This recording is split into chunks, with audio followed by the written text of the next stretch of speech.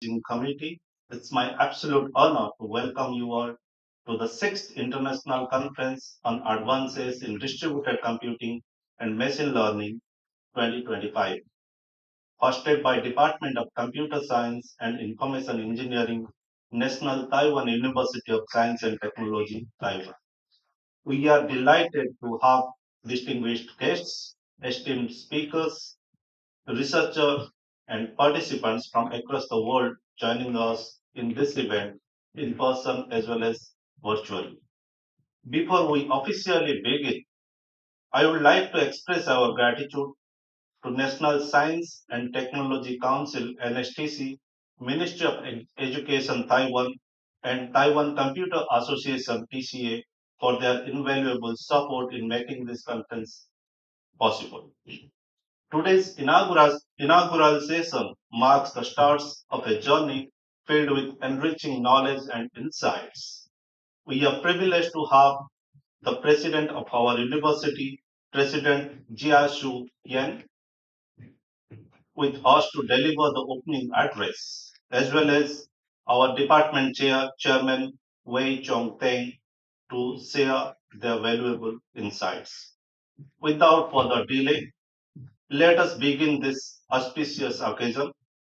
To formally start the event, I now invite our chief guest and honorary general chair of the conference, President Yen, to deliver the welcome address. President Yen, please.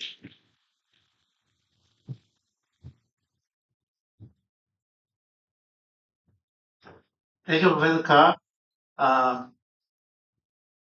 Chair Dean, Chair Dan, and Dean Chen, and our honorable guests, especially our guests from probably a lot of them from India and from all over the world.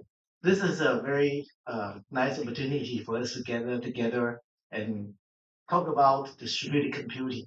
I've been always fascinated with cloud computing. So I'm not sure how you guys can distribute the computing effort throughout the internet and distribute it among different computers. I know some of our professors are working on especially computer car, but I still are very fascinated by how the technology works. And I especially want to thank Car for uh, moving this conference here to Taiwan Tech because I learned that this is the first time the conference has come out of India and come to Taiwan.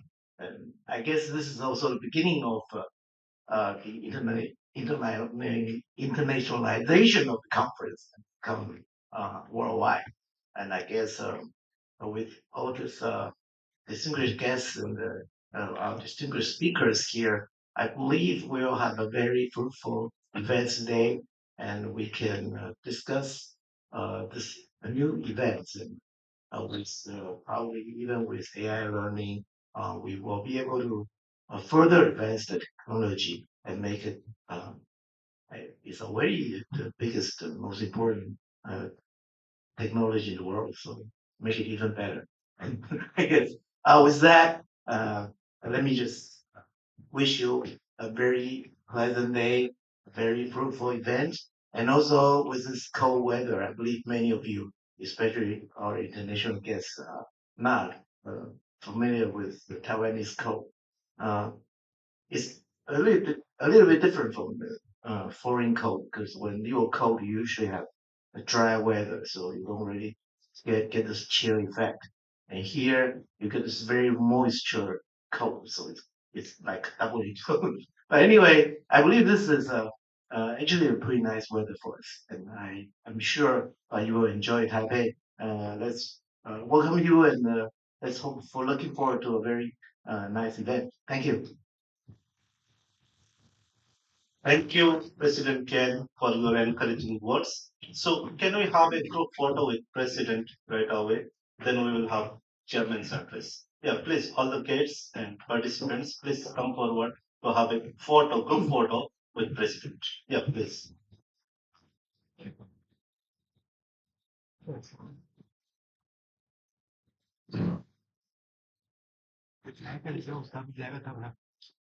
Oh, professor, please comes up. Please.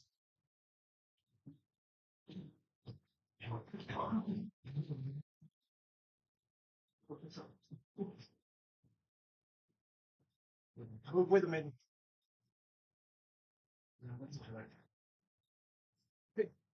Look at camera. OK，3、2、1，好，再一张，3、2、1，好，再一张，3、2、1。OK，我们比一个赞。3、2、1。OK，Thank you。Video not changing. We are recording. Am I blocking you? No. Exactly. I don't think. No problem.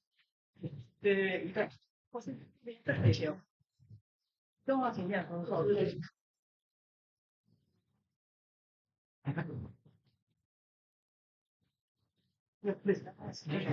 移动，对。哪边的范围是可以找到？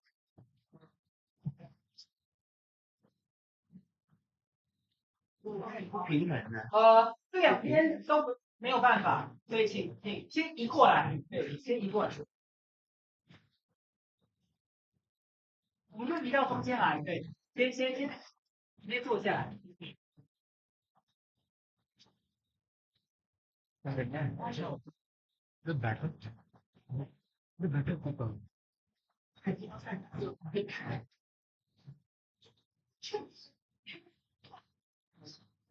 可以帮我们分散靠看。我右手边可以再往中间靠中间。可以在后面的后面那边没关系，那边看得到。他可以往后面站，然后站，是的。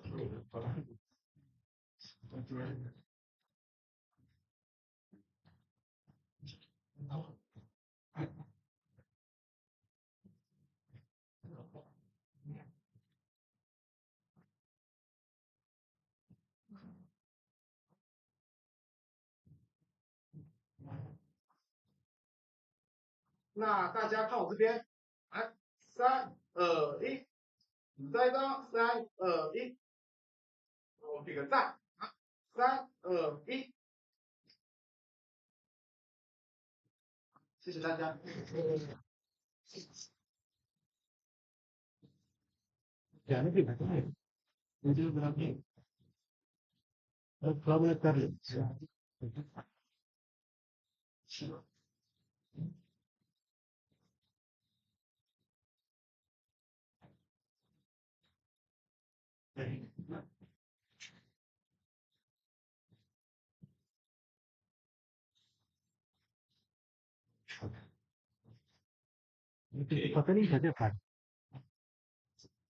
Now, sit down.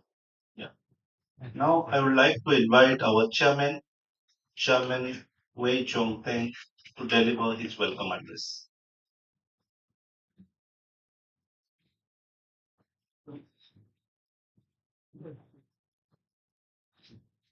Morning, everyone. I'm Wei-Chao. So since President Yan told me that he needs to leave before 9:10, so that's why we need to have a good photo this early. And basically, just like President Yan mentioned, so this is the first time that ICADCML to leave India and come to Taipei, Taiwan. And I think that the NTUST, aka Taiwan Tech, is very honored to host this event. And the ICAD-CML itself is founded in the year 2020, so this is the sixth event.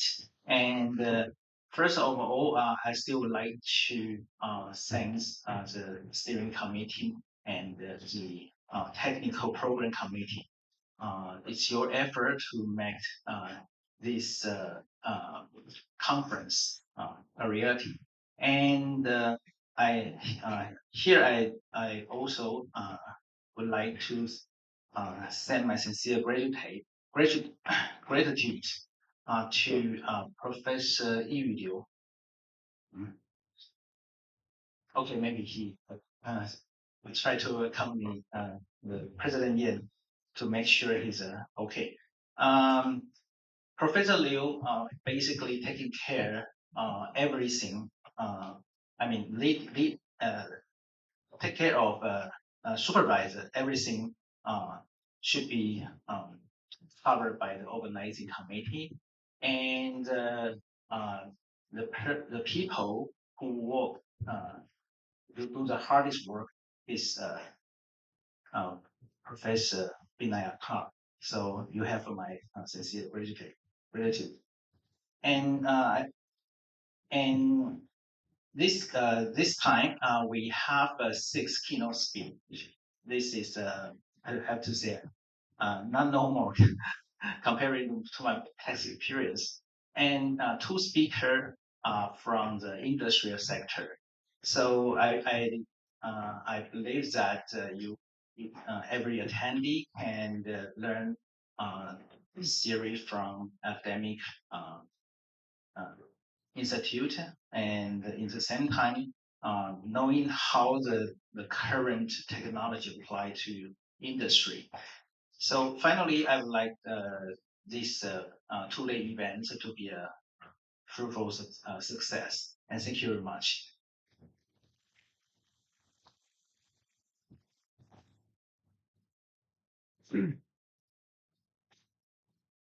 Thank you, Chairman, for your encouraging words. Now, I have prepared few slides to take you through the journey of this conference. So I will just take 2 to 3 minutes to review that for you. So this is 6th International Conference on Advances in Distributed Computing and Machine Learning 2025 here in NTUST, and we welcome you all. So our university is turning 50, one of the leading research institute in Taiwan. And this year we are going to celebrate the golden jubilee of our university in 22nd March. Now I would like to thank the sponsors of the uh, conference, NHTC and Ministry of Education, as well as the publication support. We have 4 publication support for journals. The papers who are accepted could submit their extended version to these journals as well. The next one is we have 6 keynote speakers that Chairman mentioned. Worldwide recognized Professor Yu-Chee Tseng and Professor Ai-Chun, but unfortunately Professor Pang cannot join us physically today, as well as Professor Obidat.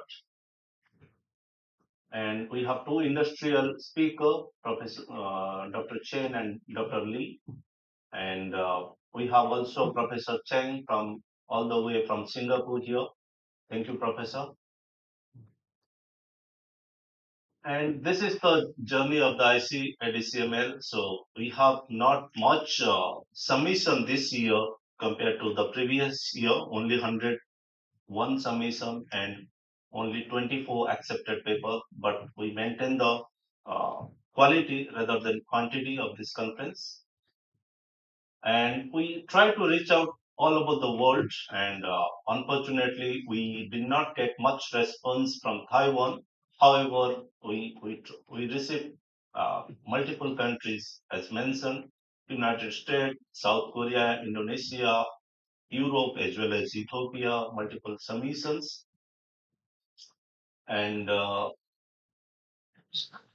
so we received these are the following tracks like distributed computing, machine learning, cyber security, and quantum computing. So these are the tracks we open for the submission. And this is the program schedule. We have uh, 4 keynote speaker and 1 session. And from tomorrow, it will be completely virtual with 2 keynote speaker as well as 4 sessions. And these are the committee members, our General Chair, Honorary General Chair, President Yan, then the General Co-Chair, and other members.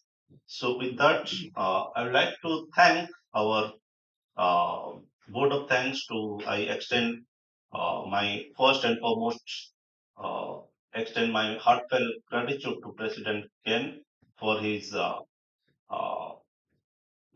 presence and delivering the inspiring speech, as well as I would like to express my sincere thanks to our keynote speaker for their invaluable contribution to this event. We eagerly look forward to learning from your expertise in the sessions ahead, as well as a special mention to our esteemed delegates, researcher, participant. Your enthusiastic presence fuels the spirit of this conference, and we are honored to have you with us. I would like to thank the organizers, the sponsors, research support staff for their thorough planning and hard work in ensuring the success of this event. Finally, I extend my gratitude to Department of Computer Science and faculty members of the Computer Science providing us all the supports, as well as Taiwan Computers Association for their technical and logistical support. Thank you all for joining us today. Let us look forward to a productive and engaging conference ahead. With that, I conclude my thanks. Let's move forward with the next session of the conference. Thank you. So I welcome Professor Chen to start the next session. Yeah, please.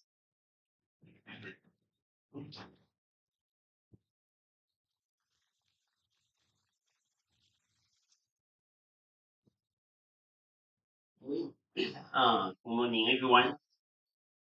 It's our pleasure to have Professor Tseng Yu-Chee to give us the first keynote today. And Professor Chen is a IEEE fellow. He's also the lifetime chair professor in National Jiao Tong University, and he has very outstanding research record, and he received at least 3 times of the Outstanding Research Award from the National Science Council of Taiwan. And it's very difficult to get the award, you know. And his research uh, interests include mobile computing, wireless communication, and AI, and he's the founding team of the College of AI in National Yangming Jiao Tong University. And well, uh, he also received many awards, and uh, and do a lot of wonderful research about wireless communication, mobile computing. Okay, and so we are very welcome Professor Chen to give us a keynote. And today he'll talk about the modality in machine learning. So let's welcome Professor Chen.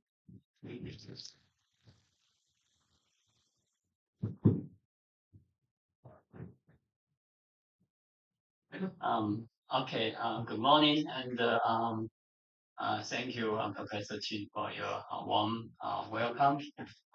It's my great honor to give the first talk today. I learned that this was originated from India, so I hope maybe next year I will be able to attend this conference in India.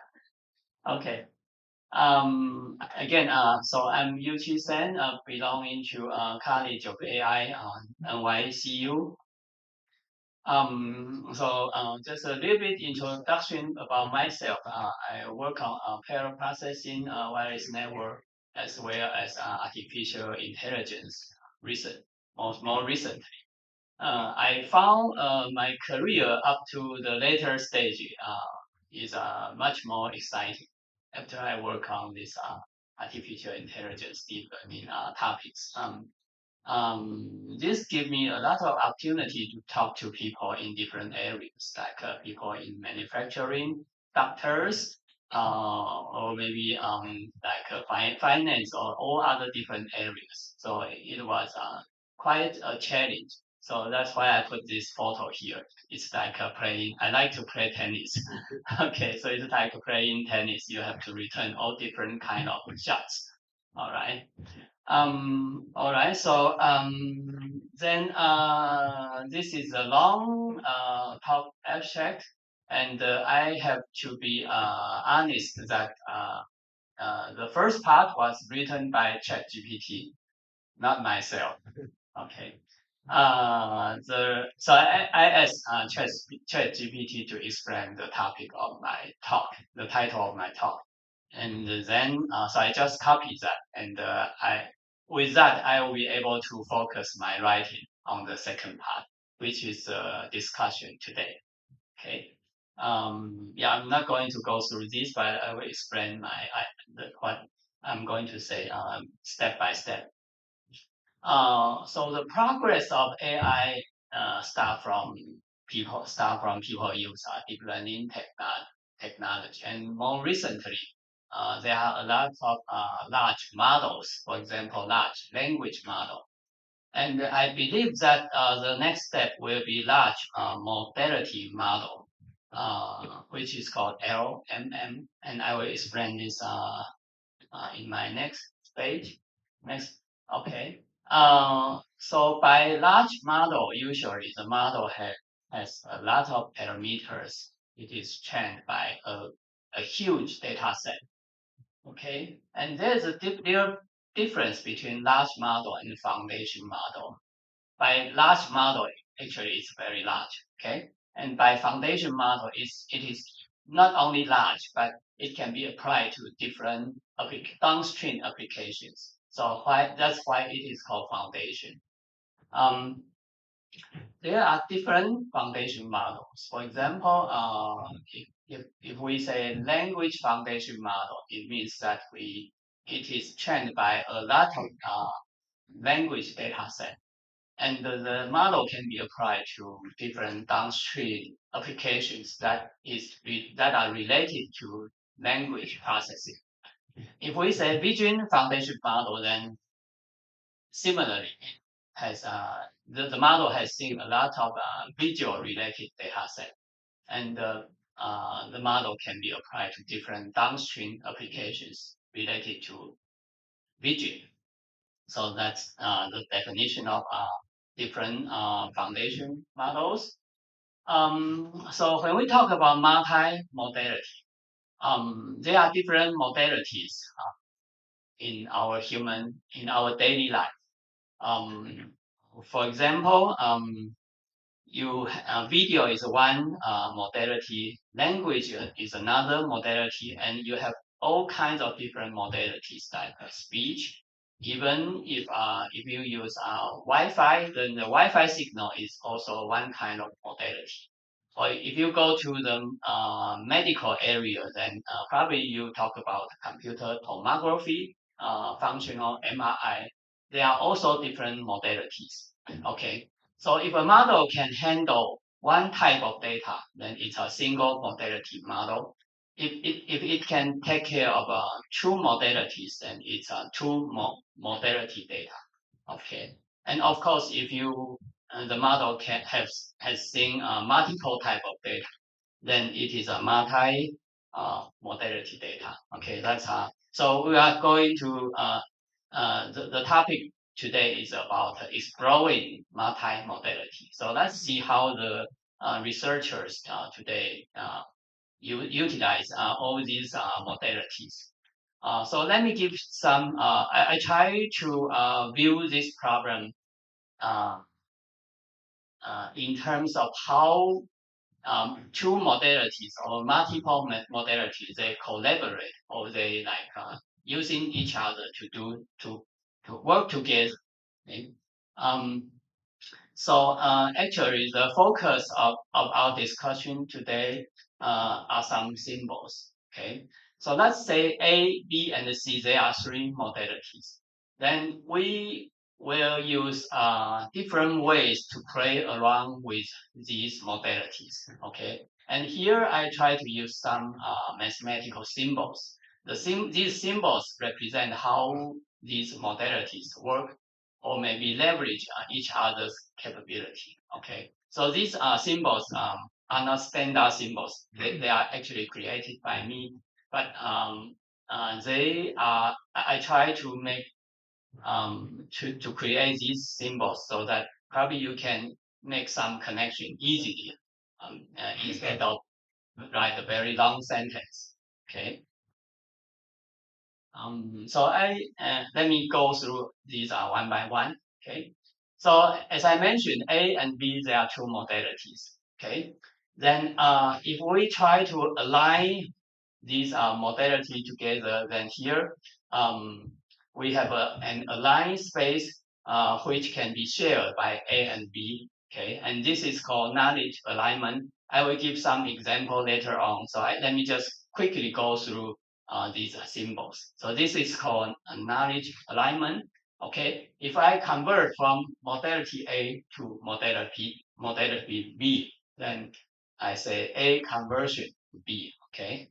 The third one is about union of two large models, actually union of two modalities. So A unified with B, then we get C. Okay, it's called merge into a larger one.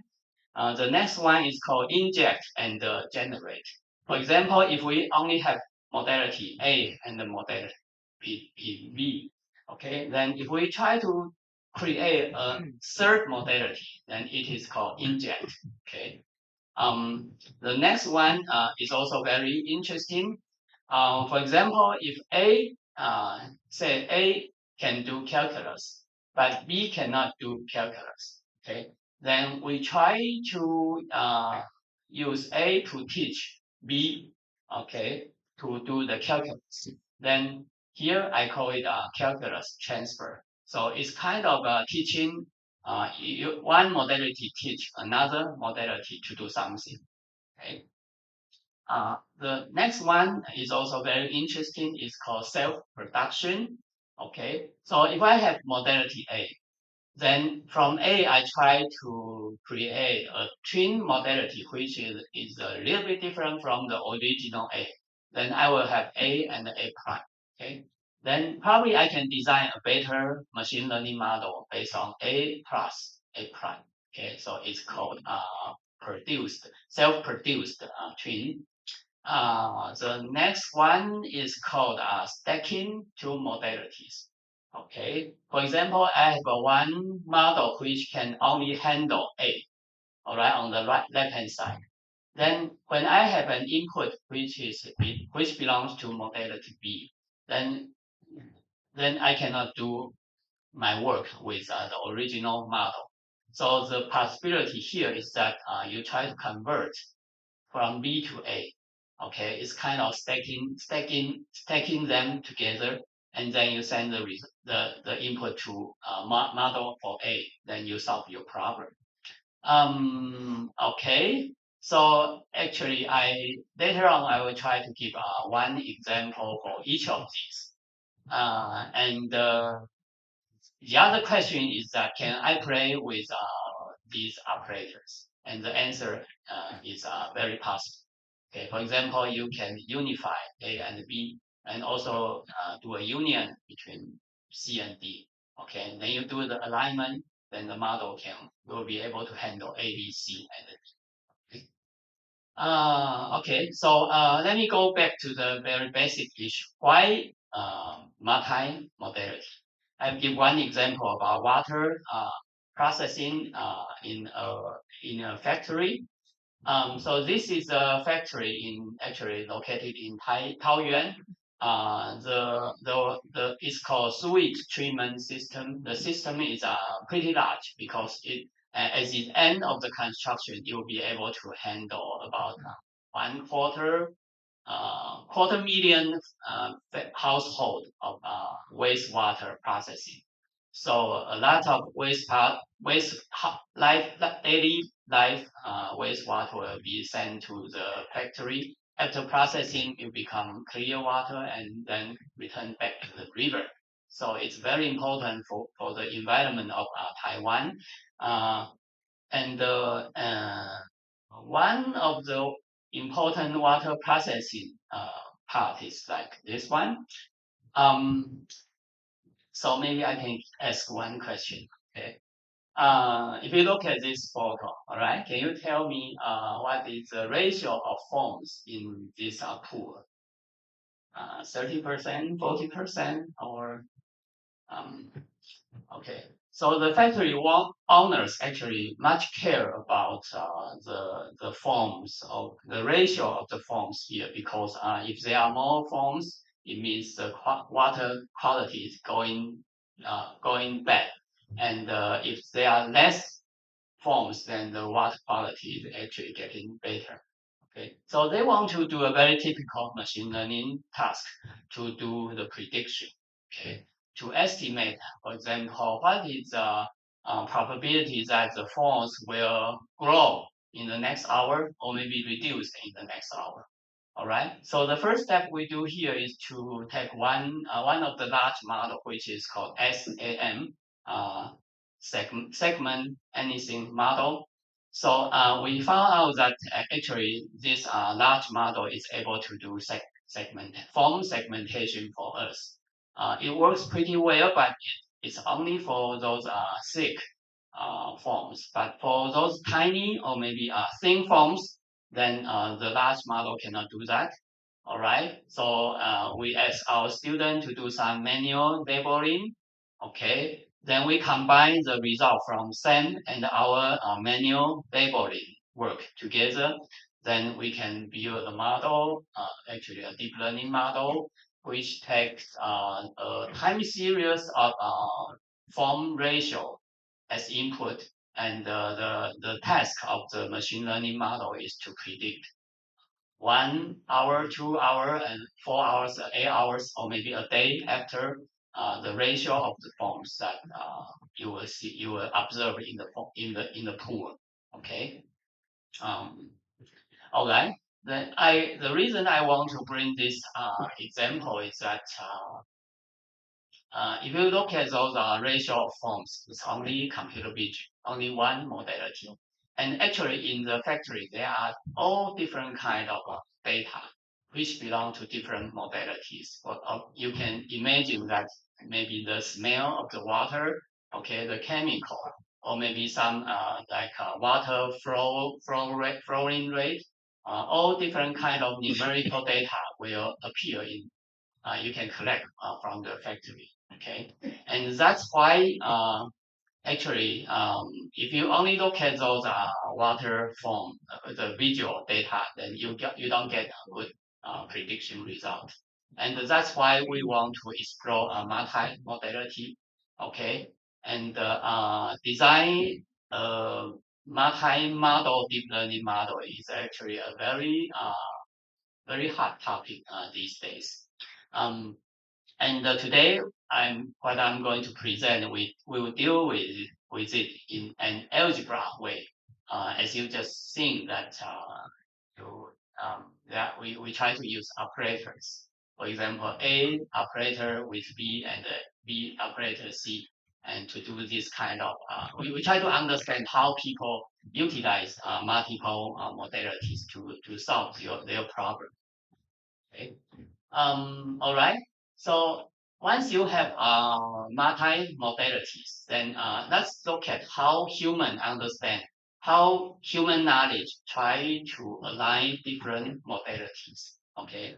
And all right. Again, I can give you one more question here. This is an example from the textbook. Okay. I give you 6 photos here, and I will ask you that according to your knowledge, which photo is Ai-Chun? People from all kind of countries, from all around the world. All right. So in order to, maybe you don't know the answer, then that's fine. Okay. Then there are some hints. Okay. And these hints, for example, the first hint is that it lives on land. Okay.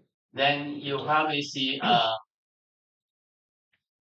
this one does not live on that, right? So you cross out this answer, and this also looks like a fish, so it does not live on that. Okay, so you cross out 2 answers, so there are only 4 answers remaining.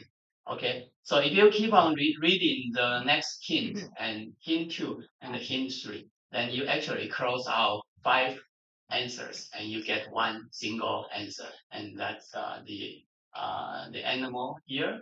It's called Ai-Chun. Okay. So the example here shows you that you when you answer the question, you use your eyes, right? You tell that this animal either live on land or not. Okay, so you use your eyes. Okay, but you also solve the problem by reading the hint over here, and the hint is in the form of text. Okay, so you actually human try to align their visual knowledge together with their reading the text from the text, the reading knowledge together to solve the problem. Okay, and this is by human. Okay, and then we actually want to use machine to do this automatically, and that's why deep learning or machine learning try to solve the problem. All right. So this is a very famous example. It's called knowledge alignment. The paper was published a few years ago. It's called it's a very famous one called CLIP, Contrastive Language and Image Pre-training. Okay. It is called pre-training because the authors figure out that when they try to directly match language and image together, it's kind of difficult. Okay, so they figure out this way, not directly solve the problem, but kind of mapping their knowledge in the latent space. Okay, and try to make them align with each other together in the latent space, and actually that trigger a lot of downstream applications later on. Okay, so LOI means language and image respectively. The paper was from 2021, and the key idea is to pre-train the model. The model actually read a lot of text and image pairs. Okay, and after reading a lot of text and image pairs, the model is able to tell the alignment between these 2 modalities. Okay, so how the authors resolve this problem is not try to directly get the answer, but try to use some kind of loss function. The loss function here is that, for example, you have one. Get my pen here. Okay. Okay. So you have okay, you have input here. Okay, then it's kind of this is the first pair. Okay, then you have the second pair map to the matrix here. Okay, so the model, the way the model is trained is try to tell the model, okay, if they are from the same pair, then their similarity should be very high. If they are not from the same pair, then their similarity should be very low. Okay, so it's talking about the diagonal and the non-diagonal element in the matrix. Okay, and then gradually the knowledge can be aligned together between language and text. Okay, and with that, then you can, for example, people show how to do zero-shot learning. Okay, zero-shot learning means that even if you give for example, earlier I showed you one animal which you probably never seen, right? It's called zero shot because in your experience you have never seen this animal before. Okay, so the model has not seen the image over here, but based on the training result, then it can also answer the question. Okay, and that's called zero shot learning. And with this model, actually, people create a lot of interesting or very innovative applications. For example, one paper is called style clip. Okay, then if you give the photo of the president and you say one sentence over here, okay, then the model will be able to transform the hairstyle of the President Obama. Okay, so it's very novel. And also, there are different models. One is called clip for clip, and it is able to do video retrieval task. Okay, and you can explore in these applications if you have time.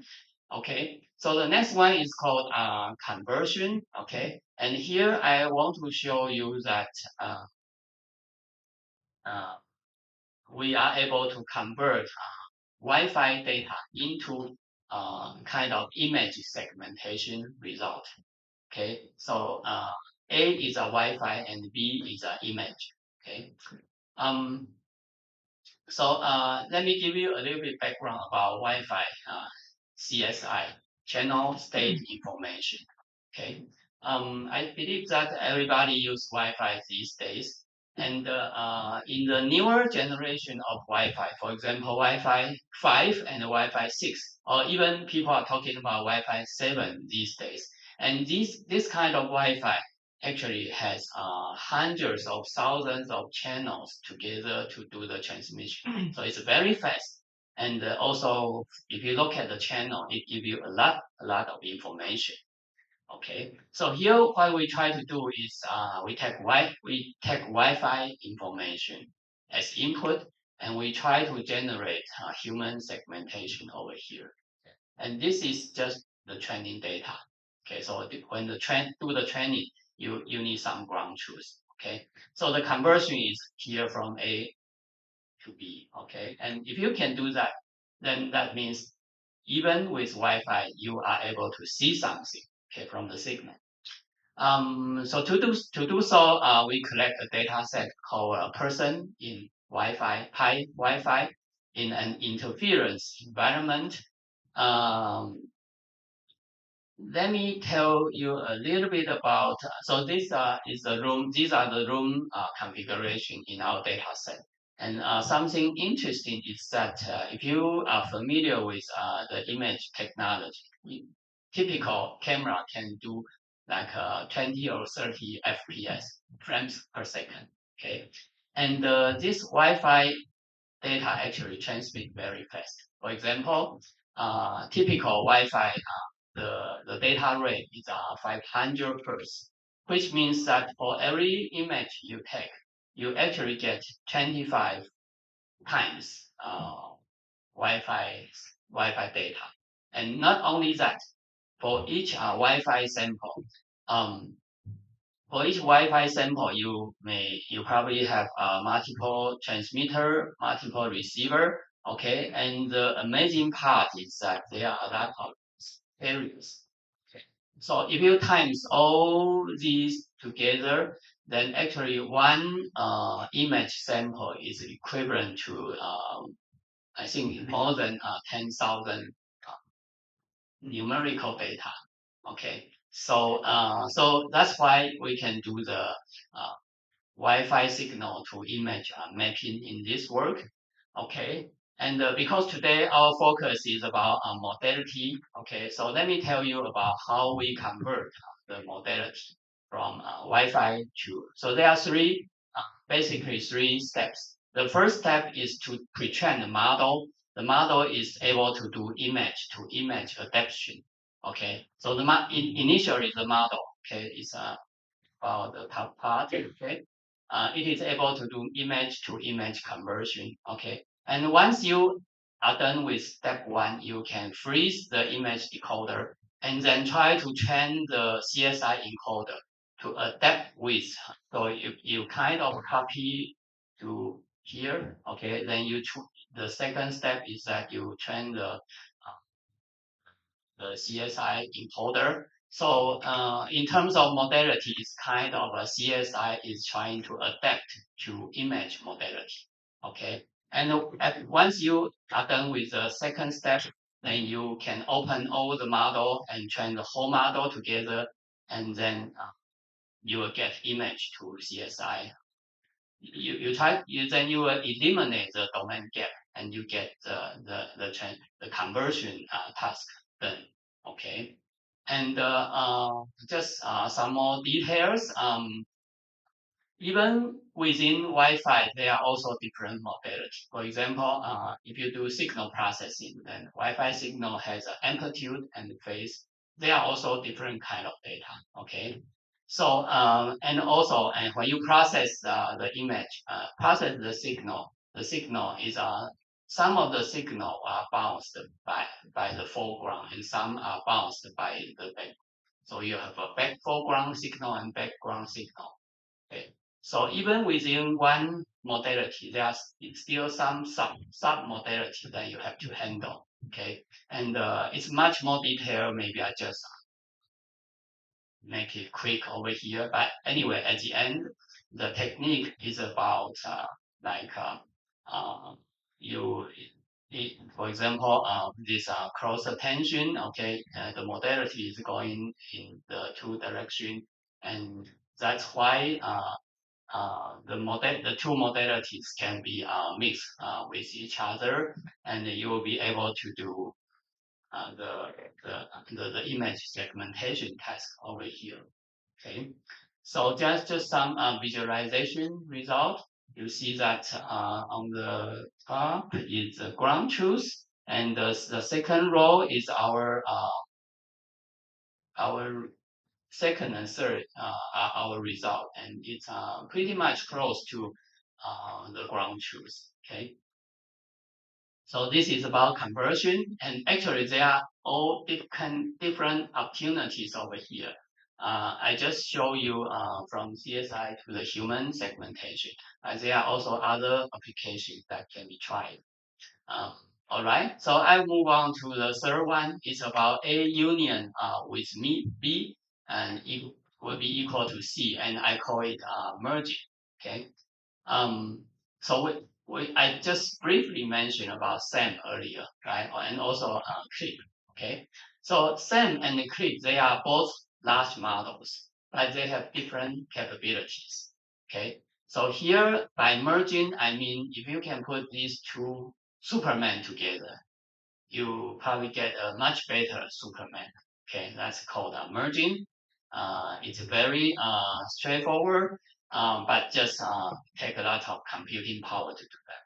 Okay, so it's called model merging.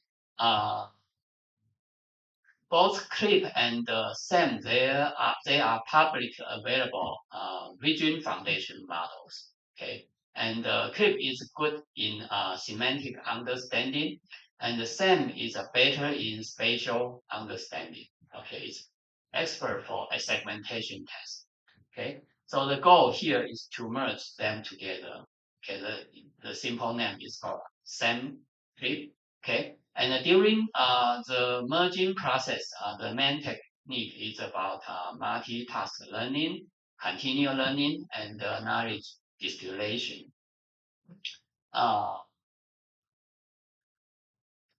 We just skip this. This is the background about SAM. Okay, it's basically the model here you can just pick, you can prompt in any pixel, and the model will be able to tell you to give you the segmentation that cover the pixel that you just selected. Okay, and also it is large because it is actually trained to handle open vocabulary.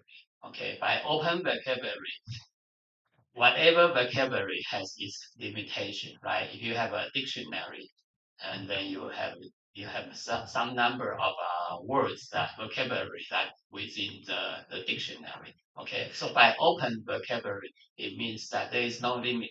Okay, even for those vocabulary which does not appear in the dictionary, and the model is able to handle that. All right, so let me give you a little bit information about how this merging process is conducted. So on the left-hand side, that's the new model we want to train. Okay, and whenever there is a fire, that means that you try to retrain, you try to fine-tune the model. Okay. So the first step here is that you will have a super encoder. Okay, because originally you have two encoders from the two models. Okay, so you would like to have train a super encoder. Okay, then after the super encoder, you try to train two separate heads. One head is for clip and another is for SAM. Okay, and then the knowledge distillation work is over here, which means that if the head say, okay, my answer is A, then but the original model say no, the answer is not A, it should be B. Okay, then you try to change your model so that you will fit into B. Okay, so here knowledge distillation is actually based on the original model. The original model will give you the answer. Okay, so whenever the answer, if you get the right answer, that's good. The model is good. If you get the wrong answer, then you have to fine tune your super here, the super encoder here. Okay, and it is actually a multitask learning because you have two heads. Okay, so you can look at here. It's also very interesting. I believe that the merge, just like companies, okay, the merging work will keep going in the coming years. And the authors show that with this merging, it is beneficial. Okay, so if you look at the tiny logo here, blue is what can be done by SAM, and red is can be done by clip. Okay, and SAM clip is the green line. Okay, you see that the green line is actually moving the boundary forward compared to the blue line, blue boundary and red boundary, which means that the merge is good. Okay. Yeah, I think I will skip the Chinese steps strategy. You can look at the details in the paper. Okay. The next example I would like to show you is about A plus B and it produce C. Okay. The paper is called a motion clip, so it is based on clip. Let's see what the idea here. Okay. Originally, you have, as I meant, if you remember the clip can handle two kind of modality. One is text, the other is image. Okay. So for this kind of image, sorry, for this kind of it's called motion. Okay. Motion is we understand this is about human behavior, right? But but this kind of human behavior images, they are not natural image, which means that clip has never seen this kind of motion images. Okay, so so the author tried to inject a new modality called motion in between text and image. Okay, so the first step is to train a 3D motion autoencoder. I'll give a figure later on. Okay. The second step is to, once you train the autoencoder, you try to align them in the latent space. Okay, both in text space and the image space. Okay, and after the alignment, okay, you will have a new modality. Okay, so the training process is something like this. You have a motion input. Okay, you try to reconstruct the motion input. Then the model is kind of a transformer. It go over this path. Okay, from the input to the output. Okay, and one is a encoder, and the later part is a decoder. And one thing important is that during the transformation process, you try to create a loss function over here. The loss function is actually push the model, push the latent code to be aligned with both text and the image. So that's why you see the loss function, the subscript here is L text and L sub image. Okay, so it's kind of intuitively, it's kind of you do this path. Okay, you from motion to motion, and during the process you try to do the alignment in the latent space. Okay, and once you do that, you get a new modality. Okay, and it is called A plus B, and you get C. Okay, and with this, okay, then you have A, B, C all together in the latent space. Okay, then you will do different kind of translation. It's like a 3-language system. You can start from A, you get B, or maybe you input B and you get C. Okay, so one example here is that you just say a word. Okay, this is very famous. It's Usain Bolt. It's a very famous athlete. He got several Olympic records. Okay, so you just say one word about Usain Bolt. Okay, and you see that it will go through the text encoder, and you get the latent code. Okay, then but you decode with a different modality, which is motion. Okay, then you get the motion of the athlete. Okay, so that's why the power of a modality conversion. Okay, so how much more time do I have? Another 13? 30. One fish. Okay, so I'm about to be done. All right. This one is also very interesting. Okay, we have A and B. Okay, then the calculus transfer is that let's say A is inertial data, and the B is Wi-Fi data. Okay, inertial data is like your Apple Watch or Google Watch. It measure your motion, your movement. Okay, and usually it is based on accelerometer, gyro, or etc. And the inertial data by nature, it is related to geometry. Is related to human motion, displacement.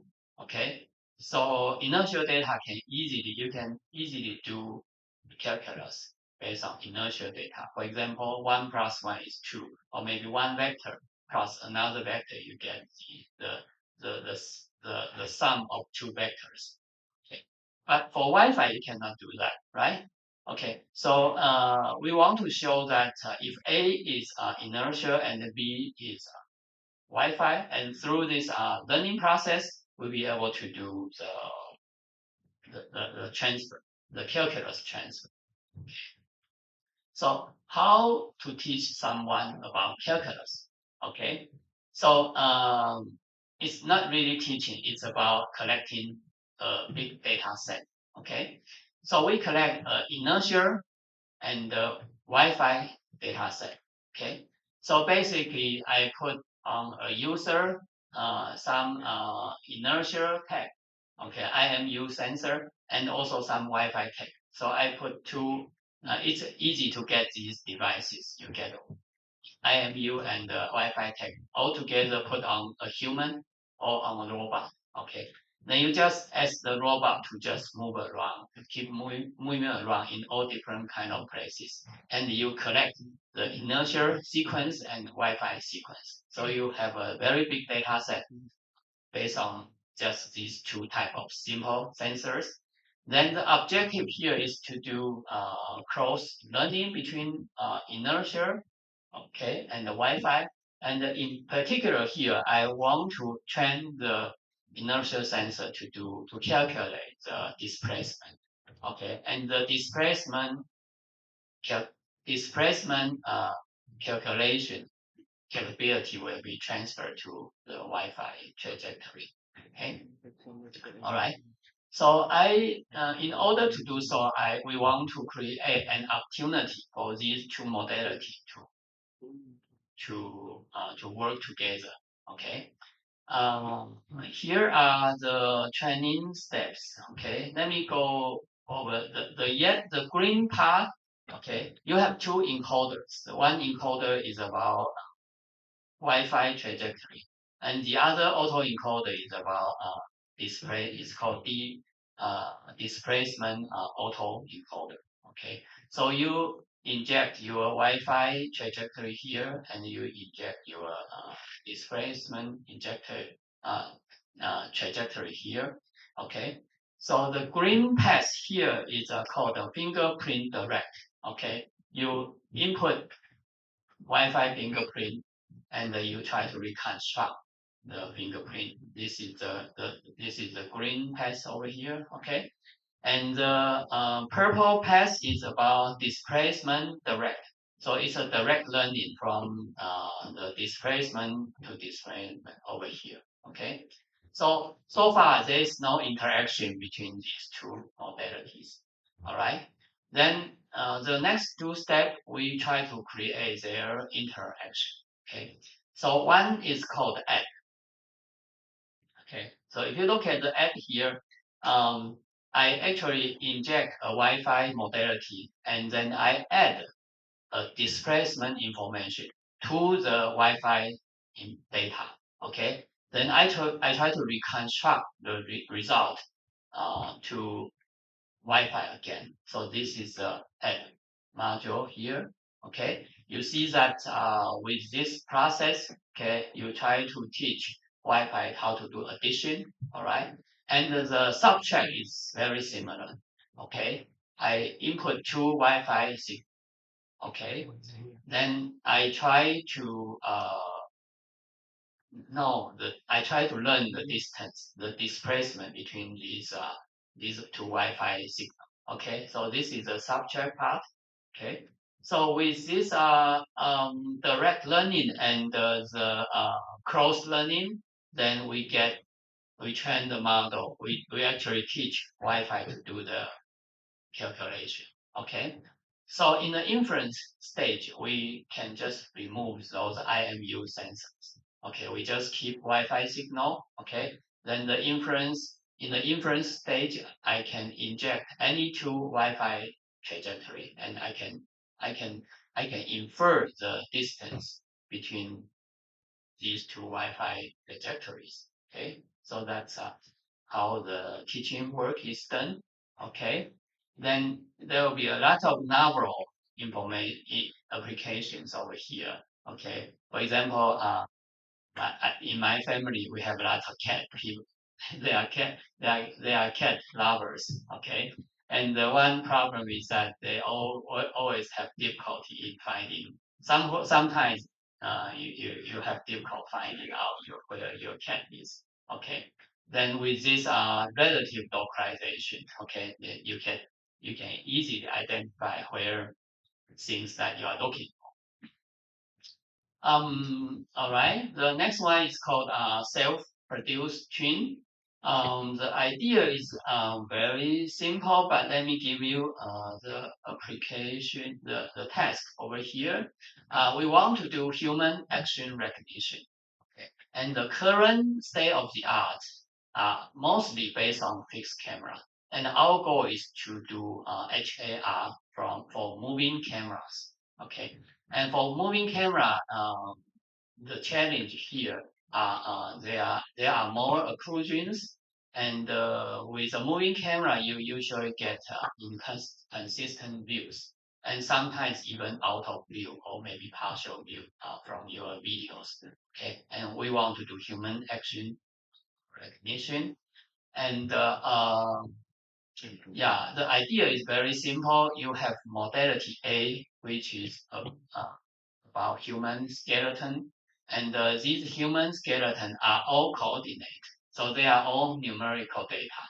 Okay, then we try to create a prime from A, and the A prime is kind of you just take these numerical data and you draw them on an image. Okay, then you get the image like the skeleton over here. And here why we call it heat map is that for image processing, one pixel is too small.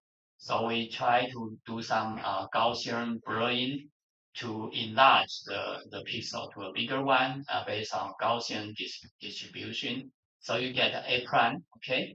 Then we show that originally you only have A, then if you create another code A prime, then you actually can make a better model. Okay, and we do verify the idea and show that compared to the current state of the art, then we actually improve the score in number of percentage, which is pretty good.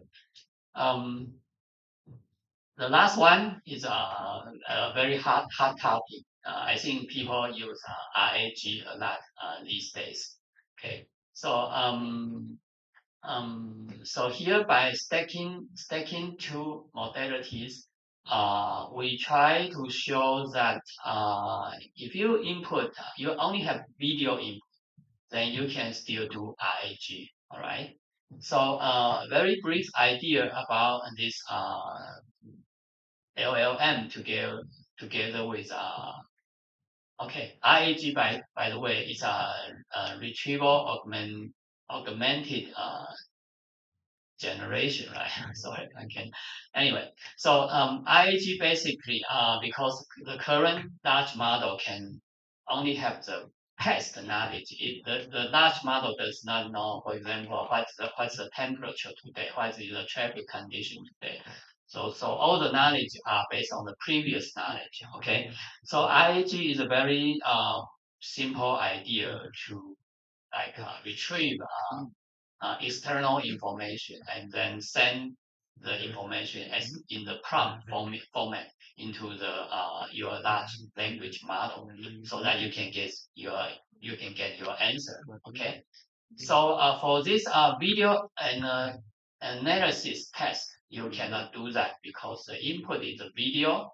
Okay, so video cannot be directly sent to the LLM. Maybe in the past, okay, and the current LLM is able to take a video input as well. But let's say in the earlier version, it cannot take a video input. Okay, then how do you use RAG? Okay, then in this paper, okay, the people show that if you cannot do that, okay, you can do some translation. Okay, so modality A is a video. All right, then you can use some vision foundation model to translate it into modality B, which is text. Okay, then you have the text description of the video. All right, then you will be able to send your information to the large language model as a prompt, and you can get your work done. Okay, so it's about stacking. Yeah, there are some examples. I think we can save some time here. All right. So I'm coming to the end of the. I think that if you look at papers these days, there are all kinds of different novel ways to like to try to ask two modalities or even three modalities to collaborate with each other to get much more new work done. Okay. But again, I have to emphasize that all these symbols are just to facilitate your understanding. They are not standardized yet. But if you get these symbols in your mind, probably you get make it easier for you to memorize or to understand the essential idea within these papers.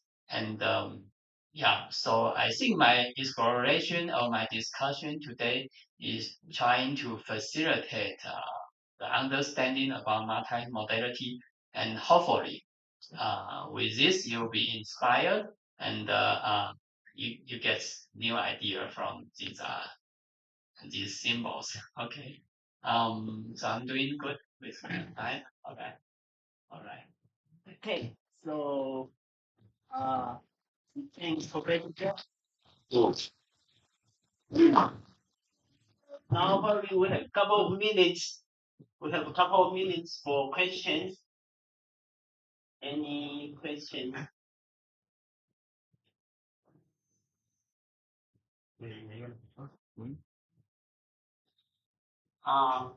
I think I have a question that because now you experiment, most of the experiments are just combine two modality? Would it be if you add more and more modalities to the model, will it be becoming even difficult to train the model? And at the end of the day, probably only those people who own the powerful computing capability can do this kind of model. Okay.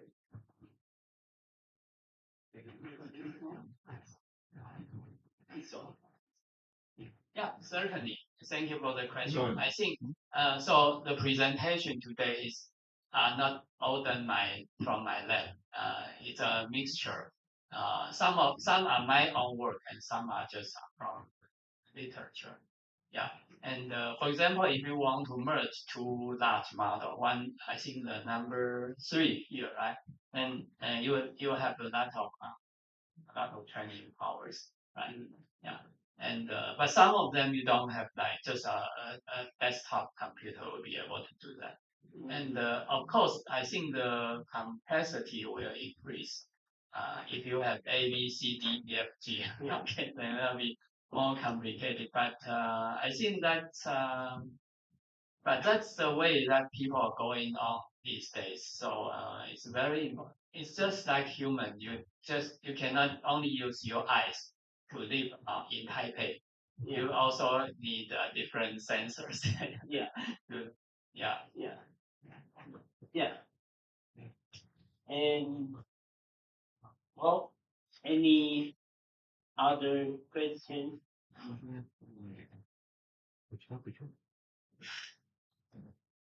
So I think very interesting that seven types.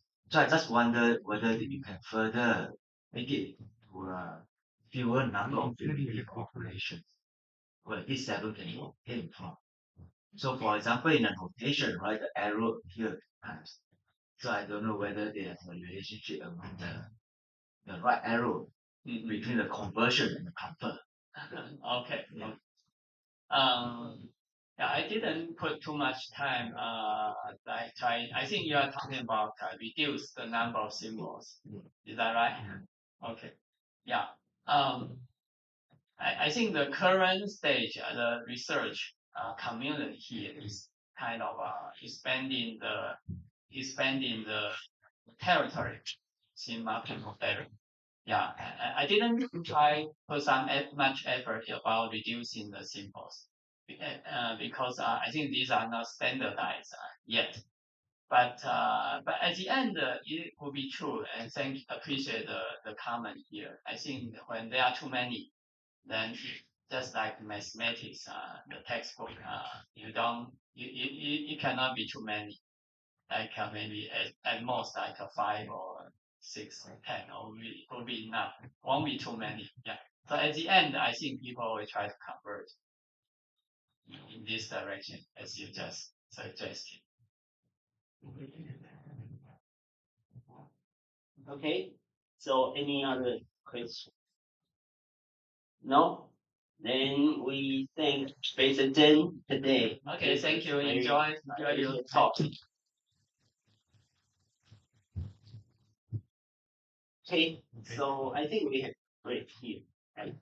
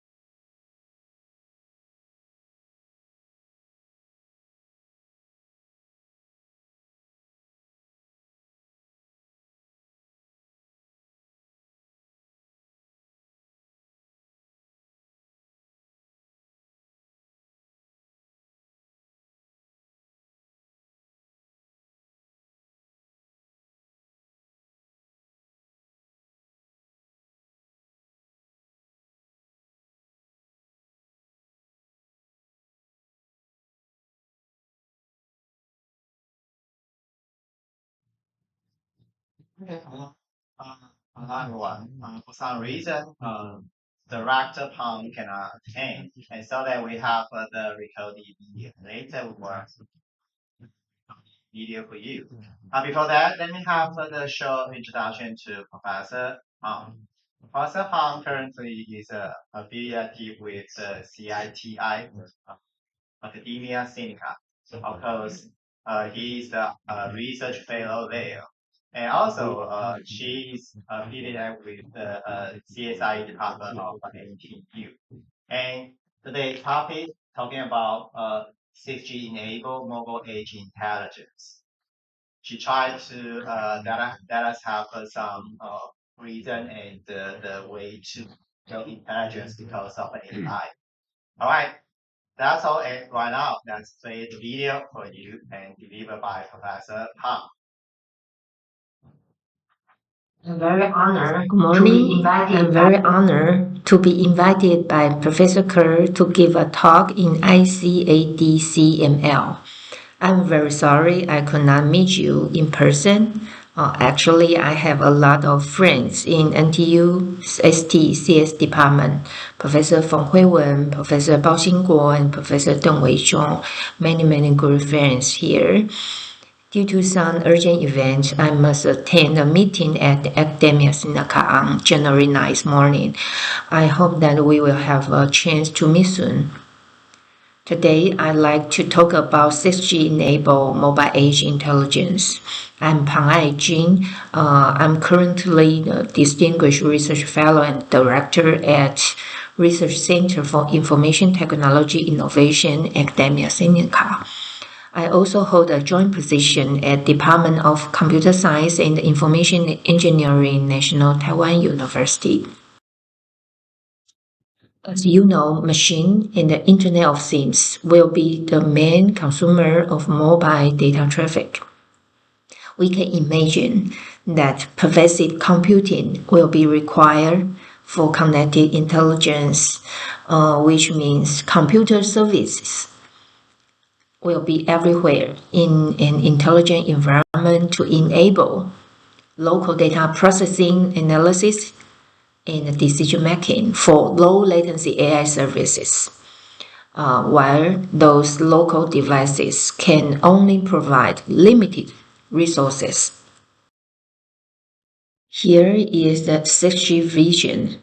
Ultra low latency, massive IoT connectivity, and the distributed intelligence. ITU-IMT 2030 outlines AI as a critical component of 6G to tackle the technical challenge of stringent security requirements for sensitive data and the challenge of complex network and communication management with billions of devices to achieve dynamic resource allocation and proactive network monitoring and maintenance. When we mention AI, we cannot avoid the buzzwords Gen AI and large language model, particularly agentic AI and a multi-agent distributed system have been considered as a possible solution to resolve Gen AI's main problems like hallucination and generating incorrect answers. Aligned with the technology trend, we are interested in the studies on next generation edge intelligence framework, which include the security threats to distributed edge learning in model training phase, and the intensive requirements for effective and efficient communication due to the vast volume of information exchange in multi-agent AI system. The first research I'd like to share with you is to develop a robust edge learning system against security threats.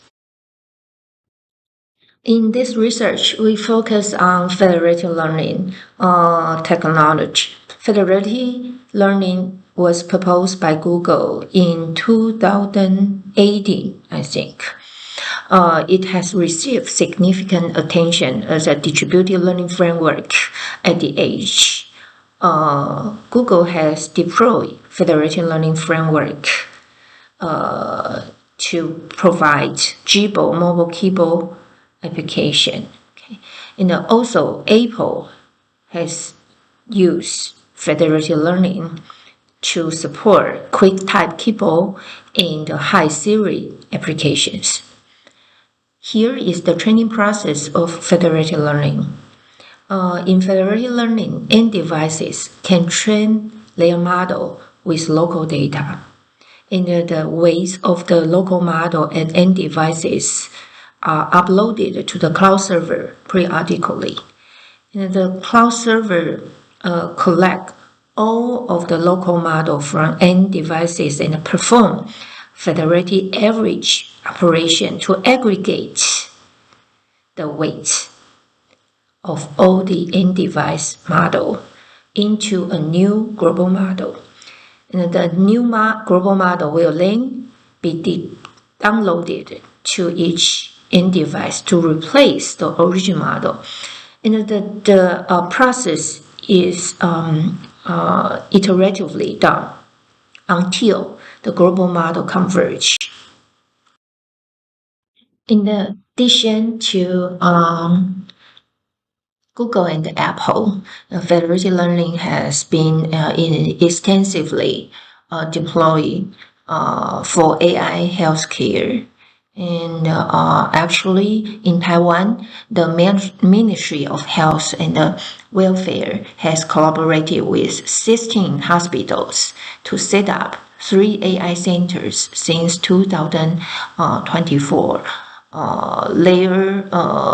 The deployment, the objectives of the deployment are to accelerate Taiwan Food and Drug Administration certification for AI medical devices, to facilitate applications for Taiwan's national health insurance coverage, and to prioritize AI technology that directly improve patient outcomes. As we mentioned earlier, federated learning uploads model weights instead of raw data so that user privacy can be preserved in a distributed learning system. However, federated learning still faces security threats from malicious devices. We are concerned about 2 kinds of security threats. One kind of security threat is from users. Malicious users can backdoor federated learning model. And then the second kind of security threat is from the server. Okay, the server is not considered malicious, but would be curious. Okay, the curious server can reconstruct sensitive data from user side. So we try to prevent or avoid this situation happen. And we also consider speed learning technology. In speed learning, the model is split into 2 parts. And the malicious or the curious server could reconstruct data from intermediate feature.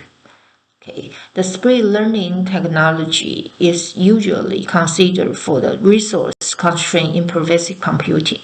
So we further investigate the security threats in this technology.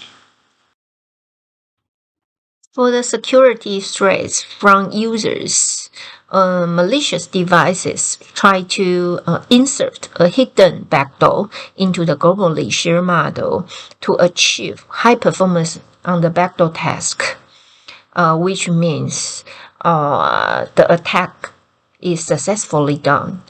They also want to maintain original performance of the main task so that it is hard to detect the attack. Okay, so you can see that the right figure The upper right figure indicates the accuracy of backdoor task is quite high, which means the attacker has met attack successful. And the lower right finger indicates the accuracy of normal task. The green part is not significantly affected. So we cannot easily to detect the existence of the attack. The existing solution to defend the attack from users adopt three main approaches. The first one is to exclude outlier by using geometric median methodology. Okay. And the second approach is to customize hyperparameter called non-bounding. Okay, it's the threshold-based approach. And the third approach is used in some specific environments. Okay, they need to verify the correctness of the model with global data. Okay, instead of using the existing approaches, our approach does not exclude any model parameters and does not make customization, and the approach does not need global data verification either. Okay, we propose the non-equalization. The approach, the name we called effect equal, to prevent malicious updates from dominating by scaling all updates from the local devices to the same node. Okay. However, the non-equalization approach has a side effect in the non-IID data environment, where the data distribution of clients or of end devices is not always the same. Thus, we propose the intra-group averaging before non-equalization to avoid a significant drop in main task performance. As we mentioned in the previous slide, non-ID data means heterogeneous data distribution among clients, okay, which can be roughly categorized into label skew and the quantity skew.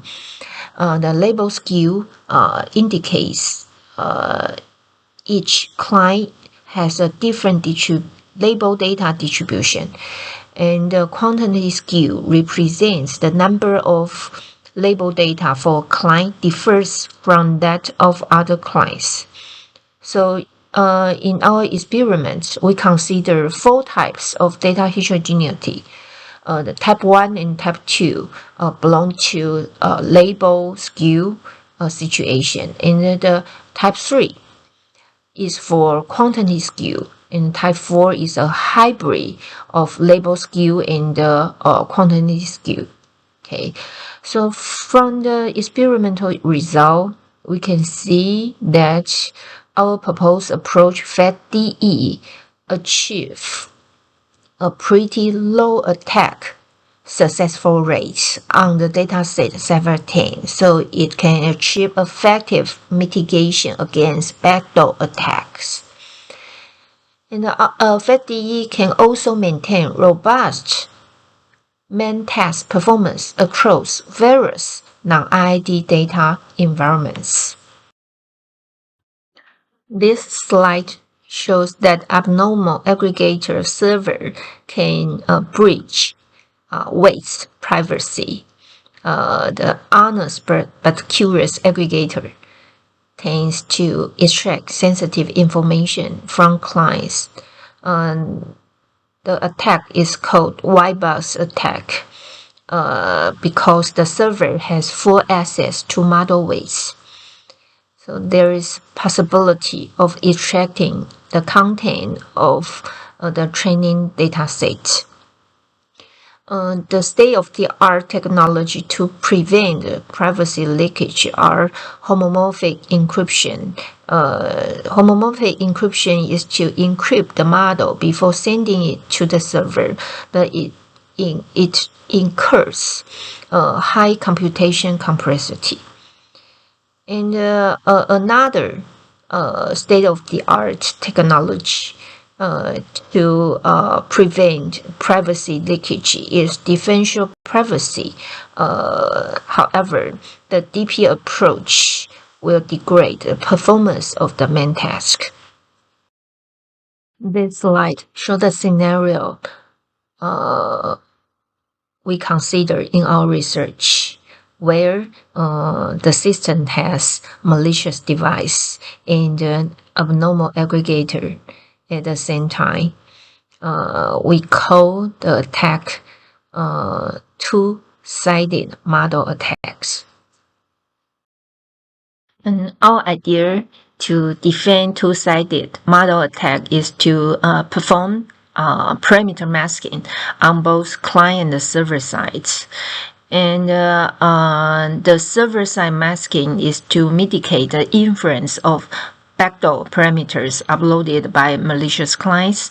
And client-side masking is to hide some information from the server, and it also saves communication cost.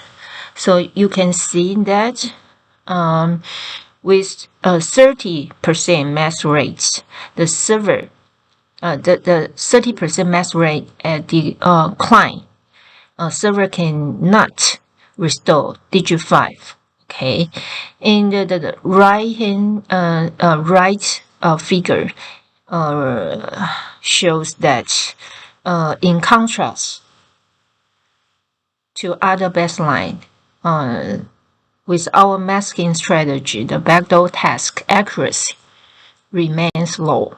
Okay. Split learning is gaining popularity as a collaborative learning framework with privacy-preserving property and a lower computation load on client devices. However, sharing features alone is not enough to ensure user privacy. The system is still vulnerable to white box data reconstruction attacks. The related works already shows that features can be reconstructed into the original image in split learning. So we need additional defense mechanism to preserve or to enhance the user privacy in split learning. The existing defense strategy fell in defending against white box attacks in split learning due to the passage of spatial information through the network. Another defense strategy is to transform the front-end network into a differentially private function, but it imposes a substantial negative impact on model utility.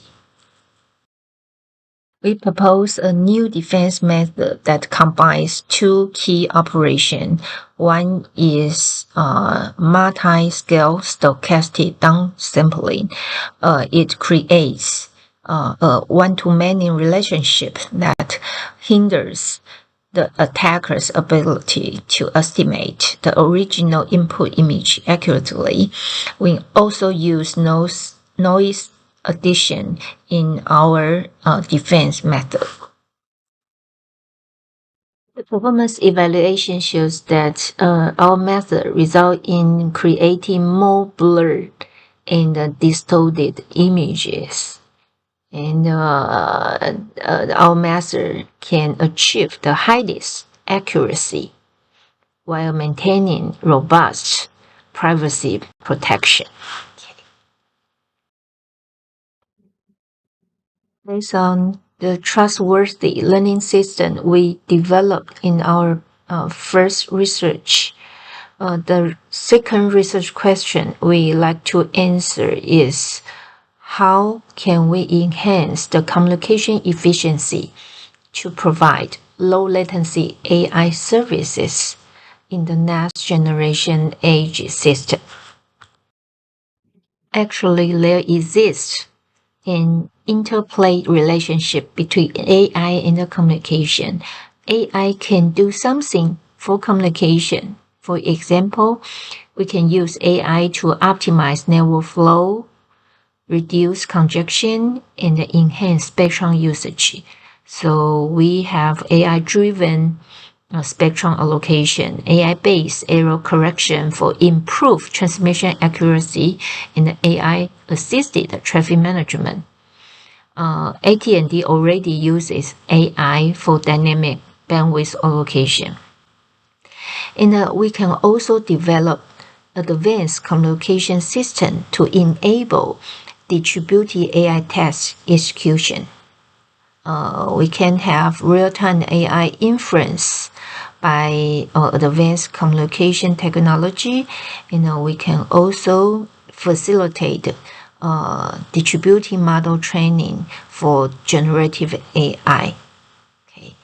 And the use case is that Microsoft leverage telecom networks for edge AI collaboration.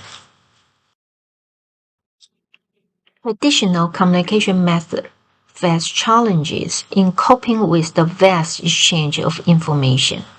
Channel and the Weaver's theory define three levels of communication model.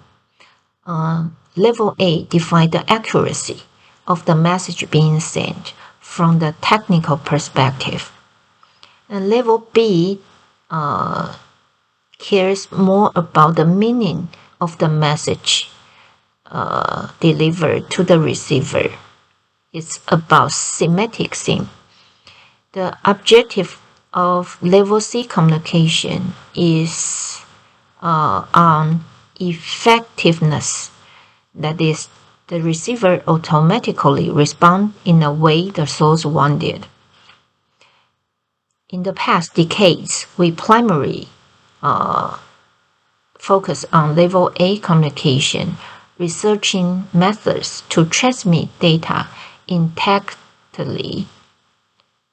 However, with the growth of data and the emergence of Gen AI, level B, that is semantic communication, might be a potential breakthrough in next generation network.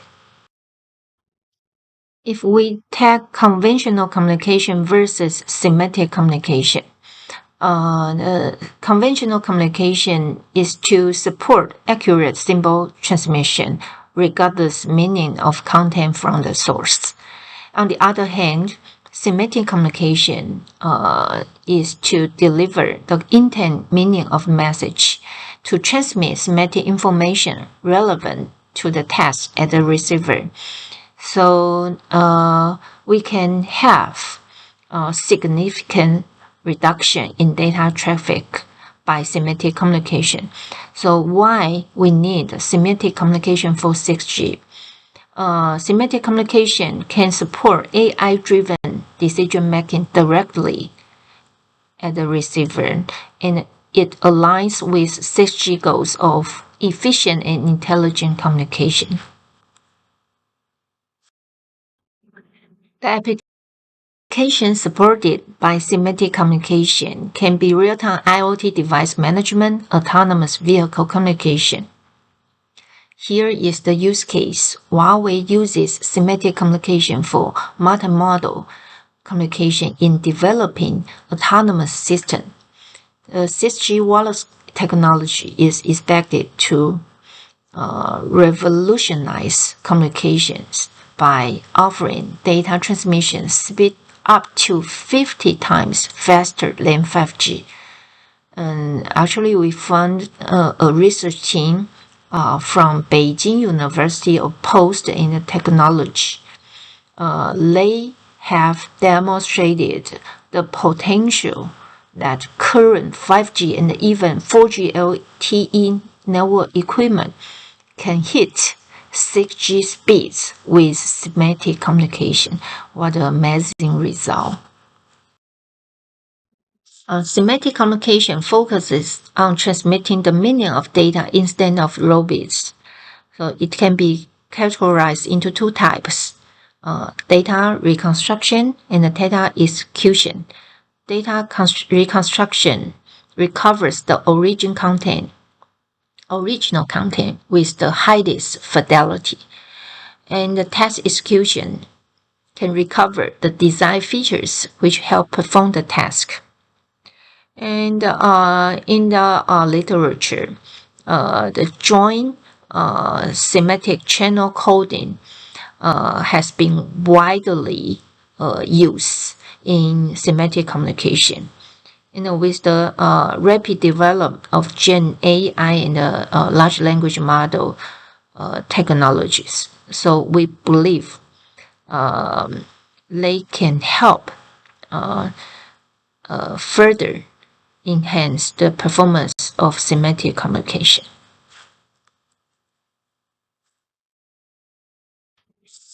We elaborate on the technical challenges in semantic communication.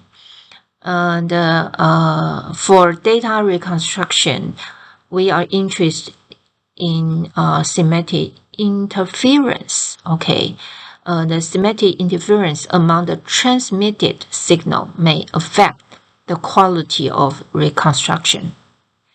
And for task execution, user may use different data modalities of the same task. So only task-related signals are transmitted. So the effectiveness of information fusion may affect the task performance. And for security threats, each feature element carry essential semantic information. So the defense strategy for traditional communication may result in a decline in the performance of semantic communication. The slide shows multi-user interference in semantic communication. The conventional communication separates users' signal when they use the same channel to transmit. They often use TDMA, FDMA, or NOMA.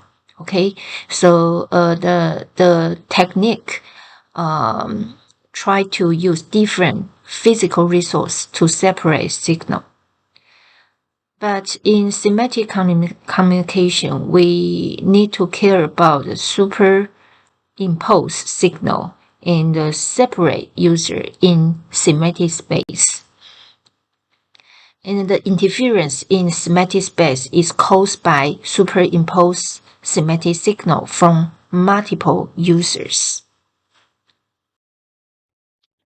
The existing solutions consider two cases of semantic encoder-decoder pairs users hold. The first case is called ABC case. If we see the right figure, the upper right figure, we can see that there are three pairs of users, and each pair of users adopt different encoder-decoder pair from others. So in this case, the solution can be designed to be completely orthogonal to each other. Then the semantic interference can be avoided. And then for the right lower right figure, okay, you can see the case of AAA case. The AA case means the each participant use the same encoder-decoder pair.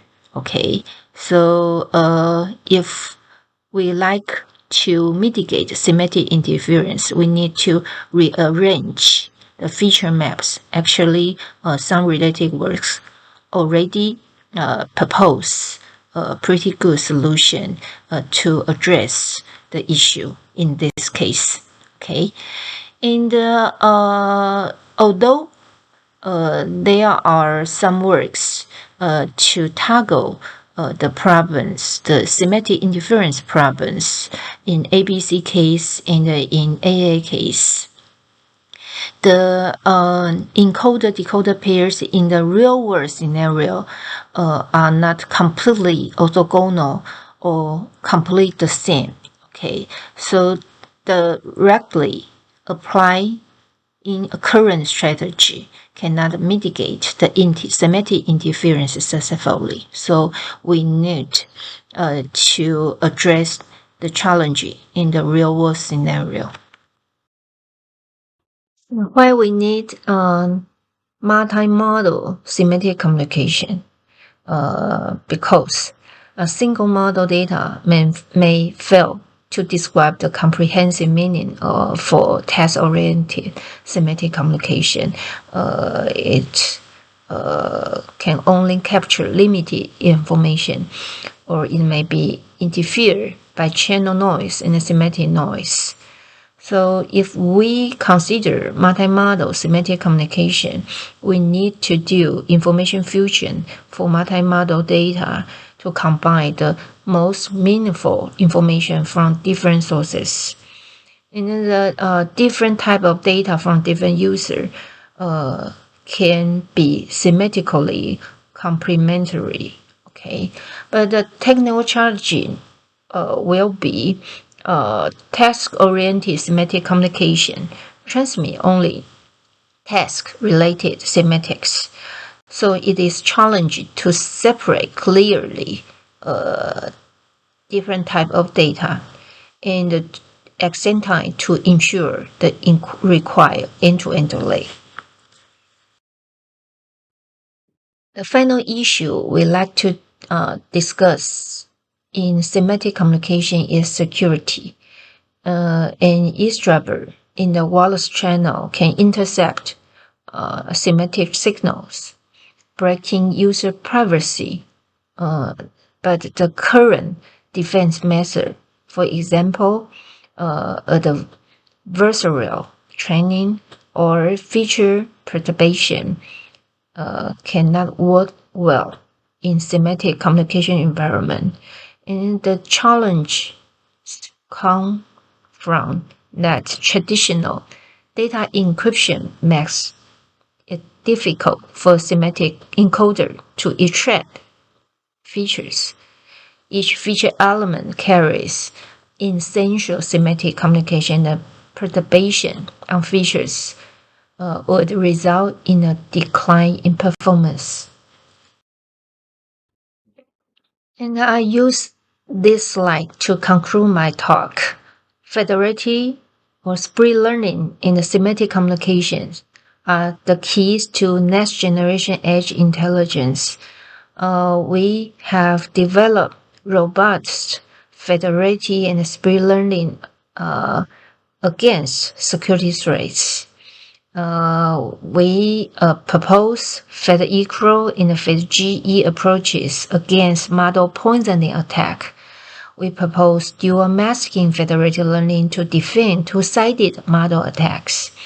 And we propose MSDSS to defend data reconstruction attacks for spree learning.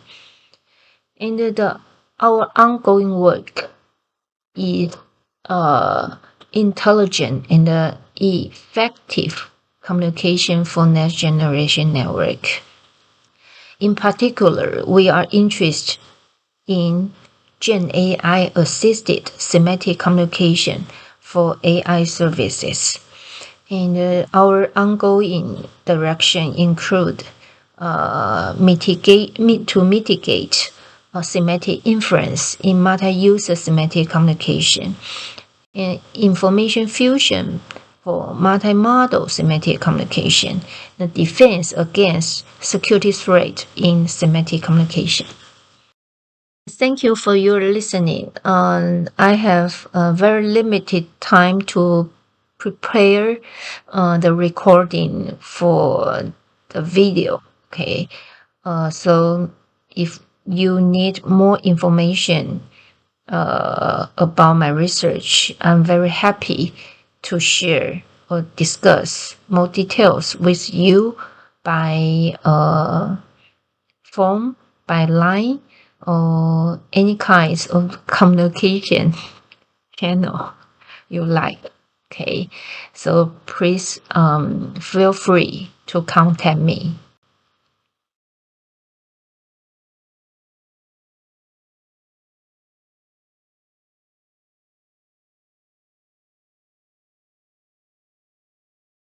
If you have any question, you can contact us directly through email or through any kind of media so that you can contact her.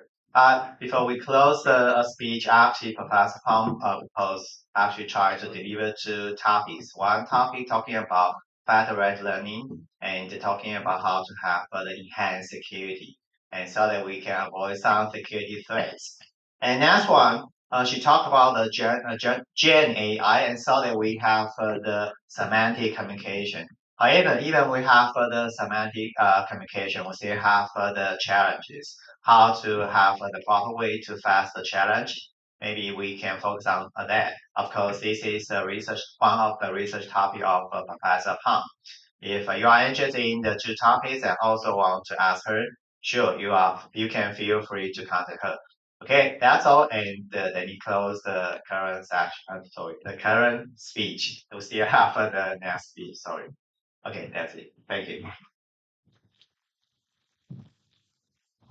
I request Professor Paul to start the next session.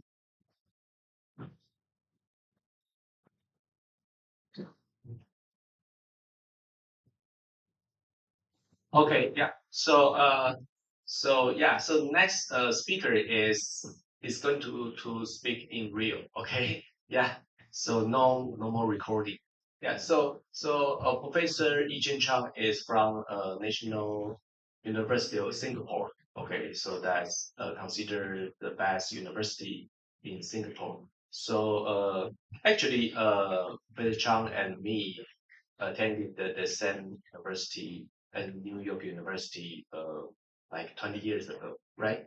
So so actually we joined the university at the same time, but he graduated sooner than me. So that concludes what he can do better than me. Yeah. So and since the time that he graduated, he focus on at beginning he do some research related to computer vision. So later moving on to more like security research. So actually he learned all the security stuff but on his own, not from his advisor, I believe. So and also if you check Professor Chang's profile, so you're going to find out that for all the major conferences in security, they are not quite easy to get in, right? So Professor Chang got all of them. Yeah, so I think you can get a lot of ideas from his talk today. So his talk is about digital watermarking in AI era. So everybody doing research with sort of including the last few talks that you heard about AI a lot, right? So maybe how to leverage the AI research to many different kind of applications. I think that's what we can learn from today. Yeah. So without further ado, so that's welcome to the chat. Thank you, Professor Paul, for the introductions. I know Kenneth for very long times. So when we start our research, we work on AI, I work on classical computer science. And people at that time, we mock at them, why you work on AI, this is artificial, right? The real stuff is theoretical computer science. We need to know the fundamental very well. AI is is fake. Okay, at that time, and now is the time that he loved me. Okay, so I admitted defeat, and now I also joined the so I started to look into AI and how to use AI to solve my problem. How do we can use what we know to deepen our understanding. Yeah. Okay. So my name is Ee-Chien, Chang. I'm from the School of Computing in NUS. I also lead a lab called National Cybersecurity R&D Lab in NUS.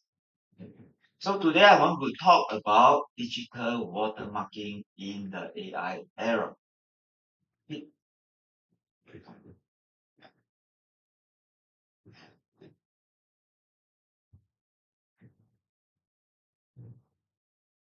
It's some technical problem. Didn't okay. Huh?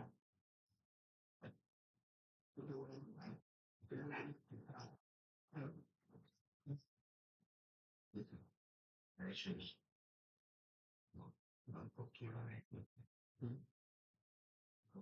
start at the first slide. You did not go to the second slide.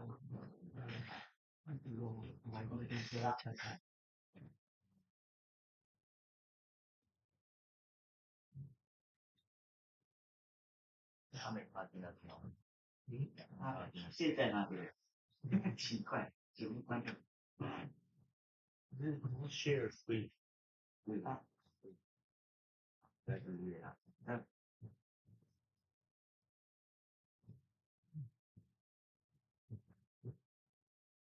这个本身的，发生品，一个一个一个那，对跟这个有关，上 setting 啊，就这个上，就两个一面的，对，啊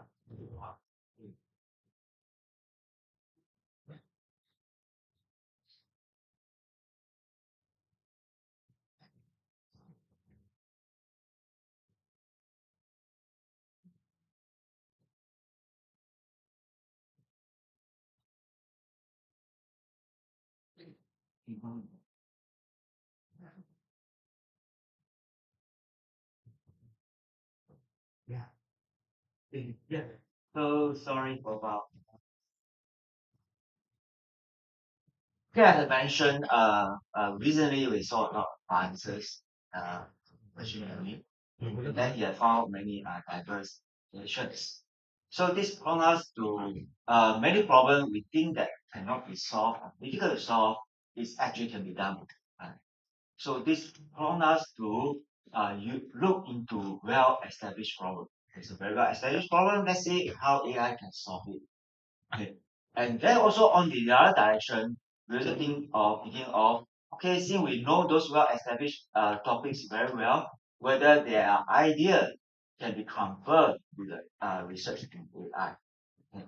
So in this talk, I will focus on it's rather narrow topics. Is digital watermarking. Okay. Digital watermarking is quite well studied. Starting from the first work by Ingmar in 1997. So in this talk, then I will first give a brief overview of what is digital watermarking, and then I look at how machine learning can help to improve watermarking. That is called water AI for watermarking. And on the other hand, we look at a machine learning model and the AIGC or the objective generated. We found that we also need to watermark that. Okay, we need to protect AI objects using watermarking. Okay, so then next is on watermarking for AI. So this is a quick overview of what is a watermarking. In the watermarking, there is an encoder, and there is a host, and there's a message. From the host and the message, what we want to encode and generate a watermarked image. This watermarked image we can decode the message from the watermarked message. Okay, even is subjected to noise. I think it's better to give some examples. Okay, so this is one examples of what we call spectrum watermarking. So there is a message, one bit message, n equals 0 or 1. Okay. If n equals 0, I take the host, the leftmost, okay, add what we call a watermark to it, given the the watermarked message image. And from the watermarked image, we can run the decoder to extract out the message, which is either 0 or 1, very accurately and very robust. That means that even if y, there's noise added to the y, we still can extract it. So back to this model. Okay, so we can see there are three things that we are concerned of. One is that the watermarked image and the original host should be similar. And secondly, the method should be able to accurately extract, decode the message, even subjected to large noise. This is called the robustness. And how many messages can we data in? Okay. So watermarking found application in IP protection, the protection of multimedia data, and also in authentication to know whether image being modified.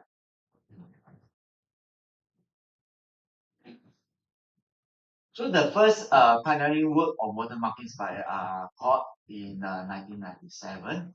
Okay, so he gave a basic scheme which I showed just now, the spectrum watermarking. Right? And it turned out that okay, in 1998, 1983, okay, in the Information Theoretic Committee, they already look at the problem, same problem, essentially the same problem, but with a different names. They call it writing on a dirty paper. Okay. So there is a piece of paper, it's very dirty, and with limited amount of ink, I want to write something on it, and then send over the communication channel. The communication channel could be noisy. Then we ask the question, how many message can we write? Okay, to communicate it. What is the capacity? Given the distortion, okay, the amount of ink we have, and the robustness, the noise subjected to the channel, how much message can we write on the piece paper, on the dirty paper? With the the extra information at the writer. The writer actually can see the dirt of the dirty paper. Okay. So intuitively, we'll think that okay, if the paper is dirty, it's more difficult to write. Right? We can write less, convey less information across. Okay. But very interestingly, he can show that the amount of message can be sent over is the same as if we have a piece of clean paper. The paper is dirty or not dirty is not important. Okay, so this is a writing paper. The construction is the proof is a constructive proof. He give a method is based on random code. Random code is not practical to be used, but nevertheless, based on using some mathematical structure and so on, and error correcting code, we can kind of achieve they call it the decode. Okay. A key point is that the construction is not straightforward. Okay, it's a lot of mathematical, a lot of proof. Okay, yeah. And now, okay, okay, the problem is not solved yet. Even we have that because that the proof, the theorem assume what we call the additive noise. The noise is a Gaussian additive noise, and the similarity is measured by L2 norm. Then I think most of us know that if I'm looking on visions, L2 norm is not a good measure of the perceptual distance between images. And the actual noise in the real life is not additive Gaussian. For example, is a JPEG impressions, okay, or cropping and rotations. And also over here, the noise could be inserted by a smart attacker. okay, rather than just adding noise. This is what we call the black box. Okay, so they also work on that, and you can see that the paper that I cited here, was 1998. That is before the AI. Okay, and then is 2023, 2024 is that employing AI to hack the model. Okay.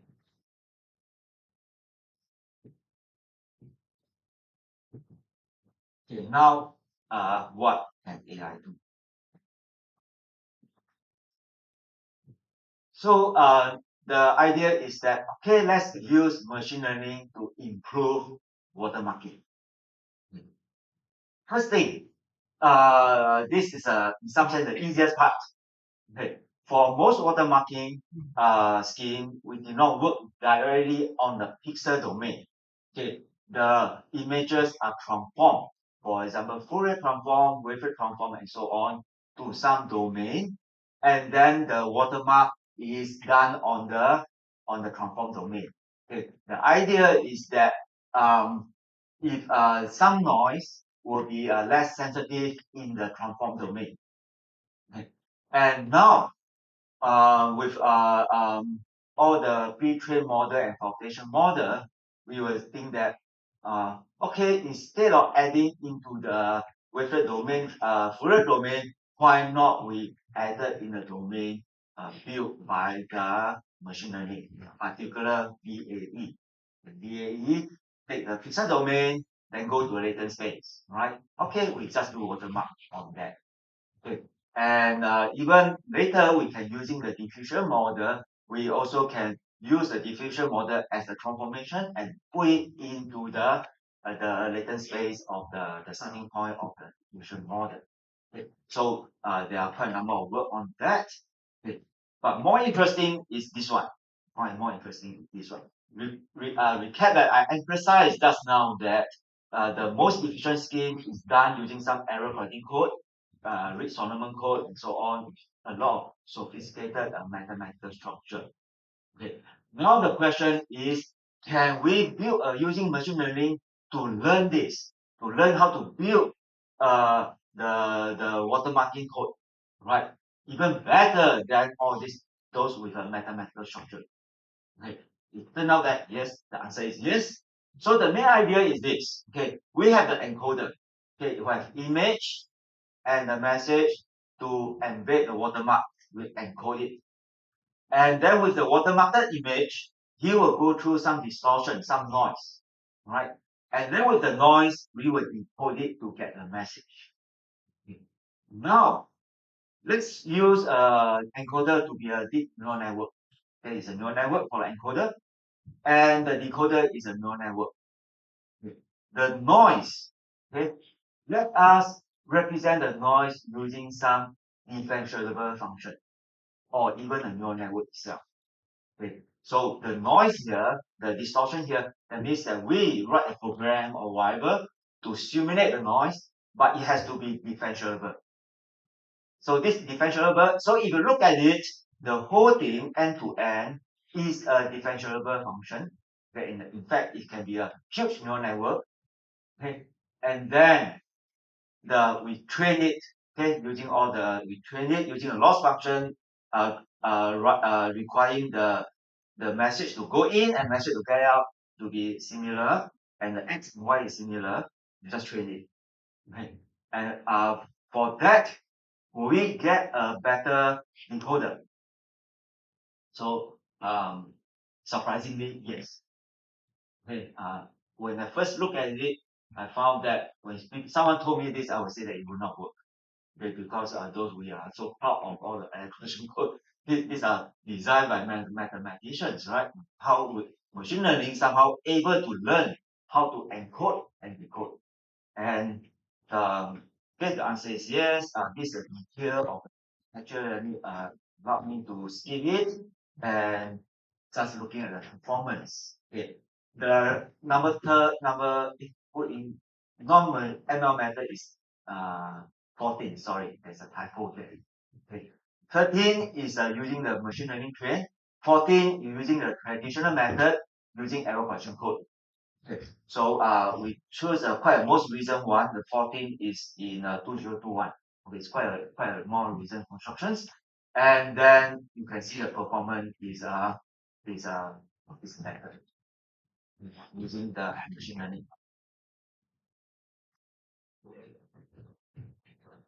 And that was the first attempt, which is number 13 hidden. And we look at it, actually there's a lot of room of improvement. Okay, so I put here the room of improvement. There are three aspects. I will mention some of them and highlight our work. Okay, there are quite a number of paper on that, but allow me to highlight our work. Okay.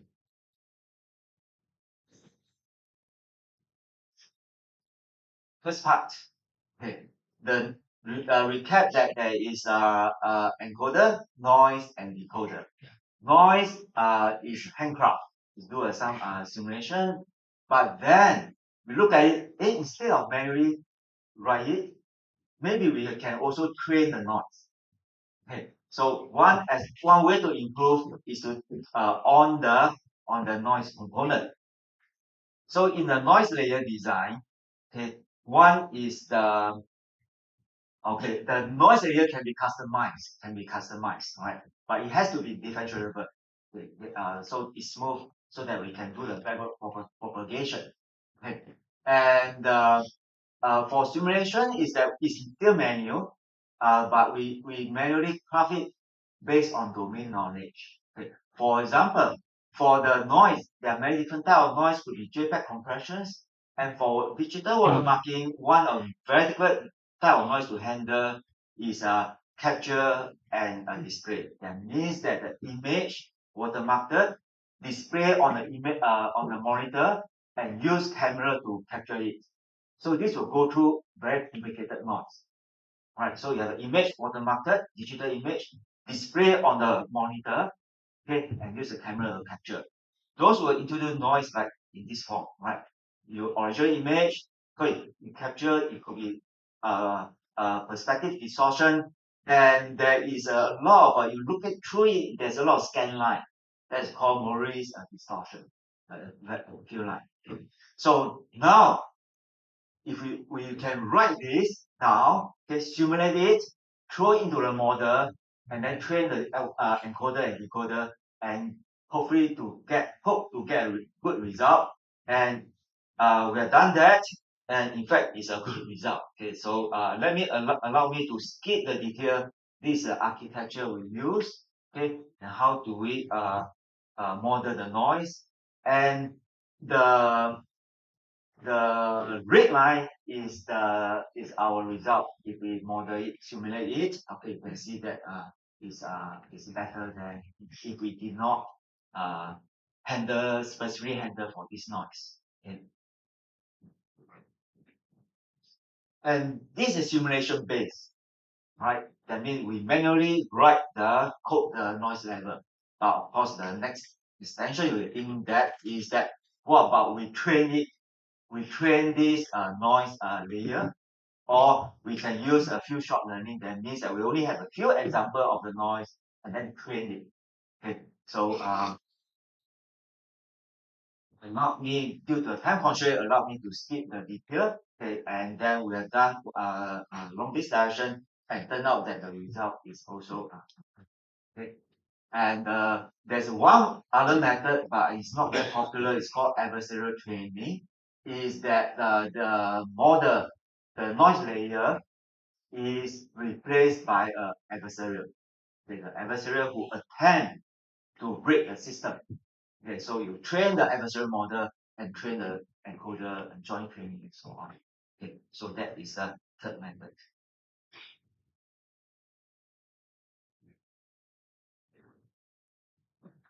And their direction to improve it is based on the architecture. So you look at this end-to-end system. Okay, we train the neural network, the theta encoder and theta decoder. Although we do joint training, the output will be two different models. It will be inconsistent. In the sense that even suppose without any noise, the decoder may not able to successfully decode the message. Right? But this encoder decoder is trained, although Johnny trained, they are two separate components. So these two separate components, after it's a trained one, may not be inverse of each other. Okay. So now one way to improve it is to enforce the constraint. I enforce that while training, I enforce that the encoder and decoder is the exact inverse of each other. Okay, so that means if I train the encoder, I get the decoder. If I train the decoder, I get the code. Okay, so how can this be done? Okay, so we need an architecture that guarantee that can be inverse. Can we have a neural network that the input and output, if I get this one, I immediately get another neural network that is the inverse of it. Okay, in fact, that is. Okay, that is the third method. If you look at the architecture like this, you can very fast figure out that it's actually invertible. Okay. On the left hand side is the input of one layer, then the first layer, the right hand side is the output. The left hand side is the input, right hand side is the output. The neural network is the U, A, and G. U, A, and G. Okay. So now, okay, I don't want to go through the mathematics, but you can look at it, you can figure out that from the right hand side, M1 and X1, I can recover M0 and X0. Okay. This direction, and then I can get the other directions. Okay. So this is a invertible neural network. Okay. So now, okay, let's use the invertible neural network, put in this architecture and train it. Then I guarantee that encoder is the exact inverse of the decoder. Okay, so we do that, and then we can get this architecture, and we indeed can. Allow me to skip the result, but you can look in the material, and indeed we can get the origin. Okay. The third method to improve is that I mentioned that the noise layer has to be differentiable. Okay, but what if it isn't? The actual physical noise may not be smooth, right? So what can we do? Okay. For example, JPEG compression. JPEG compressions, you look at the process, they are not continuous. Okay. But we need to have it. If we need to have it, and then there's one way to do it, this two-stage and three-stage method. Basically, what we do is this. First, we use the simulation to try to best simulate the non-differentiable noise to get the blue part. Then we train it.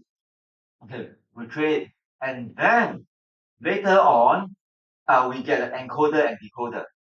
Then we freeze the encoder, and then train or using the red side to train the decoder.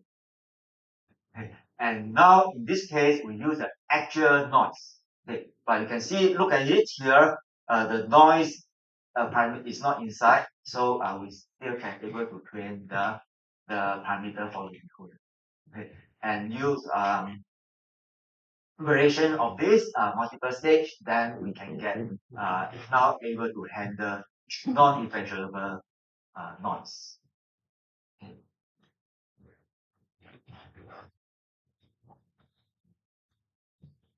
Okay, watermarking of AI.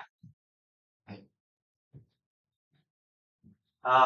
AIGC, so deepfake and all this, okay, really create a lot of problems. Right. So then in fact there's a lot of regulation policy to require the service provider to mark the generated content.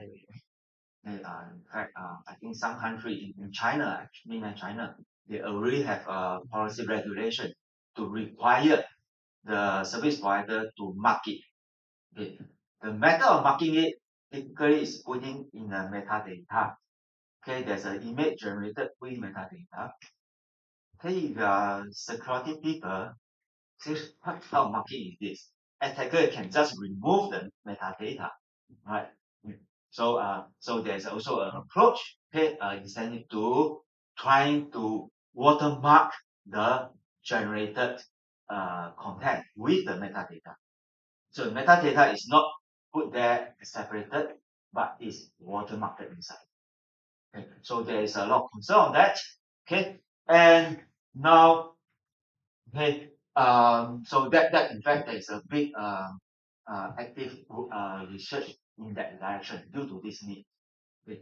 Yeah, so also concern of the model, okay, but this is a lesser concern compared to the AIGC watermarking. Okay, that means the second part is a watermarking model, the machine learning model, there are IP issue, we don't want to share, and so on. So in this talk, let's focus on AIGC. You see, that means we want to watermark the generated content.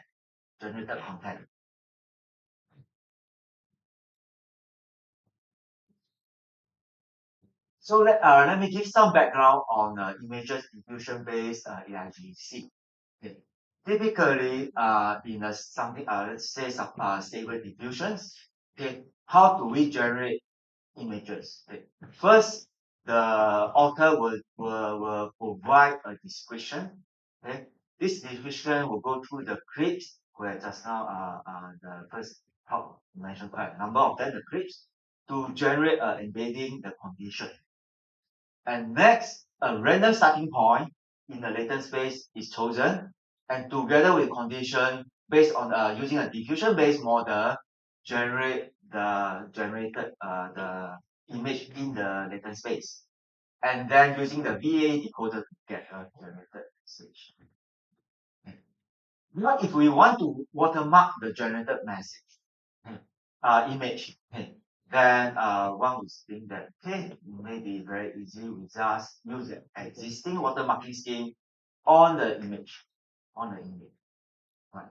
But then we look at it in the AIGC. Actually, it offer two flexibility in watermarking so that we can improve the performance of the watermark. Right? So standard, the simple method is just take this cat and run through existing method and watermark it. But you look at the whole process, we know the generating process. Potentially, we can watermark it on the intermediate data before instead of the final copy. Okay. So this is the first flexibility we have as compared to a traditional watermark. Okay. We can work on the intermediate data. This first one, and second one, there is a random point. There's a randomness there. And we, as the author, we can choose the random point. Okay, we are allowed to choose whatever random point we want. So this is a second flexibility. Now with these two flexibility, can we get a much more robust watermarking scheme? Okay, the answer is yes. Okay, so let me see. Going to detail how this is to be done. Okay, the top is a generating process, and our goal is to watermark the generated image. There are few places we can add the watermark. As I mentioned, straightforward way is to put it at the end. From the generated image, we watermark it using existing scheme. This is method A. Method B, we watermark the random starting point. Okay, we use existing method to watermark the starting point and then get the image, and the image is watermarked. Okay, and the third one is somewhere in the middle. Okay, we watermark. Okay, so that is three approach. Okay, so let me describe, go into further. Let's go to the B. Okay, it's more interesting. Okay. So when you look at this, you say, oh, so this one is very easy. Okay, now we have a way to watermark that. But then we face a problem because to decode, we need to inverse. Okay, we have a message, we get the watermark image. To decode, I want to extract out the message. I have to invert it. I have to take the watermark, the images, invert the process, invert the VAE process, the diffusion process, and then decode it. So we need an inversion. VAE encoder, you have a VAE encoder, you have a VAE decoder. Okay, the inversion of VAE decode is in some sense even. Okay.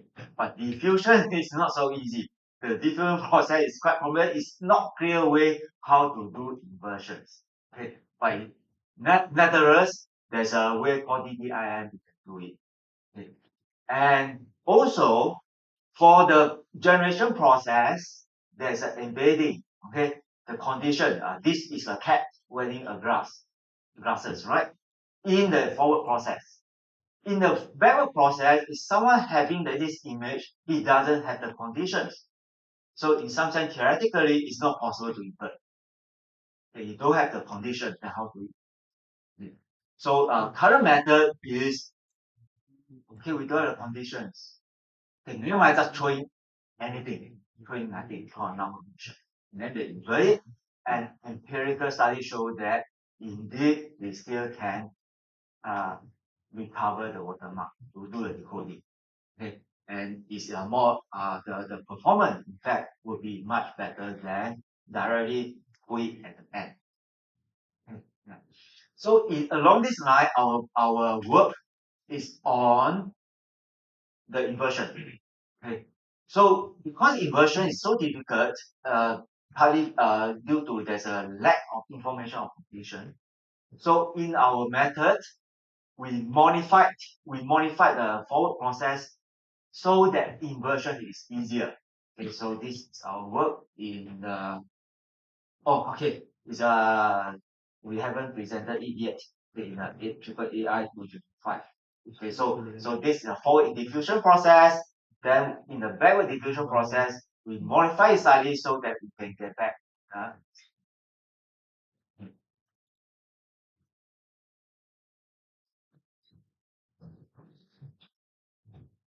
So so if we there are also work on watermark in the VAE, that means at the latent space. Okay, when the image generated, we first generated the image in the latent space, then use VAE to decode it. Okay, so there are quite a number of methods of this. It's just direct apply. Okay. And there's another concern, more security concern, is that suppose I have a AIGC model and I release it in the open source, and the attacker want to generate thing, and the watermark is embedded inside. Attacker who get this open source image model can easily remove the component that embed the watermark. Okay. So there is also a need to obfuscate the release model so that attacker is vertical attacker to remove the watermark. Okay. So there are some way of doing it is basically by distillation and retraining. Is first there's one method using the LoRa. Okay. So suppose the watermark is embedded before the VA decoder. Okay. Then using the fine tuning, okay, or distillation, we train a LoRa. We train a LoRa for the diffusion model and put so that the embedding process is now merged with the diffusion. Okay, so it's much more difficult for the attacker to remove it. The other way is that we also do fine tuning of the VAE, and then the watermark can be also merged into the decoder. Okay, so there are also work on that in these two way of doing it.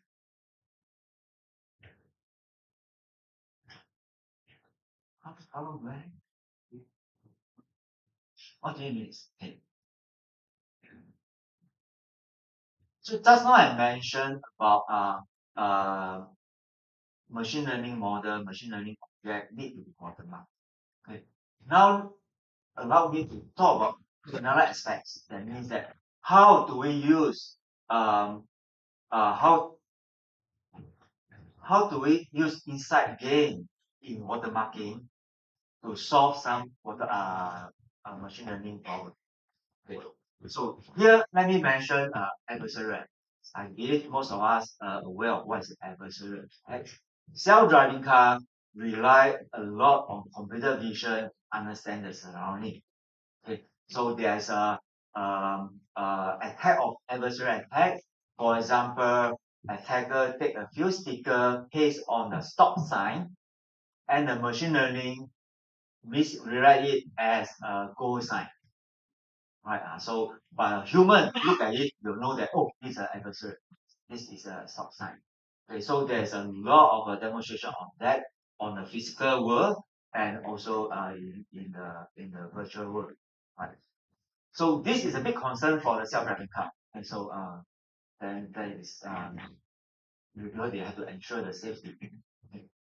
So now we look at those problems, then and trying to detect and prevent adversarial attack is an ongoing research. It's quite difficult, quite challenging. One method is to using the adversarial training. I think right now the most effective method is still through adversarial training. Okay. And here we tackle the same problem, okay, but we look from another perspective, okay, inspired by digital watermarking. Okay. So in application of watermarking, a lot of time is used in this scenario. We have a video, okay, and the video is going to be distributed to different distributor. So the watermark is encoded, so different distributor will get different copies, slightly different copies. Okay.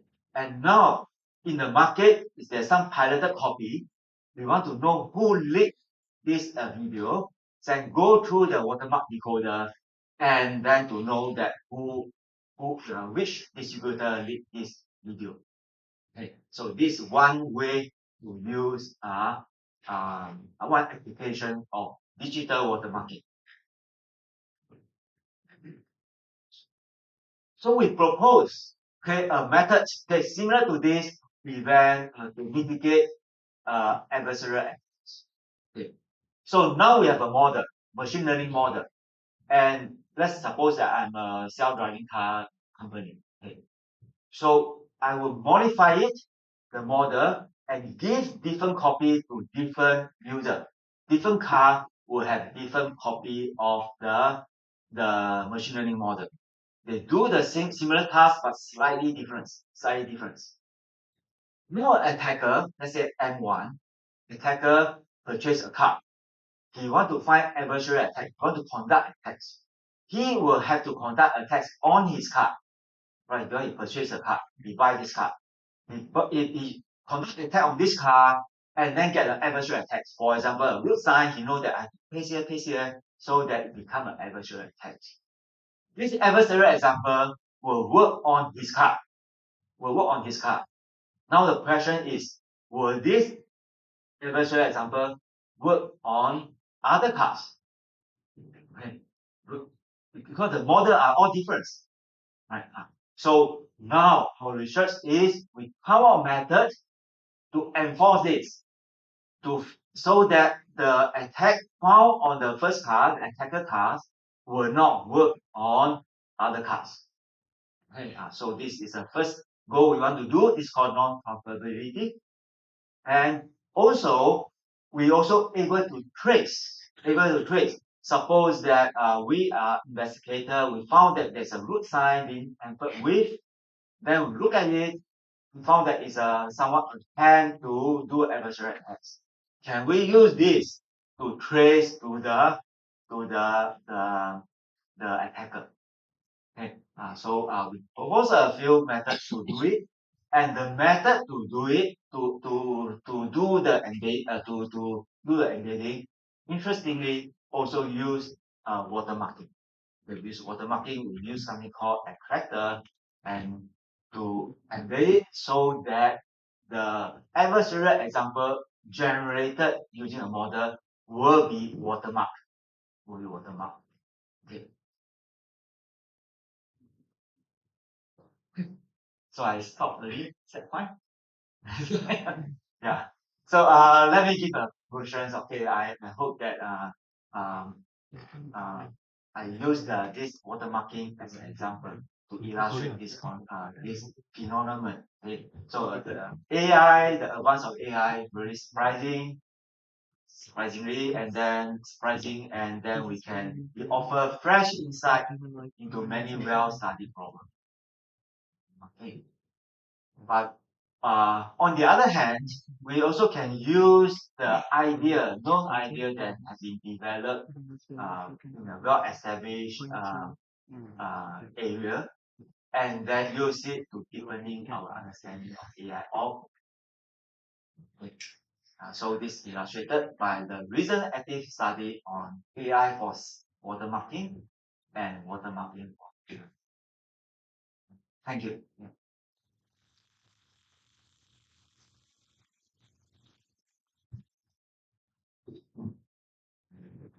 Welcome. Any questions? One is so actually this watermarking is basic. It's not working. Yeah, Josh is here. It's working? No, no. It's fine. I can. Can I try for feedback? Yeah, sure. So, sir, regarding this watermarking, so this watermarking is over the metadata of image, or it's above that. For example, I have a generated image. So this digital watermarking is above that image or in beside the metadata. It's on the image. It's on the image. So for example, if I have a generated image, if I take a screenshot of that image, still that works. Yes. Okay, thank you. So current that I mentioned, there are a lot of regulation right now. Yeah. Some different countries like China, mainland China, Yeah. they even they already put it in the law that AIGC must be tagged. But Yeah. tag is a metadata, a header information. Exactly. It can be removed. Yeah, because initially earlier it was like it will be beside the metadata and that can be removed using a screenshot. That's why I asked. So now there's a lot of initiative, right? OpenAI and so on. They also now trying to embed metadata into the image. Oh, thank you. Thank you so much.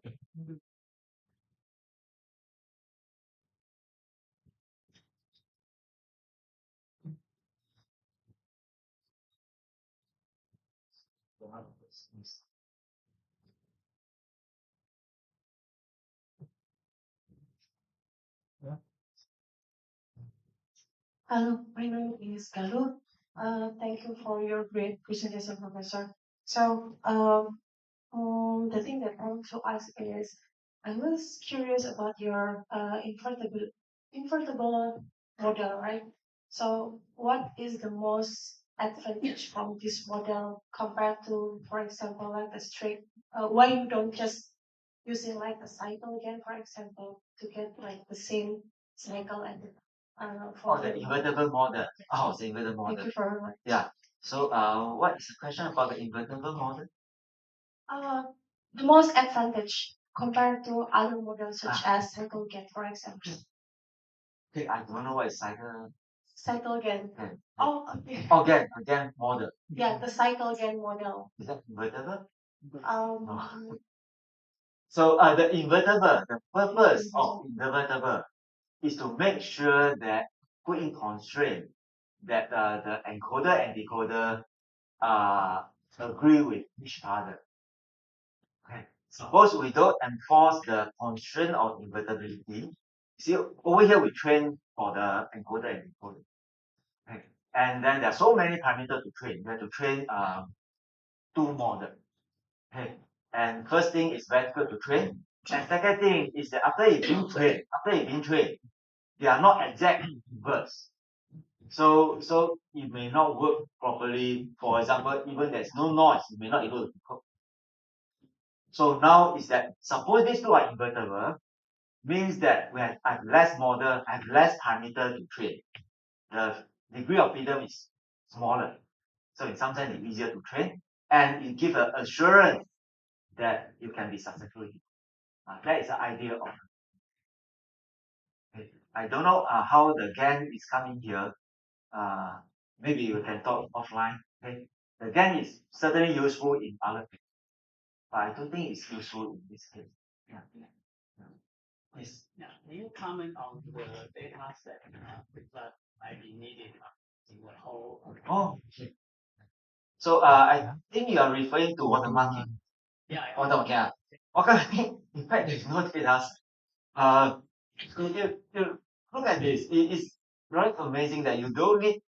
They are in the most simplest form. You don't need data. You only need images. Okay. So we have images. Okay. We have images. Lot of images. Those form the X. Okay. Then message. Let's say message is 200 bits. The message going in is a random message. You randomly pick the message going in. Then you go through this process, your output is an N. And then you have a loss function between the N and N prime and X. And no other data. And because the random noise, right, is a handcraft. So in this form, you don't need any data. Hey, you may need data if you want to use a simulation-based model, build a noise model. Because the noise layer, just now I mentioned, is manually craft. Some people like, but you also can train the noise level. You train it, then of course you need to have the original noisy version. So you need this data. Okay. And this data can also be reduced by using a few short learning, so on.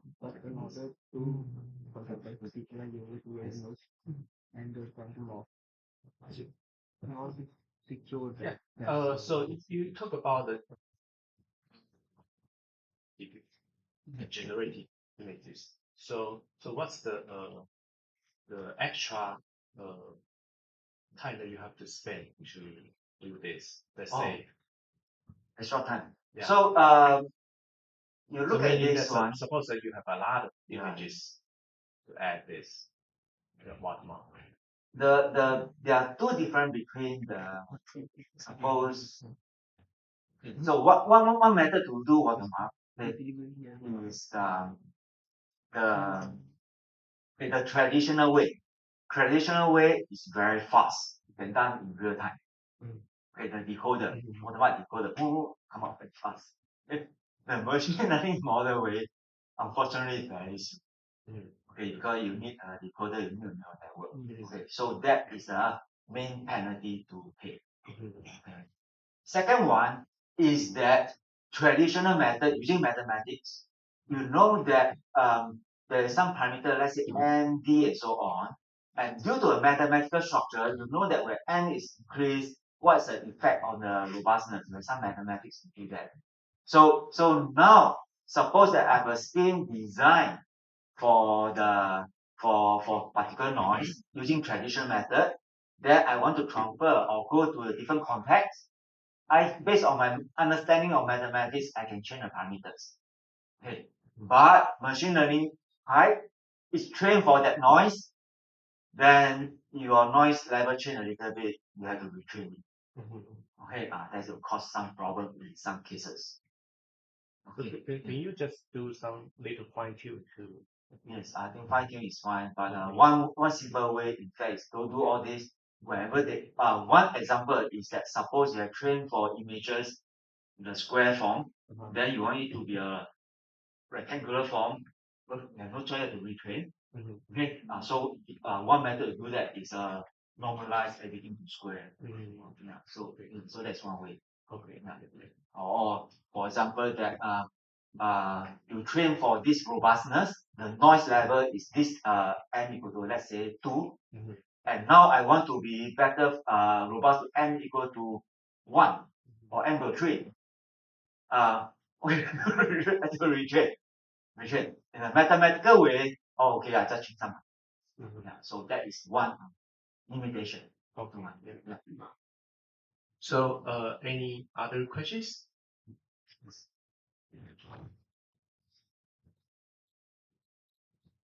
Okay, so you actually spoke about only images part now. So actually, the thing is, I wanted to ask, like, have you thought about other things as well? Because now Gen AI is also used for producing text as well as code as well. So my question was like, how can this similar method be also be used for the other things as well? And how will you ensure the traceability of the model that created it for the in a similar manner, like without since those are both text based, so without changing the readability and the functionality of the text or the code. Have you thought of it?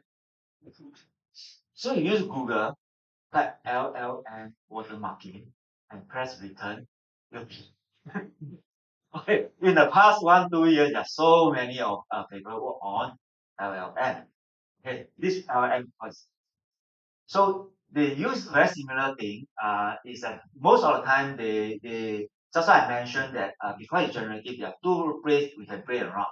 One is to play on the seed, random seed. The other one is that we watermark the intermediate result. So for LM, there are a lot of time based on token. For example, that certain words like words like me, him, cat, whatever. Some words is he classified as red. Some words classified as blue. So this code 0 and 1, right? So then they put the LM to train to make sure that more red will be generated than the blue. And then they achieve the watermarking of the generated text. This is the most simplest version. Okay. And as I mentioned, right, you type in, you press return, there are so many words, and I kind of lost track of what is the state of the art. Yeah. Okay, even that what I mentioned is just 1 year ago. Okay, yeah. Every day there are new methods. Okay. So LM is definitely is a big concern. Um, like for example, for plagiarism, the student write a report. I want to know the report whether generated by ChatGPT. So this is very useful. As of just now, we say how do I ensure all this? How do we put it into the loss function? Okay, okay, let's see.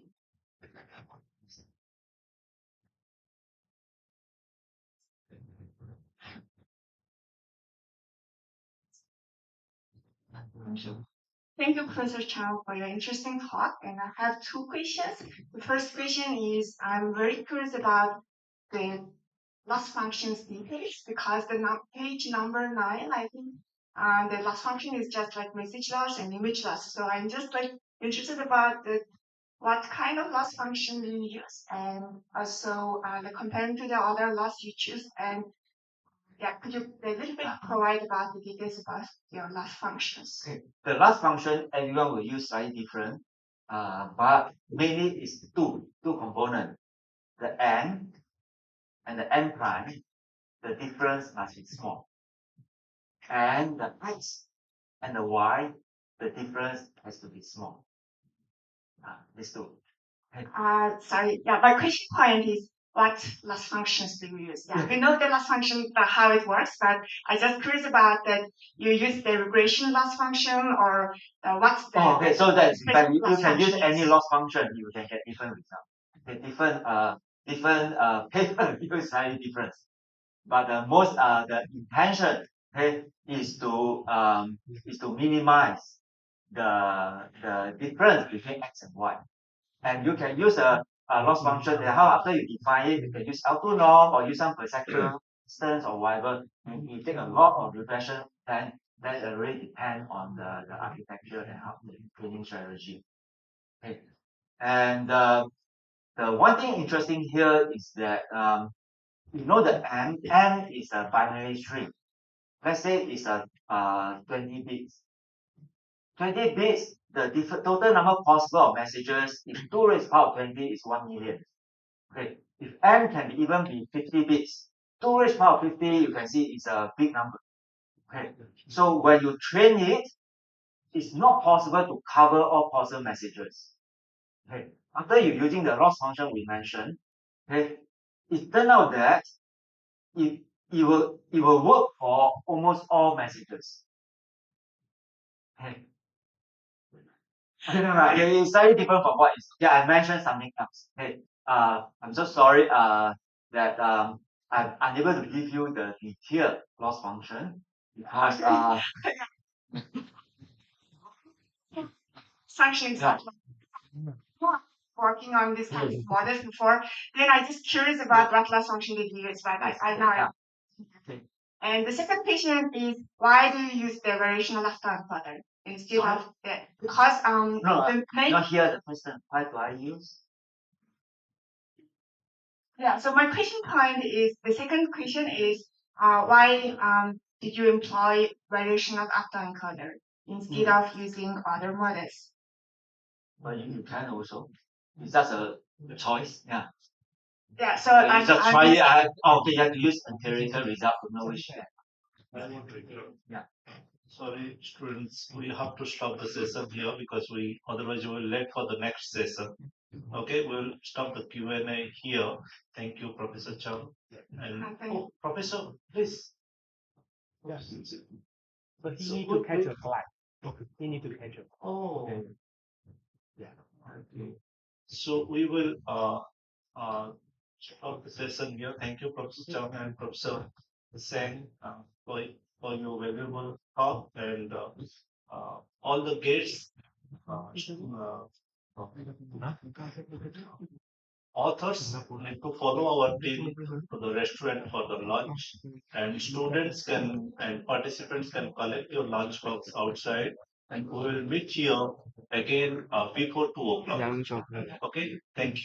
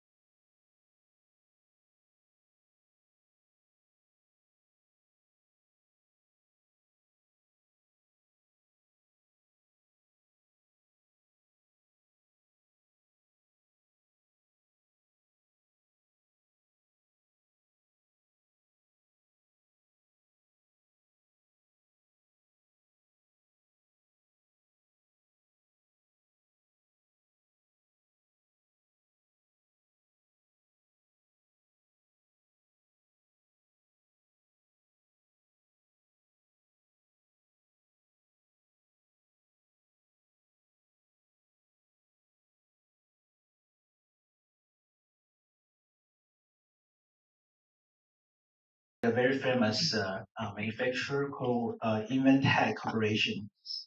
And he also served as chairman of Skywatch Innovation.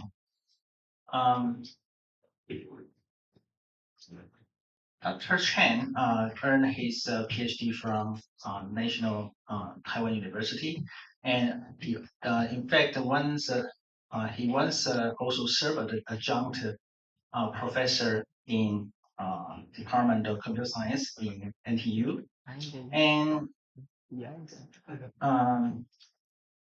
however, primarily, Dr. Chen is built his career in industry sector, and his research interest encompass graphics computer, computational photography, augmented reality, and computer visions. Dr. Chan's extensive experiments include roles such as chief advisor at Inventec and senior research scientist at Nokia Research Center at Palo Alto, and also 3D graphic architect at NVIDIA. Okay, so yes, and by the way, Dr. Chen is also a longtime friend of me. We know for over at least 10 years, something like that. Okay. So now please join me to give you a talk for Dr. Chen's speech.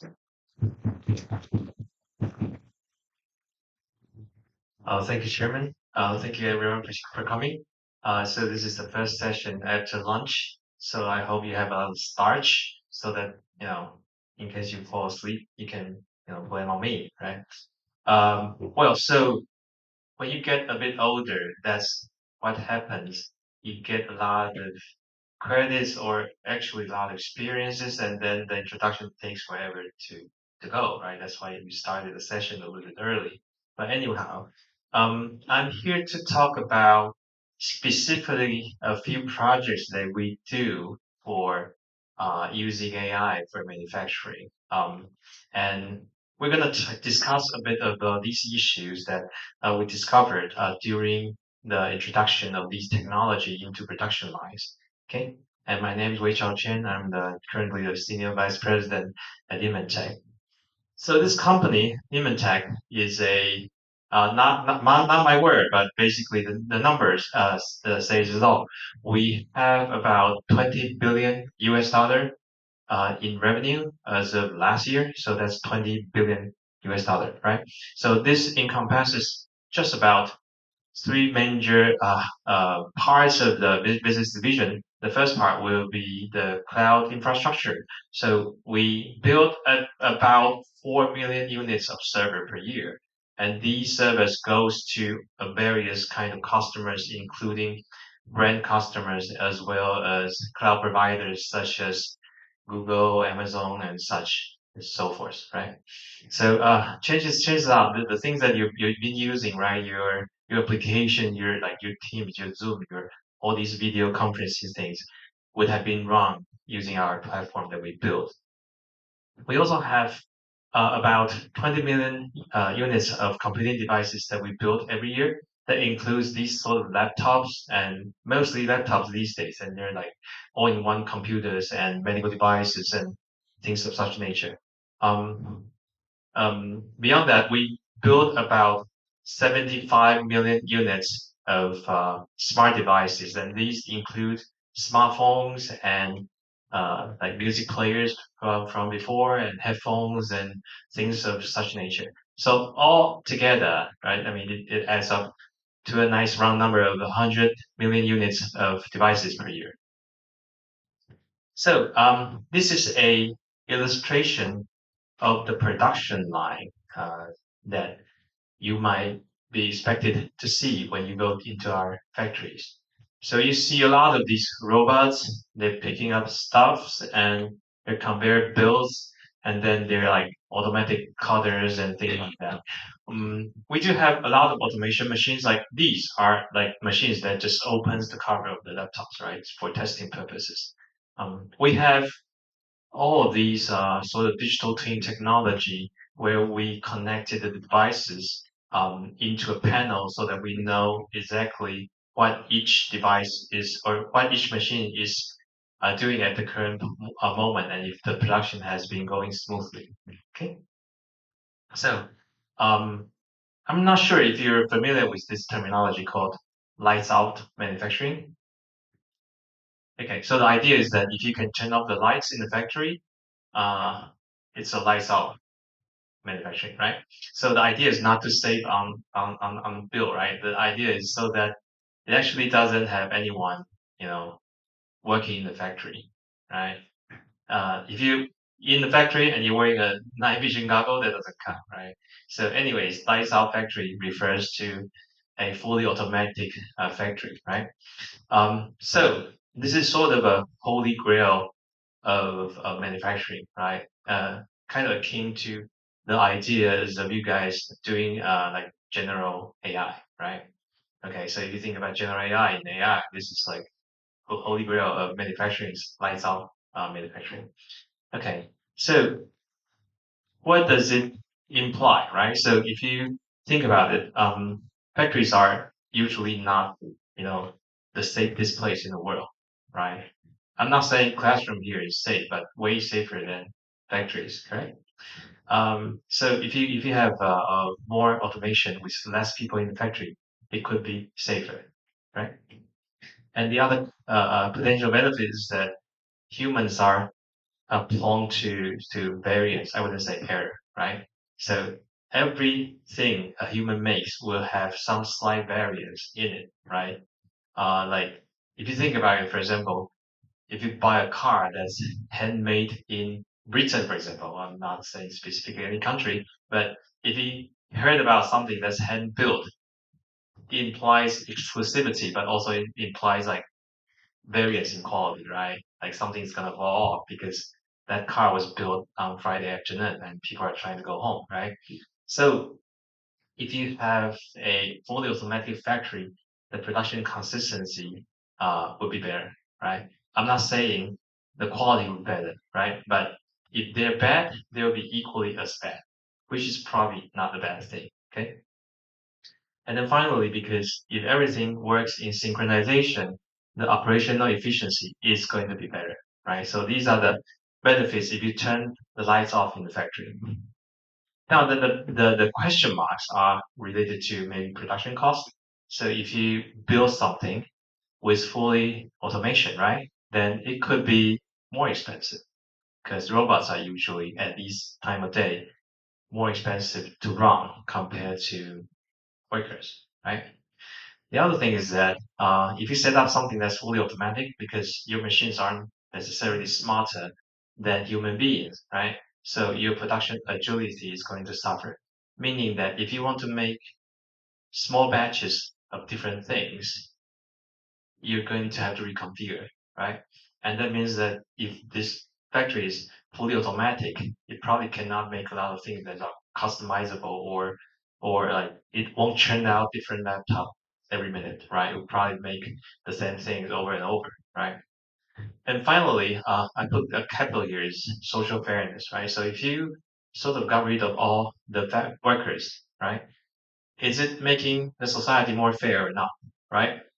You could argue that, okay, they don't have to work in the factory anymore. They could work in a safer environment, like remote control, or maybe just use your Zoom or whatever to control the factory, right? Which might be good. But the other possibility is that we are going to have to fire some workers, right? And that sort of promote income equality in some sense, right? So I'm putting a question mark here. It could be good or it could be bad, right? But if we just focus more on how we achieve that, then it's an implication.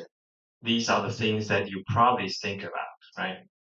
So when we think about AI in smart manufacturing, there would be two big categories we can focus on. The first part would be analysis, right? So predictive analysis, meaning how you arrange the resources for better production efficiency. For example, how many temporary workers do you have to hire, right?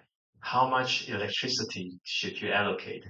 or how much material should you reserve for tomorrow, for example, right? And the other part is process automation.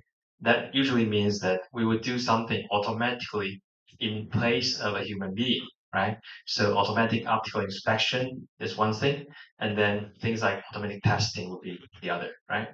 So I'll give you a few examples that we built along the two fronts. The first part, the analysis part, we built a corporate dashboard to actually look at the overall status of the company, right? This sounds like easy, and it's actually more difficult, way more difficult than you thought. For example, one of the examples here are the inventory you have, right? So the inventory you have requires very accurate bookkeeping of all the parts that are about to come in, the parts that are already in the factory, and then the parts that are being built or the parts that are being destroyed, right? So that means that inventory upkeep in terms of number or in terms of actual parts are very difficult, right? And there are cases when actually parts get stolen, right? So we have a special cage, right? There's this cage in which contains all the most expensive parts like the DRAMs, the hard drives, the CPU, right? And we need to make sure people go in there doesn't pocket any, a few like GPUs at the way out, right? So this is actually difficult. And the other thing that could potentially be difficult is the definition of data, right?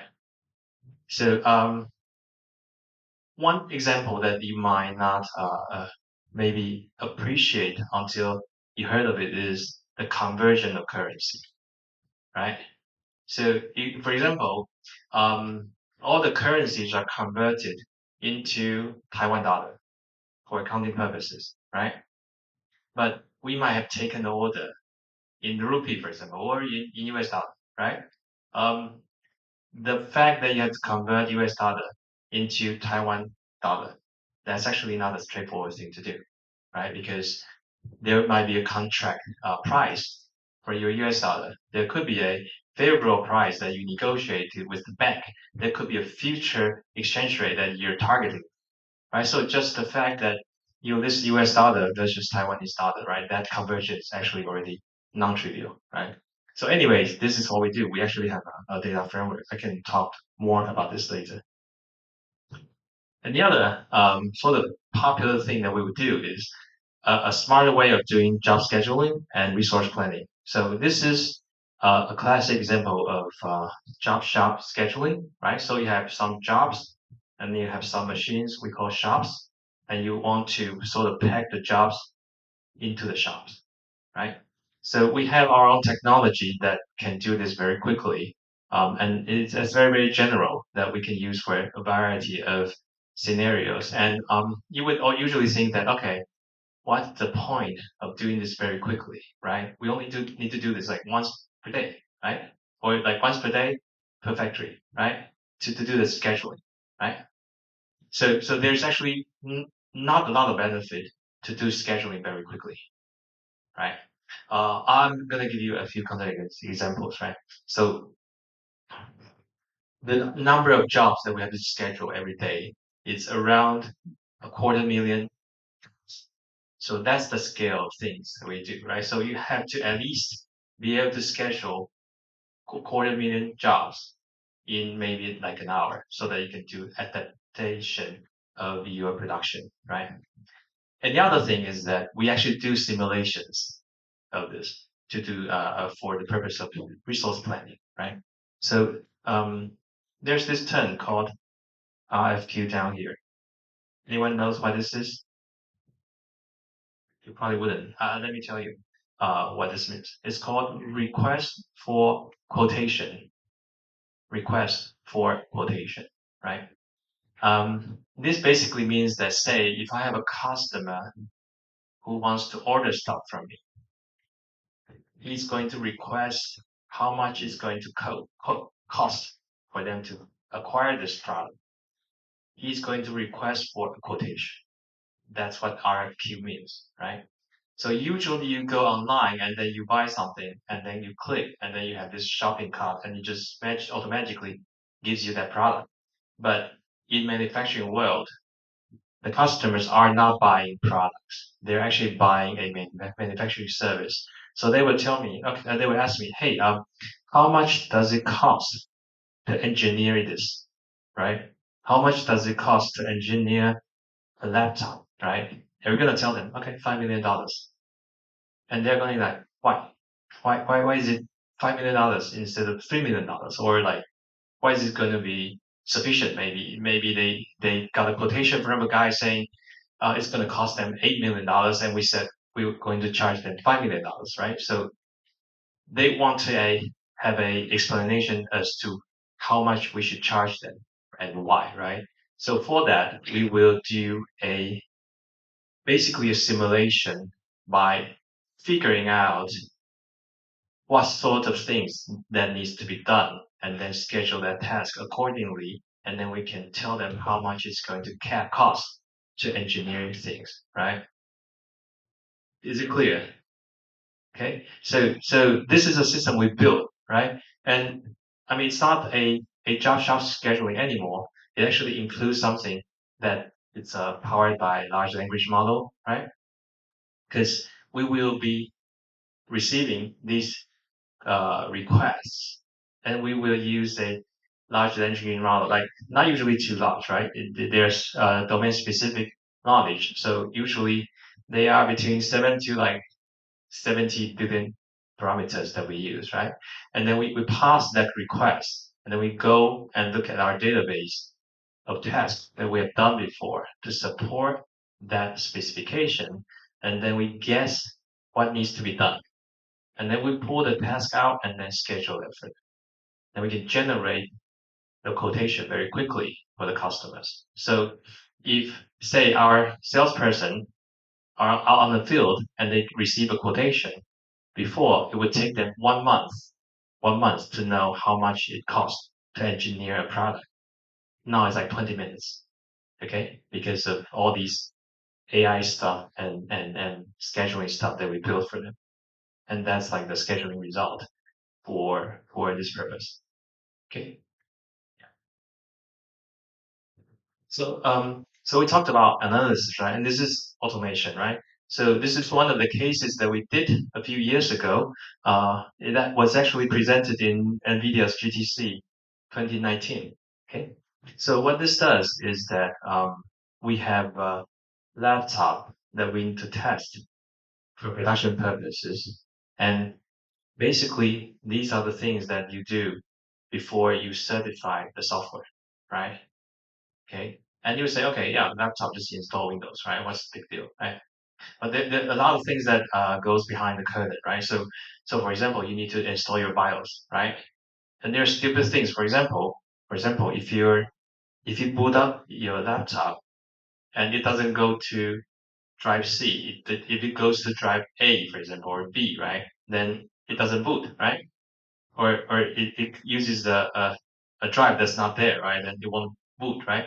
So you need to make sure all these configurations are correct, right? And to do this, right, we have 200 people just to do this. 200 people. So the cost of this is like $3 million per year, 3 million US dollar per year, just to do this testing, right? That's the scale we're talking about. So these 200 people, all they do are like they boot up the machine and they look at the versions and they run their Zoom or whatever Skype and they listen if there's any sound. They would run a browser and connect to the internet and see if it works, right? And this costs us $200, 200 people, right? So 200 man year wasted. So what we did was that we sort of replaced humans' eye with cameras, and we replaced their hands with like a controller, right? So we took over keyboard and mouse control, and we used a PC to drive the keyboard and get feedback from the image camera, right? And then there's some AI involved, right? Some text recognition, image recognition, and this is what actually happens when you look at the system. In this case, this is a lab setup, right? So this one on the right is the driver. This is the PC's role, right? And these are the tests that they do. Any test they do, they would just, if it passes, it would just click like OK here, right? And there's this camera and like some setup that we did in our lab to punch the keyboards, right? And punching the keyboards would turn on and off the laptops and make it do a variety of things, right?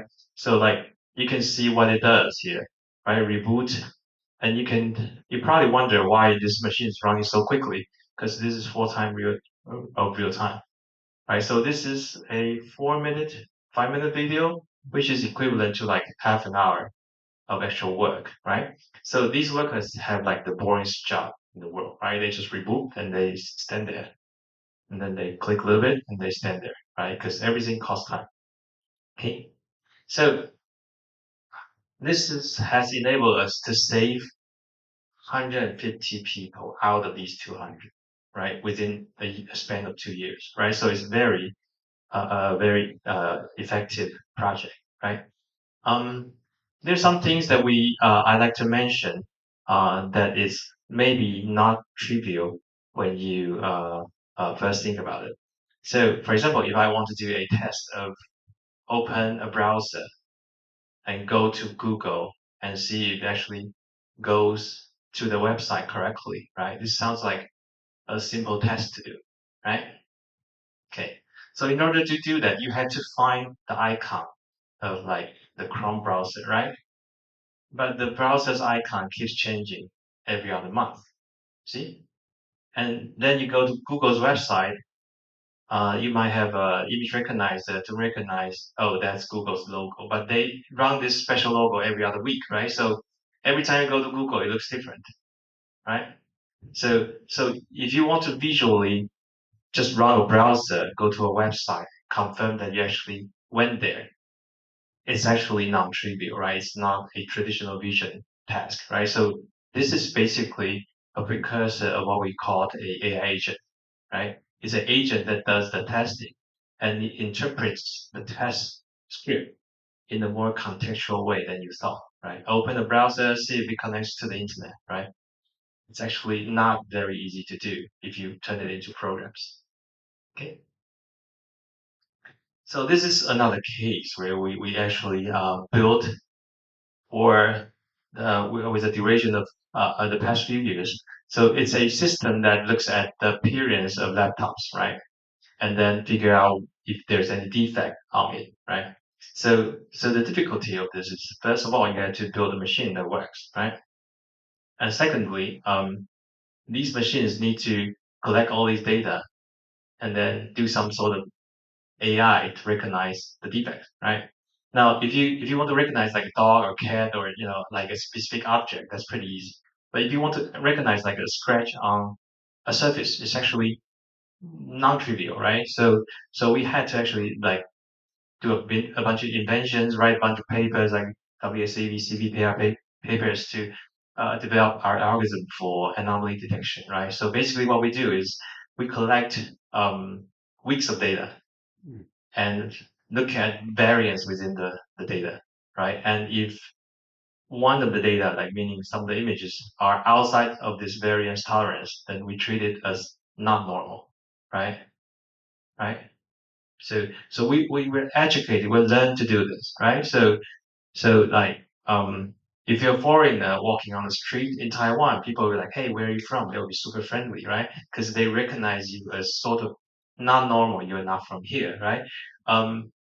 As a human, we learn to do this, but for a machine to do this, it's actually kind of non-trivial to do it, right? So we did develop the system, and initially we had to use a lot of data to do it. Now we actually had a foundation model that could just transfer to any of these new design, and it works equally as well as a worker that can that you only need to train it for like a worker you train it for a day or two. For this AI, you just tweak a few knobs and then it will work for a new design. Before we had this, the natural response is that you get data and you train them and then you label them, right? The training and enabling process would have cost us 6 months to do. And in the duration of that 6 months, the product is out of production, right? So you have to deliver this AI very quickly. You cannot afford to wait, right? So with these new algorithms, right, the algorithm only takes less than a week to stabilize, right? So you can put a new algorithm or put the same algorithm on the production line and then tweak a few knobs, and after a week, it's ready for use, right? So I think this is very important, the life cycle of data and sort, okay? So I want to bring out the idea of AI, right? It's coding through optimization, right? Okay, so before we write the code and we have technical spec, right? We write according to the technical spec and then we test according to the test cases. The test case usually corresponds to the technical spec, right? So this is how traditional coding has been done, right? Now, in the era of AI, right? It's basically the same framework, but you're not writing code. You're using a framework to write the code. So you have your training data, and then you have your testing data, and then you're just doing optimization to fit the data, right? So in practice, the things that you encounter is that you only have a set of good training data. You have some non-testing data, but you have all these issues of quality of data, noise of data, right? Labeling could be incorrect. There could be data poisoning, like purposefully people will destroy your data. And then finally, you will have the bias distribution, meaning some of the data will be leaning for a subset of things that you don't care as much, right? Now, in terms of testing data, there will be things that will be out of your control, right? So, for example, random tests, right?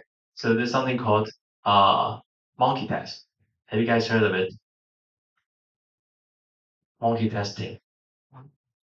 So, like, it's an interesting idea. So I would refer it to, say, I have a daughter, right? When she was younger, she would take my phone and break it in a really, really weird way that I have no idea about, right? So bring a phone to a kid.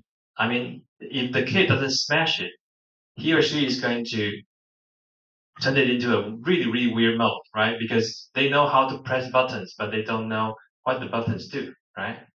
So because they know how to press the buttons, but they don't know what the buttons do, that means that they're semi-intellectuals, right? They're like monkeys. They just mess up your machine, right? So in production, we would do this kind of monkey test, meaning we will just mess with the system and see if it breaks, right? This is called monkey test, right? So when you're creating testing data, you actually usually don't have a monkey, right, in the team, right? So you would need to create a random system to do that, right? There's other things like data that are out of distribution or reinforcement type testing, right? It's reinforcement learning is just like clinical, right? You guys use reinforcement learning before in your career, right? It's really annoying, right? So because of that, your models will have overfitting issues, reproducibility issues, and if you want to continue to learn your model, it's going to be difficult. And then as a result, your model will not be very robust, right? Let me give you an example of what we do, right? So this is a quad robot in our lab, right? Notice the iteration on the right. So it's performing reasonably well initially, and then it got, stuck, right? Because of like the reward function is not very continuous. So after a certain iteration, you just refuse to walk up the stairs, right? So if you go back to the original part of it, so like 100 iterations was pretty good, right? And 500 started acting weird, right? But the funny thing is that this actually works reasonably well in the virtual world.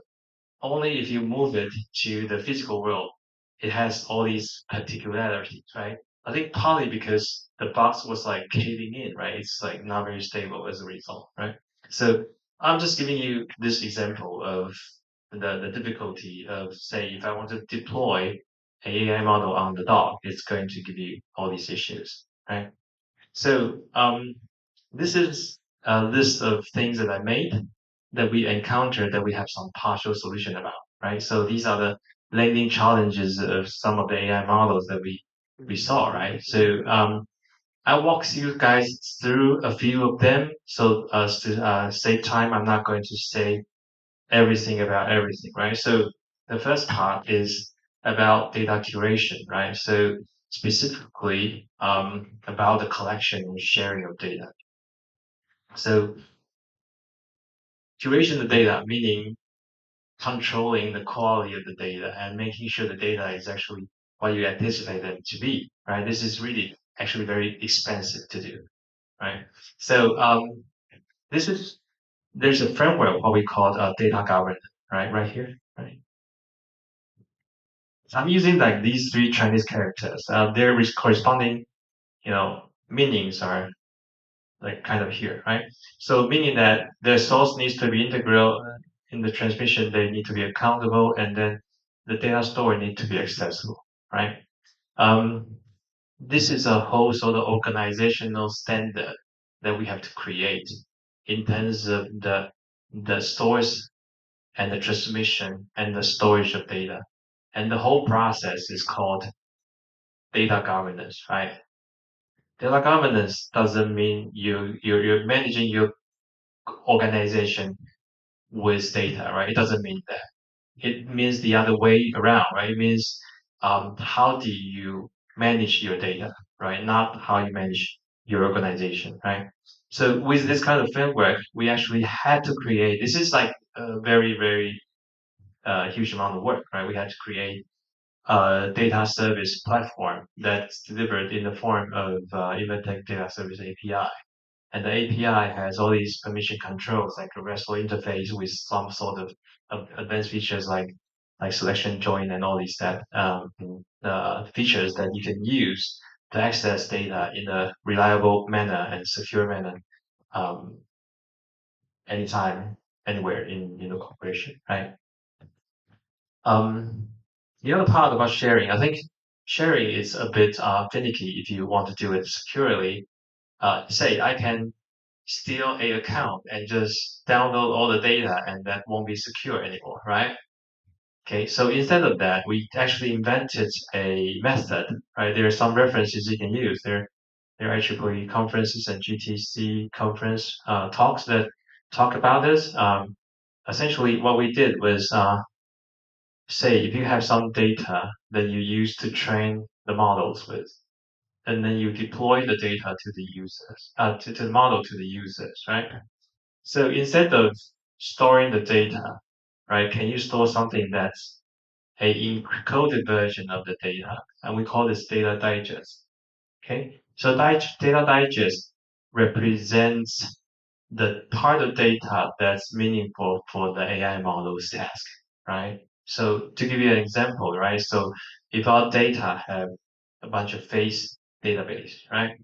But if you only want to know the sizes of the nose or like the eyes and whatever, right? You can actually turn all your faces into a cartoon drawing figure, right?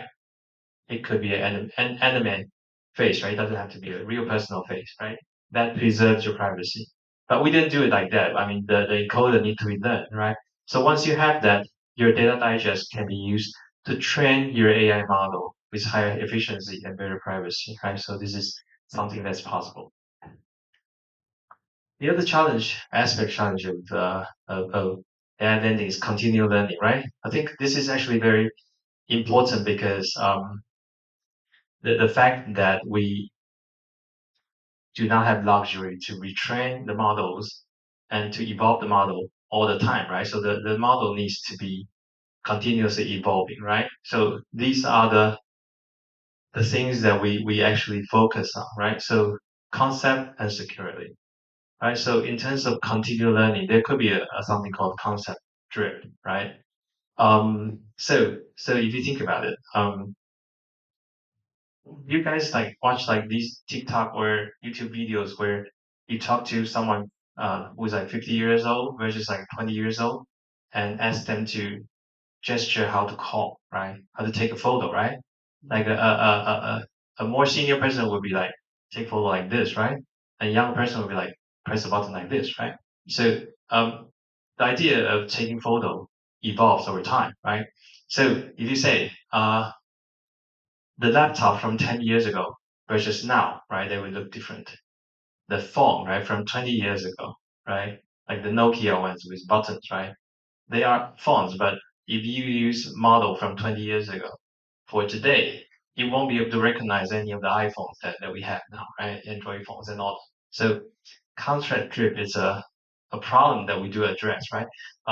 Things, for example, labeling could be also an issue, right? So for cases like if we ship product to different parts of the world, right? Say we ship to India, we ship to Southeast Asia, we ship to US, we ship to Japan, for example.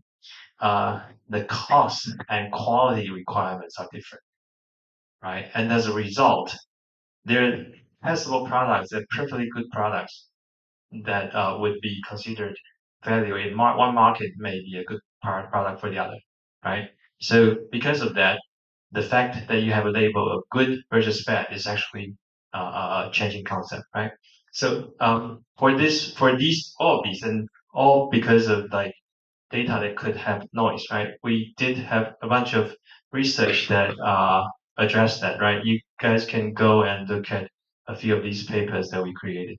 So one case is the noise in the data, and we basically created some anchor data along the boundary condition, the decision boundary, so that it actually enforces the decision boundary better, right? Okay. The other thing we do is that we actually have this platform. It's like a Kaggle platform. We call this Event right? What it does is it actually contains the data that we care about together with the benchmarks, right? And we evolve the data and the benchmark so that we know that the model we deliver are actually up to the standard that we anticipated. So this is also like a lot of work there. Now, in terms of continual learning, there's something we call a security framework. So this is kind of conceptually easy, right? So in order to deliver the models with trust, we actually also want to make sure that the model doesn't get stolen. So say if I give you a model, right, can you guarantee to me that no one else gets access to the model, right? You probably can't, right? I mean, or you say, okay, I'm going to lock it up and I'm going to have some super user privilege and no one else can touch the model, right? But things are going to happen, right? So say if I want to give a model to someone else for hosting, can I do it with inherent security? And this is what we do, right? We have an encrypted way of sending the model and running them in an encrypted domain so that the inference process is entirely encrypted, right? But now that the process is kind of slow, right? In the sense that it's actually 10,000 times slower than real time, right? So it's kind of not very practical for a lot of applications. But we invented a new method that take advantage of multi-party computation, right? So multi-party computation means that everyone owns only a little part of the job, and if they don't communicate by definition, then this is secure, right? So we can do this. Basically, you can give me a model for hosting. I will run the inferencing, and I will actually not be able to take the model and run, but I could actually run the inference for you. Okay, so I think this is useful. We actually turn this into a product now. Okay. So finally, one issue is production agility, right? So how do you adapt to different manufacturing scenarios, right? There's dynamic environment in the production. There's versatility, the thing that I mentioned before about making smaller batches of product. And then there's the adaptability, right? So can you actually adapt this production line to something else, right? So this is one of the examples, right? So we have a AI cameras of sort that can look at the environment and figure out the production rhythm of the environment, right? So rhythm meaning that, say, if you look at the curve here, right, the dots means that these are running at maybe 20 seconds per cycle. whereas there is a exception here that costs more than 4 times the regular cycle. So if you look at the video carefully, this is when the production line is running smoothly, right? Comes in, builds something, goes away, right? And this one on the right is because the guy has to go and push the cart, right? As a result, the production rhythm is way off. Okay. So in order to do this, right, the first intuition is that okay, we mount a bunch of cameras, collect a lot of images, train the heck out of it, and then we might make it work, right? But remember, we have hundreds of these cameras in the factory, right? You don't actually want to collect data for every single camera and try to label them, right? It's really, really impossible, right? So instead of that, we just bundle all these data together. And then we created a foundation model that only takes 2 parameters. One is where do you care about on the screen? And the other one is approximately what sort of time zone are you looking at, right? So usually, I would say usually this would be around 20 to 30 seconds of production. So if it's out of ordinary, let me know, right? This is what we can do, right? So this model doesn't require any retraining because I think it's really important, right? You just mount the camera and we just work, right? And we're as a result, we can connect this to production system and actually look at the statuses, right? So the green one mean that their production is in a regular rhythm, and then red means that it's not doing anything, right? And yellow means that it's actually slow, right? And then blue one means that it's actually changing to a different production line, right? It's changing the product, right? So just with a camera and with the edge AI device, we were able to do this, and then connect to a Omniverse platform so that we can show the status of all the workstations and see if they're producing the right rhythm. And the other thing about production agility is that, say, we have robots, right? We have these like leg robots, and they kind of work pretty well with like abuse and everything, right? And we actually are able to create things that like this, right? This is a navigation robot that won the IEEE challenge last year. So it actually would move about in the maze and just figure out the route automatically with semantics, right? So it doesn't need the map; it just needs a general idea of where it wants to go, right? This means that it's the robots are semantic, right?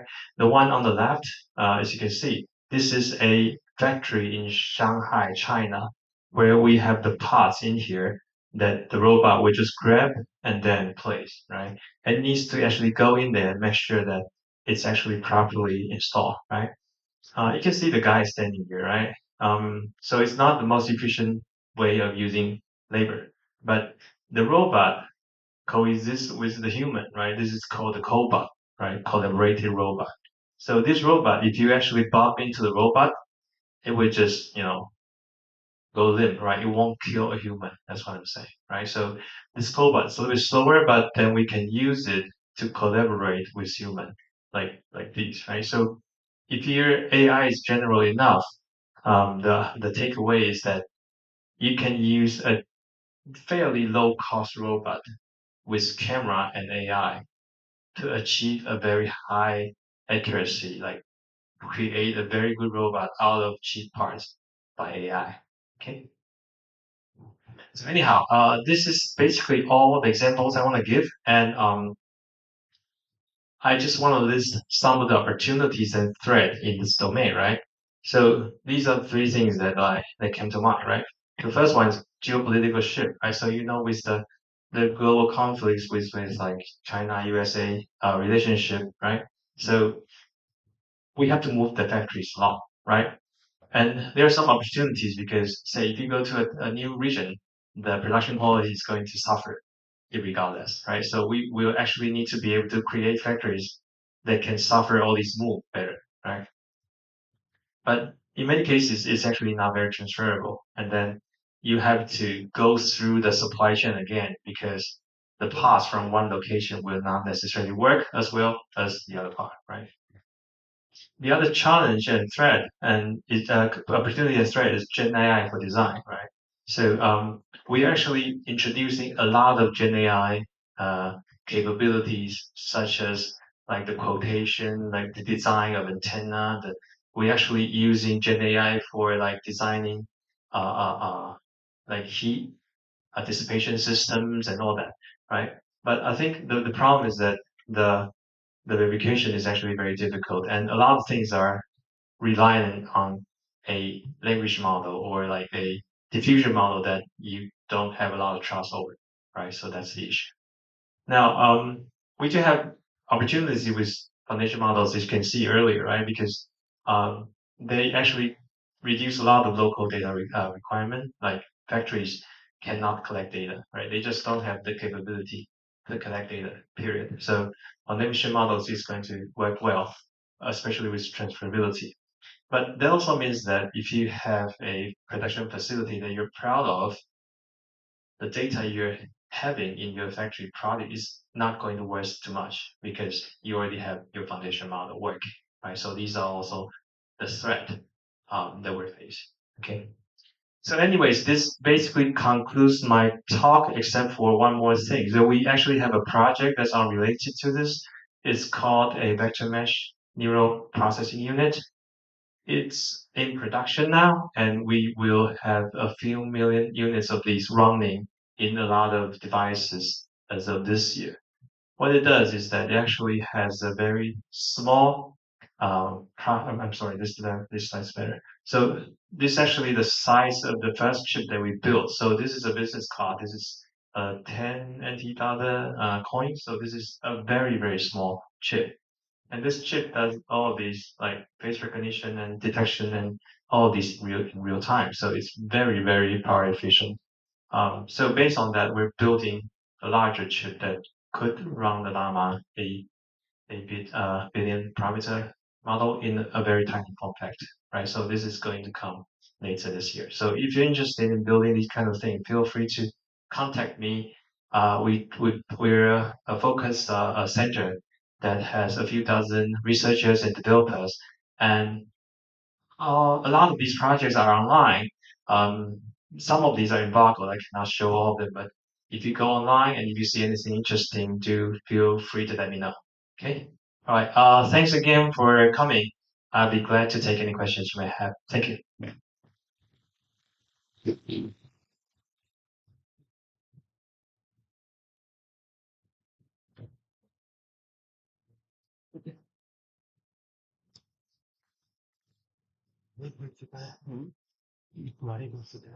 Okay, thanks for Professor Chen's inspiring talk. Okay, so any questions for audience?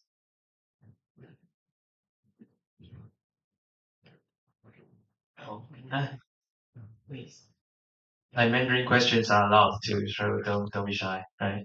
Maybe I ask a slightly off the question. I've been working on this personally, and then I saw the smart manufacturing. I think it's very interesting. I just want to know from your industry point of view, what is a concern? Is there really a concern on the cybersecurity aspect of the manufacturer, especially when everything is run in the OT network? Yeah, for sure, right? So I think there's trust and security issues as I mentioned here, right? So I think we're not so much concerned about like network attack and all of that. We're more concerned about something that can fall off the cliff and doesn't work, right? So the more code you have, more likely it's going to break. Okay. So before we will write the control code, right? And it's like a few hundred lines of code, you can verify that. But if you use AI, right? It's like millions of parameters, thousands of millions of parameters. There are some boundary conditions that's going to destroy it, right? So I think trust is a very concern and security. The other part about security is actually everything's connected to the network. So our machine will be connected to a local area network. They're not necessarily exposed to the internet, but these days, I'll give you a number. So an attack and any catastrophe in the attack, there will be a delay, right? So basically, imagine someone who gain access to your apartment key. right? So you got the key, and then someone may break in and steal stuff from your apartment, right? So the average delay between getting the key and you getting stolen, maybe a few days, right? Okay. For cyber attack, right? Someone who actually get access to one of your first machine to actually doing a ransom, right? It usually takes more than 6 months. Okay. So that's the problem. They're going to jump from one machine to the other, to the other, to the other until they get to the core, right? So any sort of security is a big concern, especially because money is time is money, right? So if you lose 1 day of production, right, it's millions and billions of dollars, right? Especially in terms of credit loss, right? So we do care about it a lot. Yeah.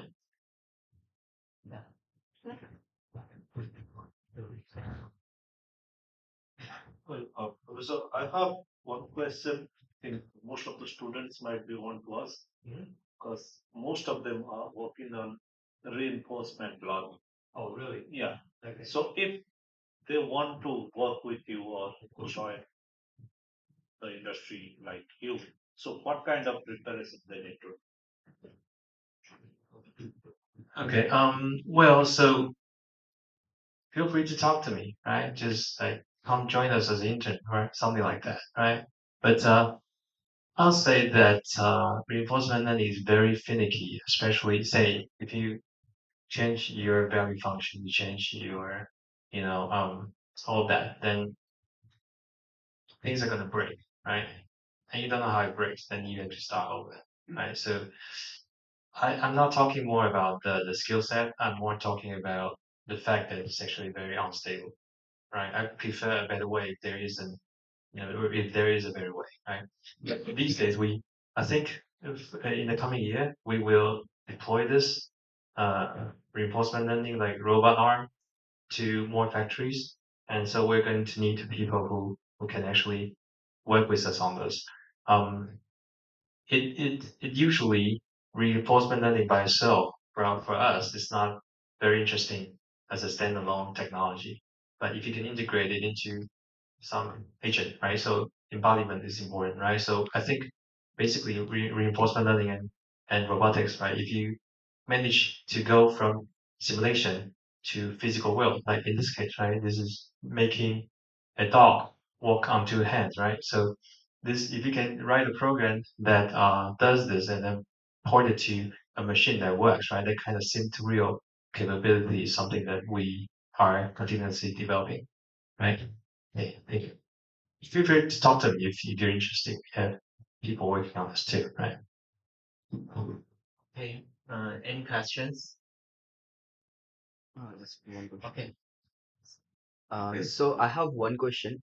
As you were discussing about trustworthy AI, so now there is still a discussion going on because when it comes to trustworthy AI, every country is trying to say this is also important in terms of trust. Like currently, I guess 6 or 7 key points are there in trustworthy, but Europe is saying there are more than 15 points which we should concern about. Taiwan is also saying few points which we should concern about.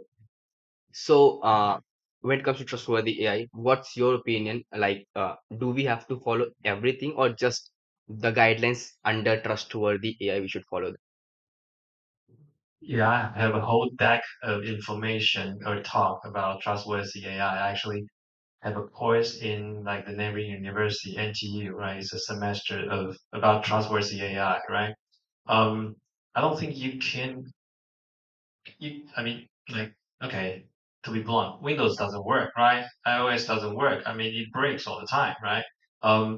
The concern is always there. I just think that the optimism for AI should be coupled with the concern of their trustworthiness, and they need to be developed side by side. Otherwise, we will be developing terminators that's out of control, right? Right. So I think as long as they grow, both grow in a healthy pace, I'm happy, right? So we're doing trustworthiness alongside with the performance, right? I want to treat trustworthiness as one of the performances instead of just like, oh, your accuracy, your speed, right?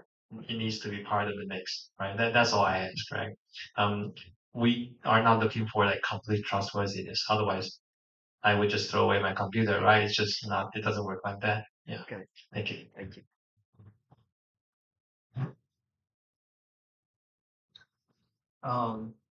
Okay. Due to the time limit, so thanks for Professor Chen's presentation, and that's all. Thank you. Thank you.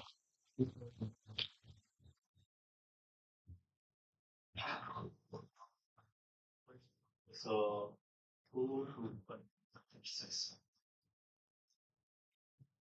Okay, we're gonna start session one, okay, momentarily. So please, okay, take 5 minutes break and come back, right?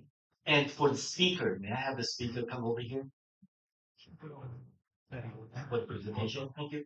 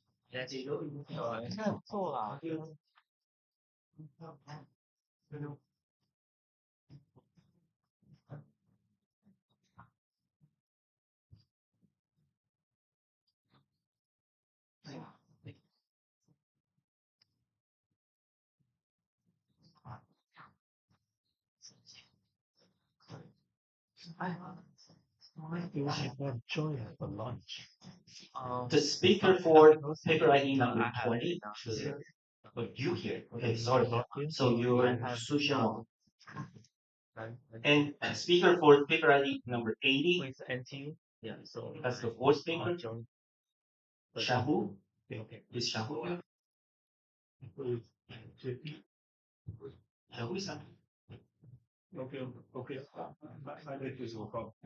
But she's here.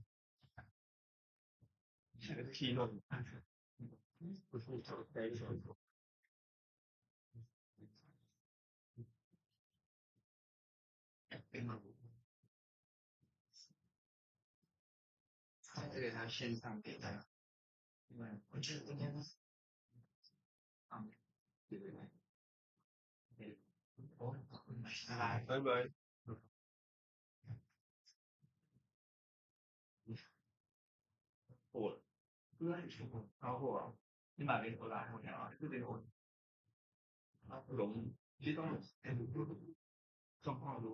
Okay, let's start. Okay, session number one. Okay, machine learning and quantum computing.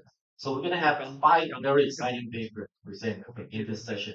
So and oh, sorry, and I'm Ela Wu. Okay, last name is Wu. Okay, I'm one of the faculty members here in Department of Computer Science and Information Engineering of Taiwan Tech. So locally, right here.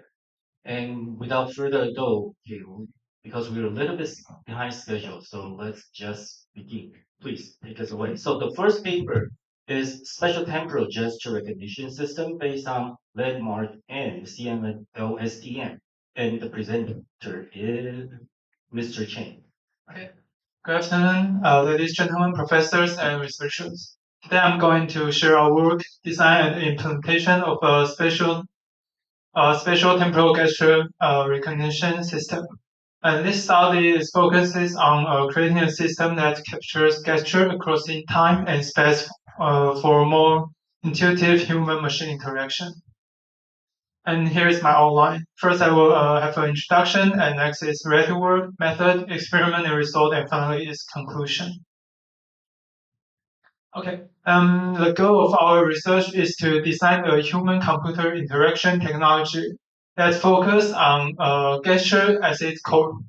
And many common interfaces used today, like keyboard, mouse, and touchscreen, face several challenges. The first, they are easy to physical tier, and they are not suited for rapid for large-scale movement, and they require direct contact.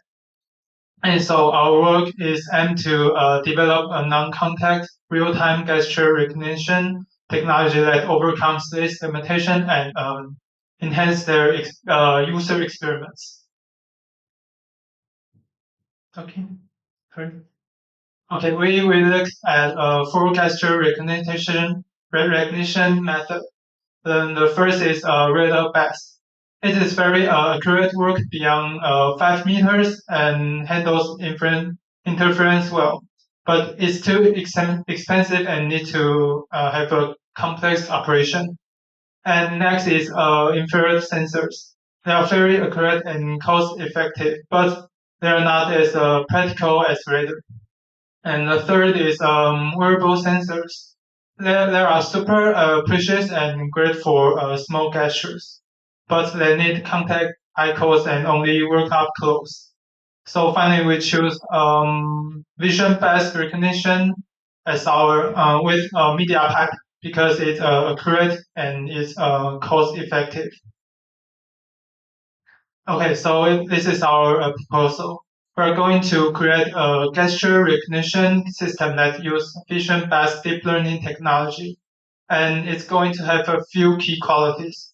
The first is it will be lightweight. It means it won't need a lot of resource to run smoothly. Second, we focus on making it accurate enough to handle a variety of situations reliably. And the third, it will be able to recognize continuous gesture. So it can handle those longer, more dynamic movements without a hitch. And finally, it will going to work in real time, delivering fast, and response to keep things smooth and user friendly. Okay, and these are some related work. The first is CNN. It's a basic gesture model. Some researchers have proposed a model based on AlexNet, which incorporates multiple convolution layers and max pooling layers to extract feature from guest image. And this model doesn't rely on traditional image input. It also integrates landmark methods to extract spatial feature with higher precision. However, this model has some limitations. This model it can only process a single frame image and lacks the ability of model temporal information. This means it struggles with continuous or dynamic gestures. Moreover, CNN models require large computation resource when dealing with high-resolution image. It makes them less practical for embedded or edge device. And the next is RNN. They are effective for dynamic gas recognition. They use topological coordinates data and capture long-term dependency by storing past information. However, they require many parameters, leading to large model and higher training and inference cost. Also, because RNN process data sequentially, they run slower than CNN, especially with long sequence. So we have some method to solve above problem. Here is our gesture recognition model architecture. It's split into 3 stages: data generation, training, and inference. First, we use a media pipe and landmark model to extract hand key points from input images. And we create a large dataset covering diverse gestures. Second, we train the spatial temporal action classification model with this landmark. We use both CNN and LSTM to capture spatial features and temporal patterns across multiple frames. And this lets the model learn static and dynamic gestures at the same time. And finally, during inference, we will have new images go through the same steps. And this streamlined process eventually transforms raw data image into accurate gesture predictions. Okay, first we'll focus on our gesture detection models. Our models is built on a streamlined process, and we use a media pipe to extract the hand topology coordinates. And we're providing a detailed structure as the foundation for recognition. We crop and resize the image to a standard 192 multiply 192 resolution, and to ensure consistency for optimal performance. The image passed through ResNet layer for feature extraction, and we produce in 3 key outputs. And there are 21 hand key points, no matter left hand or right hand, and a confidence score will add into the model for reliability. And each key point include X, Y, and Z coordinates for a precise 3D representation. And to ensure the model generalizes well across different scenarios, we built a diverse dataset. This includes gesture image taken during both daytime and nighttime, as well as indoor or outdoor environments. And lastly, we test the model using different sizes of landmark models to evaluate its performance. Under various configuration, ensure the most optimal setup for real-world applications. And here is how we process input data for spatial feature extraction. We start with a media pipe and landmark. And in the LC layer, we combine normalization and one-dimension CNN. This means that each axis coordinate data is normalized to keep the distribution consistent. And one-dimension CNN is to extract spatial features. And the next layer is aimed to get confidence weighting. We multiply the extracted feature by the confidence score to reduce unreliable information and to invest accurate data. And we add, and then in the next layer, we'll add information about whether it's a left or right hand, and then send every information to the LSTM. And this pipeline ensures that a robust spatial feature extraction before modeling temporal dependency with LSTM. And to recognize complex gestures, we need to capture their temporal relationship. So we use LSTM because it can keep key history information, and it could do filters noise. And after the LSTM processes the sequence, the output goes through a one-dimension convolution layer for feature refinement. Okay, and after the LSTM and one-dimension CNN refine the feature, we also include ResNet to emphasize important features. We use max Boolean and flatten to compress and reshape the data before feeding it into a dense layer to find classification. So this end-to-end process for temporal modeling and CNN for spatial refinement correctly captures both dynamic and spatial details, ensures reliable recognition for even the most complex gestures. Okay, and to train our model, we select the sparse categorical cross entropy as our loss function. Okay, and this is our dataset. We have 17 gestures classes, and it's both static and dynamic. And there are about 7,000 label sample for training and 28,000 for testing. And each gesture sequence averages 17.4 frames, given enough temporal information. and we store the data as landmarks using only 1.3 gigabytes. And if we use traditional JPEG images, it could need about 12 to 60 gigabytes.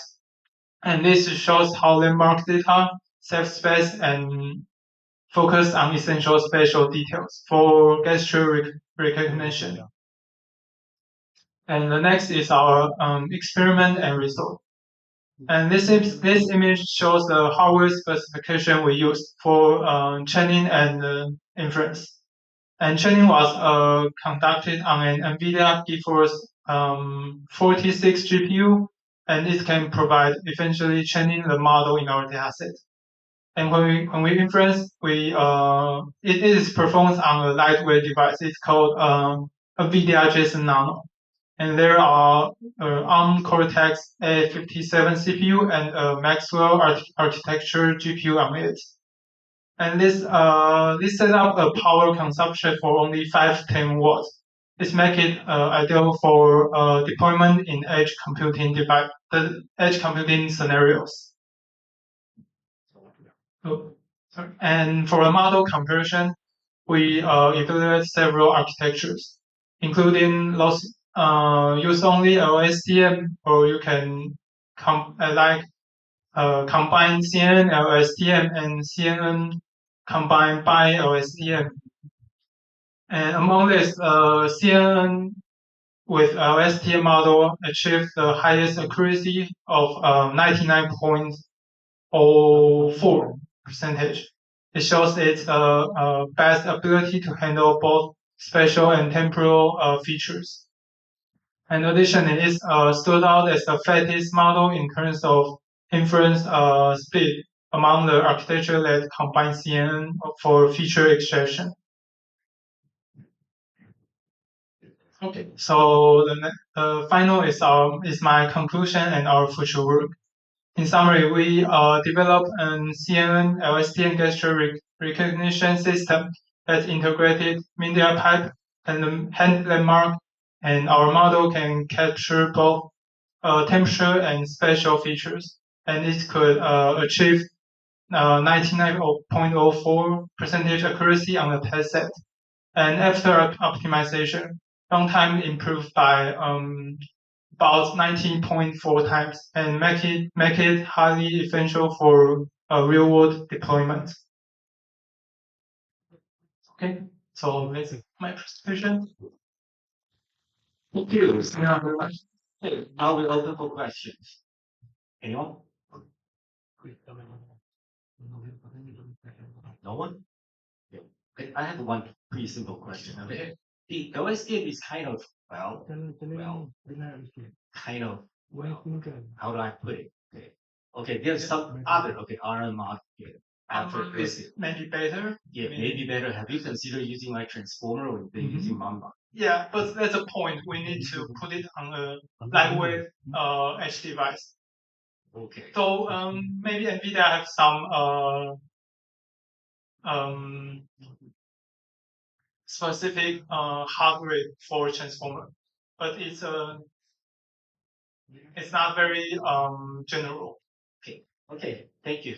Okay, so well, if no further question, okay, let's give a big thanks, for Mr. Chang, for his very informative talk. All right, thank you. All right, so coming up next is another paper ID number 32, comparative analysis of deep learning and traditional machine learning method for malware image classification. And the speaker will be Mr. Wako.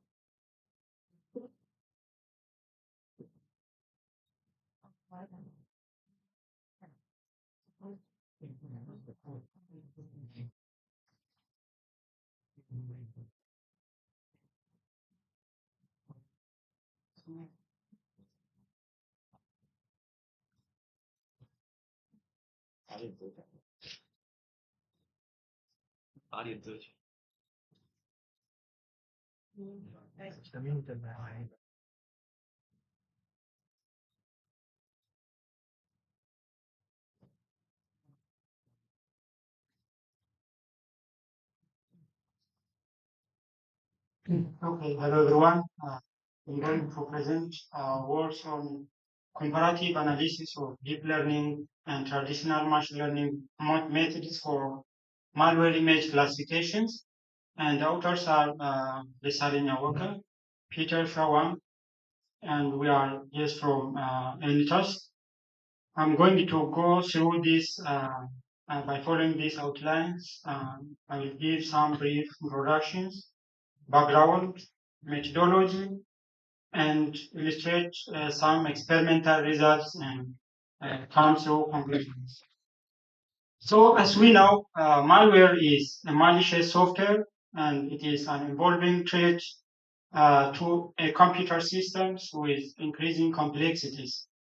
And nowadays, a growing sophistication of malware necessitates efficient classification methods to enhance cybersecurity measures.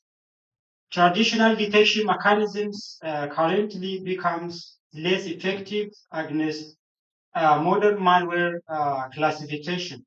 Those traditional mechanisms like static malware detection and behavioral or dynamic malware classifications are inefficient because in statical malware classification, we discover the codes to find the anomalies without executing or running the programs, whereas in dynamic malware analysis, we execute on a given environment and discover the behavior of the malwares. So they are inefficient, but image-based malware classifications is most important because it identifies patterns in malware images and by identifying a kind of features. So our study focuses on comparative analysis of malware image classification using deep learning and classical machine learning approach. We want to see how the classical machine learning models perform as well as the performance or effectiveness of different deep learning models are considered. So this study contributes comparative analysis of deep learning and traditional machine learning models for image-based malware classification.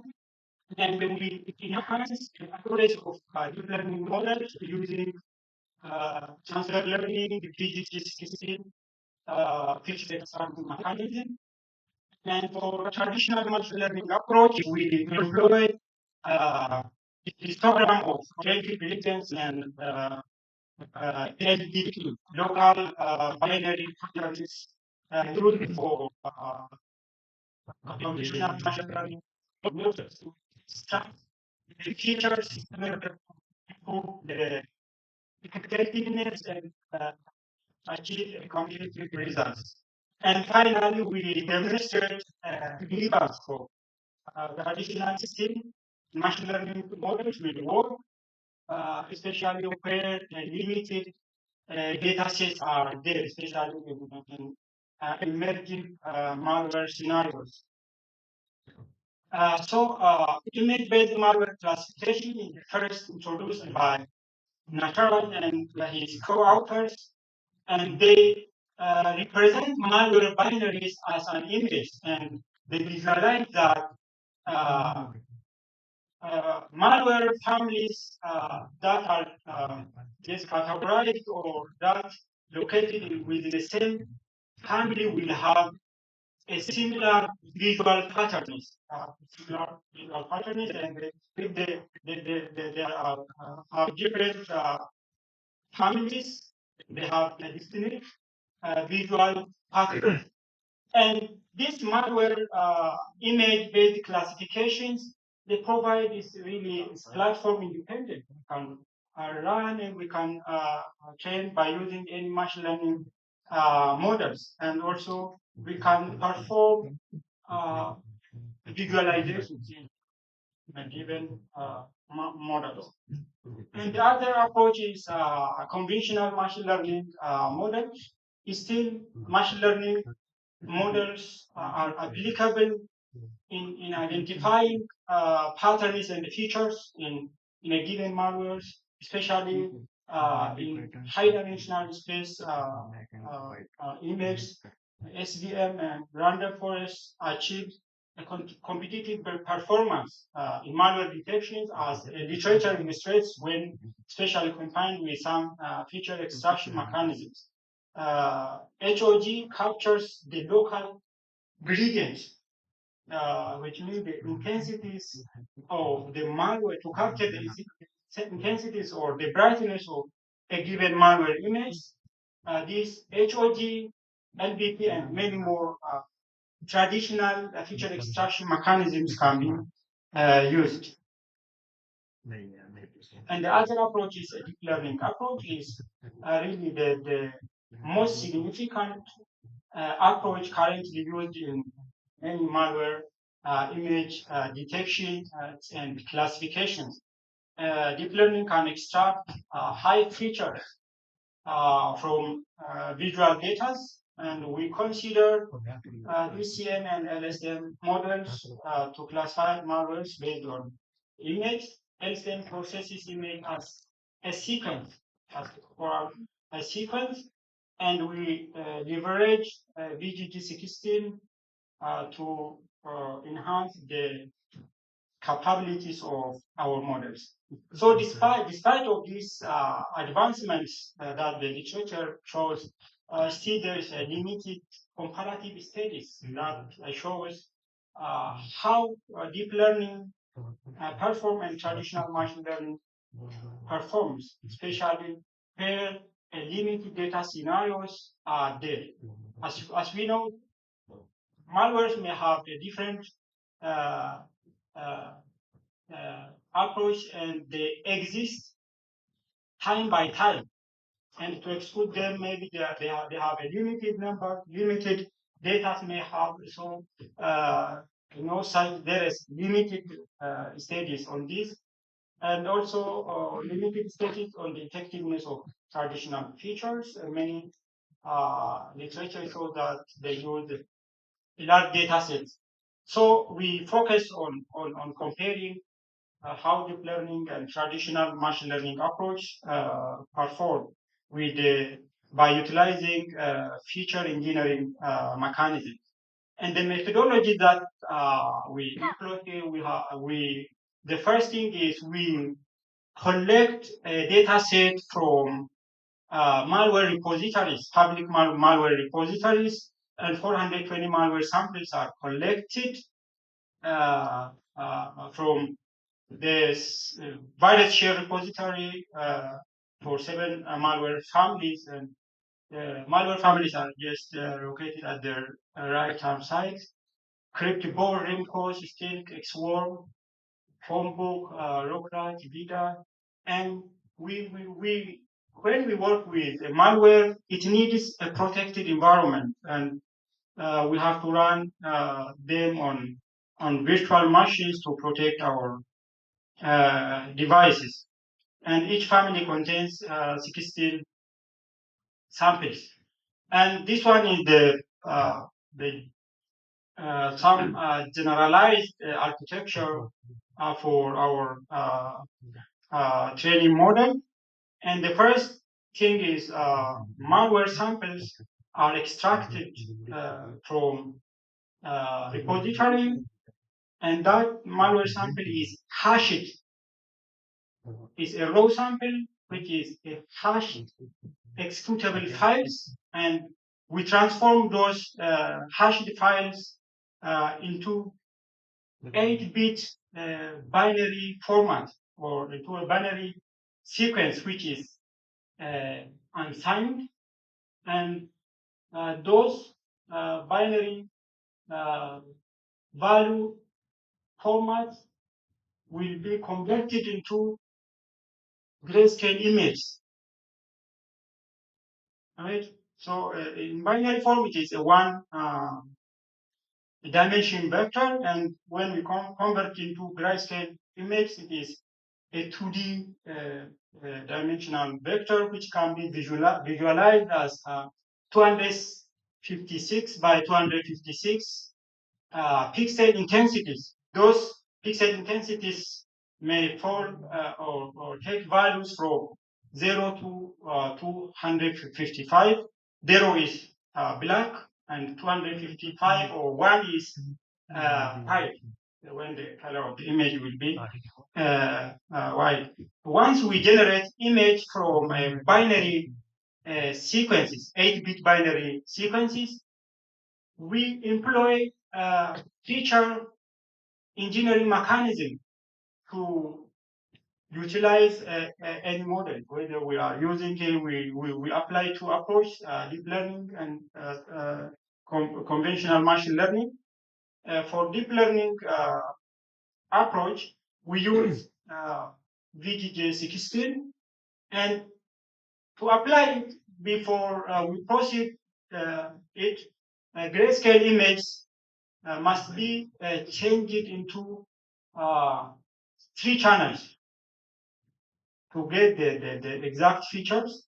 We need to change the RGB, I mean grayscale image into RGB image, and then we feed into a deep learning models, CNN or LSTM model. They have their architecture, they have their own architectures, and finally at the output layers, there is softmax activation functions will output the result into different malware classifications. Likewise, we can use also a different side feature extraction mechanism for conventional machine learning approach like SVM and random forest. We have used those 2 mechanisms together and concatenate the features and feed into the SVM and random forest. Then the classifications will be performed. So the evaluation metrics we used to determine the performance of our model is accuracy, precision, recall, and F1 score, and implementation tools are Python, OpenCV, TensorFlow frameworks, and system configurations, Ubuntu on VMware, and we used our machines for simulations. And here is the parameters used for deep learning models. In input shape 256 by 256 with 3 channels, RGB, optimizer, Adam optimizers, dropout 0.4. This dropout is used for preventing overfitting and optimizations and learning rates be used, and we perform our training along within 35 epochs. And the result of deep learning here illustrated as we employ VJJ16, and the results will slightly improve. And CNN approach is outperforming the LSM models, 98 and 95. So this is due to the use of this transfer learning. In traditional machine learning approach, SVM models registers 93.78 are random forest model accuracy is around 89%. So when we perform the comparative analysis and just the models and the evaluation matrix are indicated here, and the CNN model is outperforming the rest of the models, like Ee-Chien is also achieving a good results. And still, when we see the conventional or traditional machine learning approach, still they are performing good. Still, maybe we will need to consider, especially when we have a limited or data constraints. So with the existing literatures, and we see some issues, and here our study, this one registers 98.5 with BJG, and the existing here by outer number 23 is registered on around 97, and here also in outer number 21, 94.5, and in outer number 22 is somewhat, it's better than our work, and so we achieve some better results when we compare with others. And in traditional machine learning approach, SVM with a combination of feature extractions is some slightly it's better here also. GIST is another feature extraction mechanism that is applied on SVM by outer number 22, and still it's comparable. The result is comparable. So we can conclude that CNN models are outperforming even the some state-of-the-art models when we utilize transfer learning on our malware image. So CNN with BJJ achieved highest accuracy, and transfer learning effectively captures the complex patterns in malware data. And we can illustrate that and take that traditional machine learning methods showed a competitive results when we apply feature engineering, and in the future we will extend the work to include more malware families and adopt a kind of transformers, and fusion learning, federated learning may be applied in the future. Thank you for listening. Okay, we're now open for questions. Question, anyone?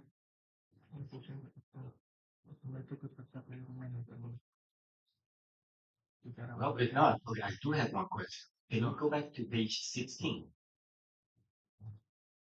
So this result, okay, I can see that the collapse at all, right? We have achieved accuracy of 98.5. Actually, it's higher than your study, and using CNN alone. So what's your insight about this outcome? In our case, we consider on a few data sets. Maybe, as we know, and deep learning requires huge amount of data set to achieve better results. Maybe that's why maybe the size of data is so huge, and ours only around 420. That may make some different mechanisms and the configurations that they use, but makes the such kind of variance. All right, gotcha. All right, thank you for the explanation. Okay, well, if no further question, okay, let's thank Mr. Wackel for his very informative presentation. So coming up next, paper ID number 20.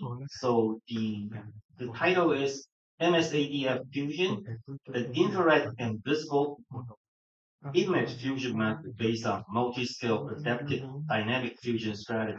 And the presenter is Mr. Wang.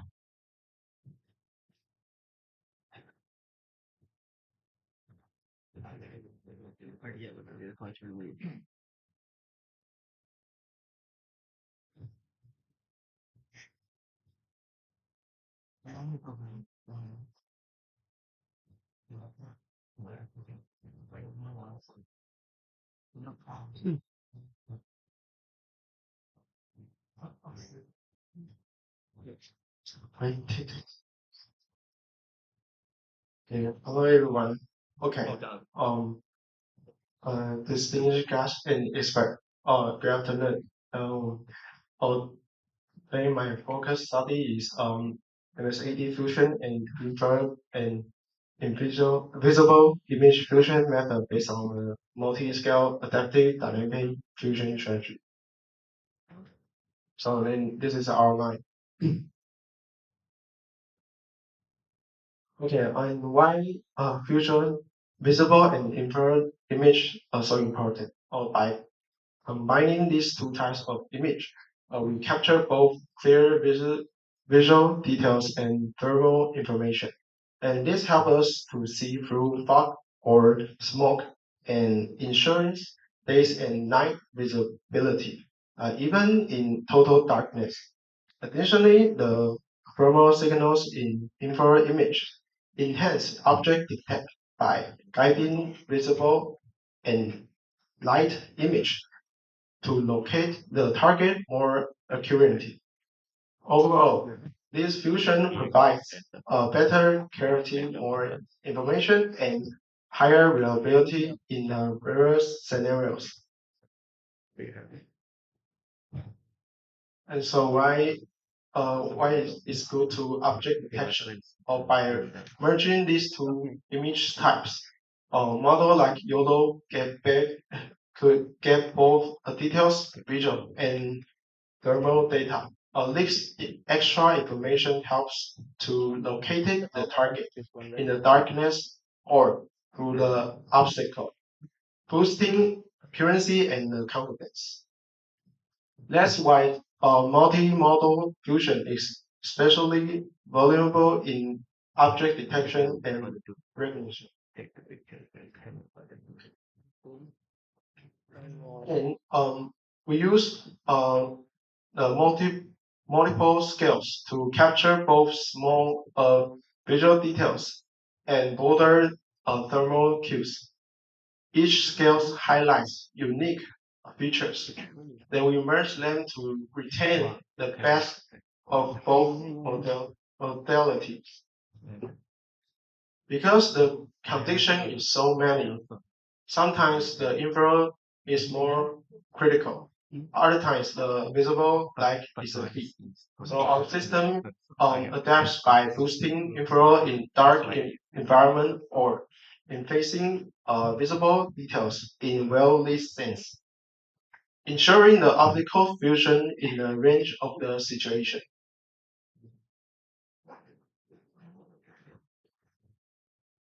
So we talk about our fusion network. Our network is very simple, just like C is the basic unit. So our network is simple yet effective at the data compression. Because it's straightforward structures, we can insert the fusion strategies into the middle layer without complicating the model. If we need to multi-scales fusion or adapting weight, we can add them easily, ensuring a high level of flexibility. We use the feature reuse and the residual connection from the denseNet and ResNet to avoid vanishing gradients. Even in deep networks, each layer receives features from all previous layers, helping preserve crucial details from both visible and infrared image for improve the fusions.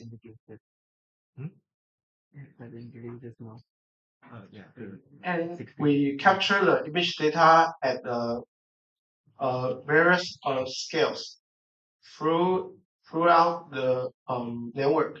This covers both of fine details and the larger shapes, preserving the edges, object outlines, and the overall background. So the result is a fused image that both highly details and comprehensive. So we talk about our methodology. We have the CLAHE, which is contract limit adaptive histogram equalization involved to 4 steps. So the first one is partitioning. Divided the image into a small block, like just like A times X blocks. And next step we local enhancement. We adjust the shape within each block to handle the dark and the bright areas better. And next step, we flip the extreme histogram to a histogram peak to prevent the artifacts. And the last step is with smoothing. We blend the block edges for the natural continual looks.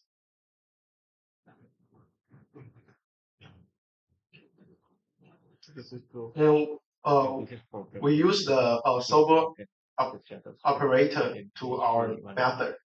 By fusing, we use to H map.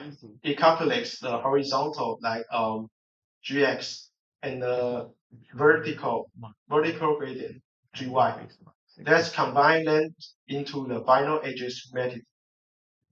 And this X map helps us to guide the weight fusion of the enhanced and the infrared image, ensuring the key details stand out clearly in the final result.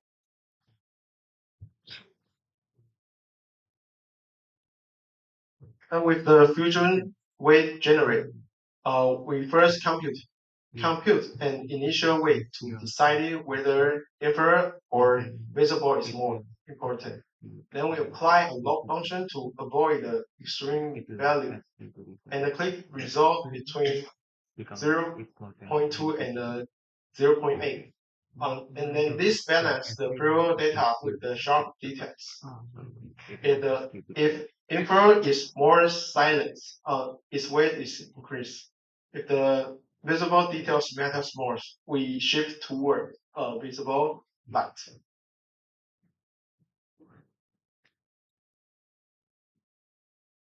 And next, we talk about our experience. By the training data set, we use the MS COCO 2017 data set with the 180,000 visible and light images for everyday objects. And this sport range helps us, our models, learn the general feature for the fusion stacks. And with the test set, we test with the TNO image fusions. There are set of 42 images, commonly used in infrared and visible light fusion research. It includes the night vision and the material scenario, make it deal for the evaluation performance in the real world, challenges the condition. And we have the loss function of the in our case. So we use three kind of loss function. So measure for the first one is the SSIM to measure whether the overall structure of the image remains the consistent, matching how we naturally judge the image similarity. So L1 is for the pixel level to difference the measure that preserve the brightness and details, preventing the small scales distortion. And with the MSE, we look the big discrepancies in the image to avoid the surf distortion. Together, these measures to keep both local and global quality in the check.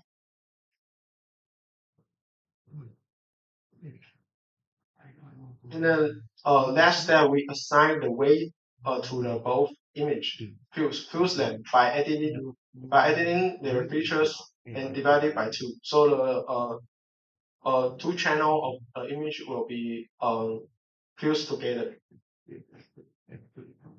So after that, we then feed the fuse result into the transpose convolution layer and escape as a skip connection. So the approach to ensure the optical training performance. So we will have the feature in the skip connection to shifting by skip connection. So the outcome will be better.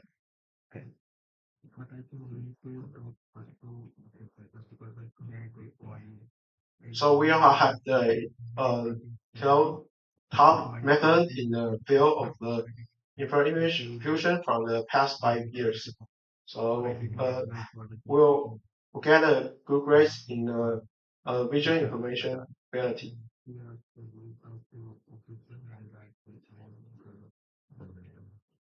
As you can see, our approach preserve in the right button, and we will have the good result. We will have more details in our method.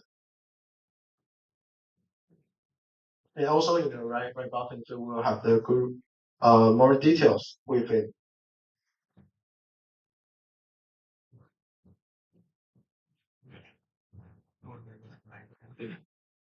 So to the conclusion, we propose a multi-scales image fusion architecture. And then we develop a dynamic weighting fusion strategy based on the silence of AR image. We also achieve a fusion result comparable to the state of the art method in the field. And then we examine how to choose of the loss function effect fusion outcomes. And we'll have a tailor of fusion strategies, especially of object detection text. And that we optimize the model size and speed deployment on the system. Okay, thank you for listening.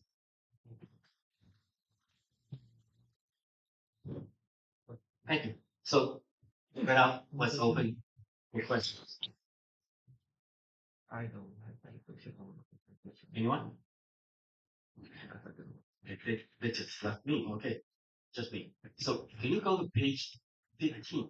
Yeah, I got a little confused. So you said that the data set that you use for training used the COCO data set. Yeah, Right. My understanding is that COCO data set are all RGB image. Okay, there are no infrared image in COCO data set. Oh, okay, you keep going.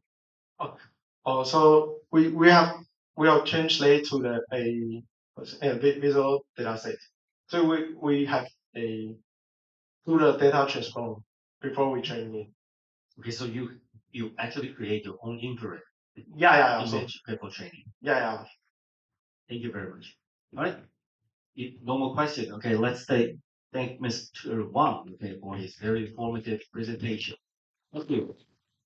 All right, let's move on, okay, to the next exciting topic, quantum computing. Okay, so the next paper, ID number 80, the title is QCS Shield, the quantum classical hybrid framework for intrusion detection in edge IIoT. And the presenter is Mr. Xiaohu.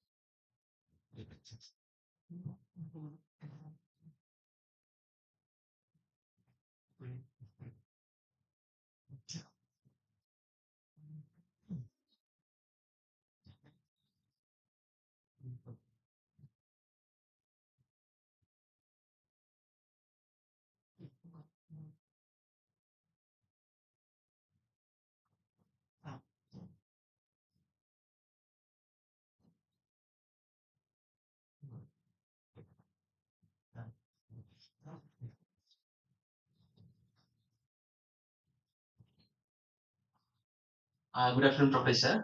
Dear friends, I am going to present research on QCCL, a quantum classical hybrid framework for intrusion detection in edge industrial IoT.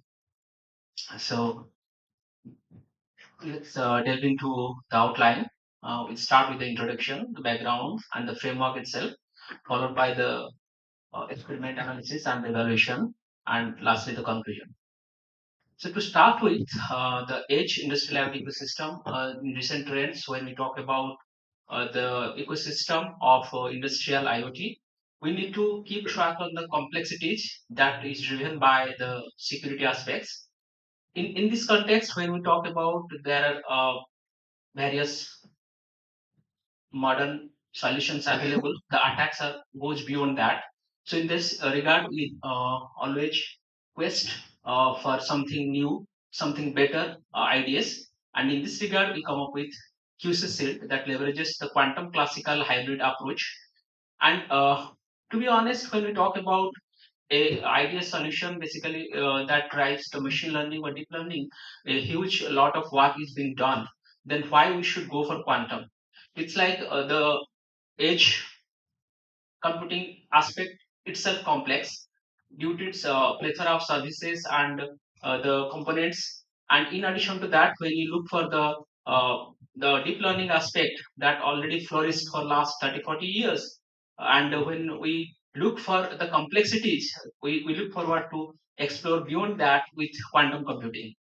The quantum computing has excelled in its own way with own devices and networks, and edge is also flourished with modern deep learning solutions. But when it comes to combine both the technologies, so the aim is to address some specific and more complex attack patterns and the complexity of the network itself that is driven by the security risk. Certainly, when we look for the problem is all around the edge, the industrial IoT environment. The industrial IoT environment often takes care of the cloud and edge, and most of the solutions are being driven at the edge level. So the attack is on cloud, on edge, and device level. So in this multi-level, multi-class attacks, we need to have some attack detection scenario that should drive all three aspects: the cloud, the edge, and the device level.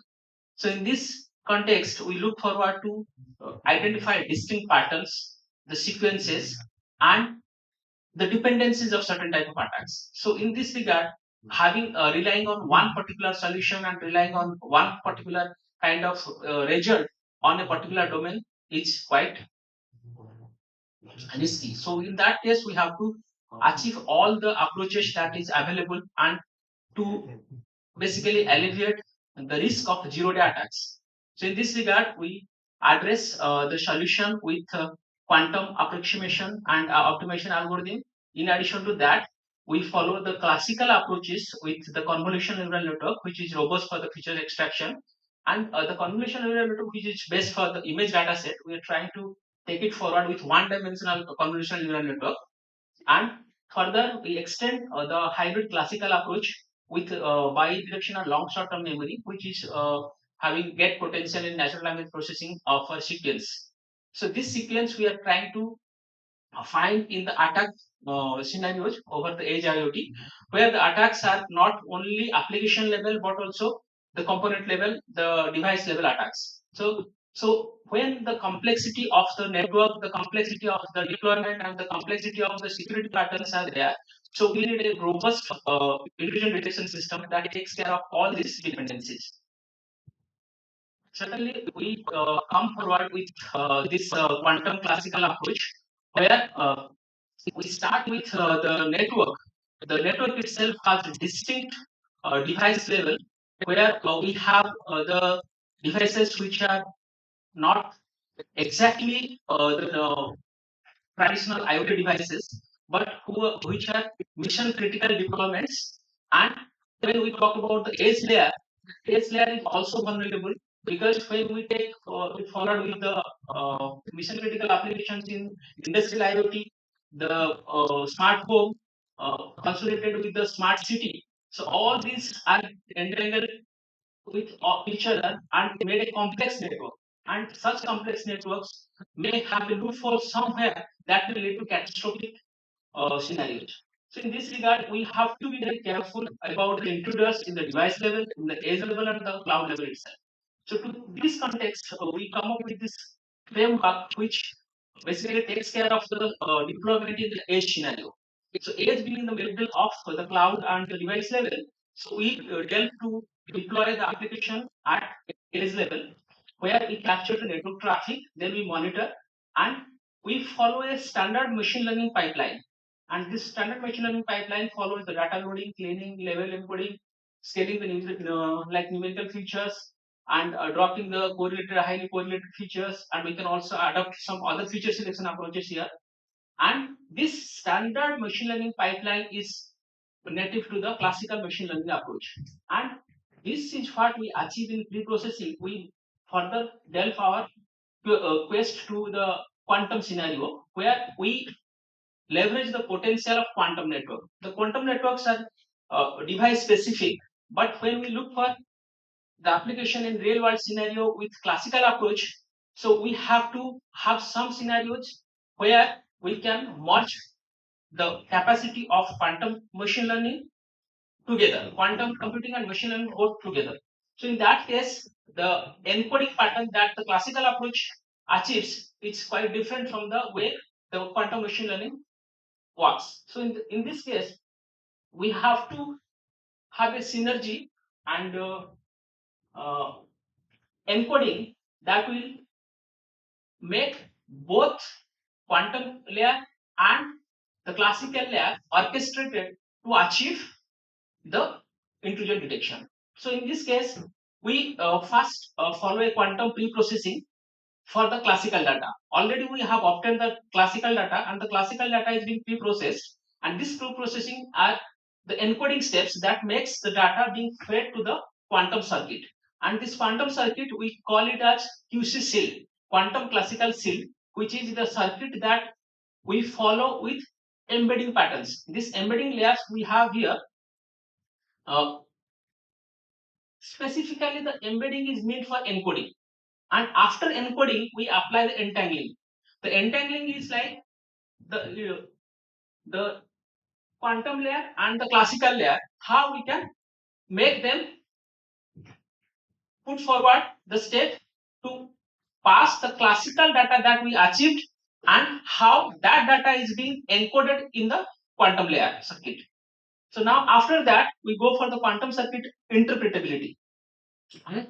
After that, we adopt the hybrid CNN bias scheme. So why this interpretability is important? Because the research that is being achieved till now, the quantum is very high one, and more often when we apply some of our own thoughts and own interpretations, it comes to some unpredictable and not standardized approach. So mostly we rely on the benchmarks available by the providers like Pennylen, Qiskit, by IBM, and Pattern. So all these providers, they give some circuit libraries, or they provide some templates. So all these templates are kind of black box. We cannot interpret them. The key idea, the objective here is what exactly we are doing with the quantum node. We are trying to interpret it. So the interpretation is the key concern. So without relying on the black box nature of the circuit being provided by the service providers like IBM, Qiskit, or Pennylen, we try to unwrap, we try to open up the circuit and how we can interpret in parallel to the classical hybrid network like CNN bias. And after that, we follow the standard approach of machine learning evaluation, where we apply the intrusion detection training and the prediction, and then we deploy this hybrid approach, the classical machine learning pipeline. If we move further deep into the concept of classical approach, here we use the one-dimensional CNN, where the input sequence is one-dimensional because we are relying on the tabular data. Though the CNN is best for the two-dimensional data and the images, we are trying to take the intricate feature extraction ability of CNN to the tabular data. And beyond that, we also take advantage of bidirectional long short-term memory, which is based for the sequential capturing, which is used mostly on the natural language processing domain.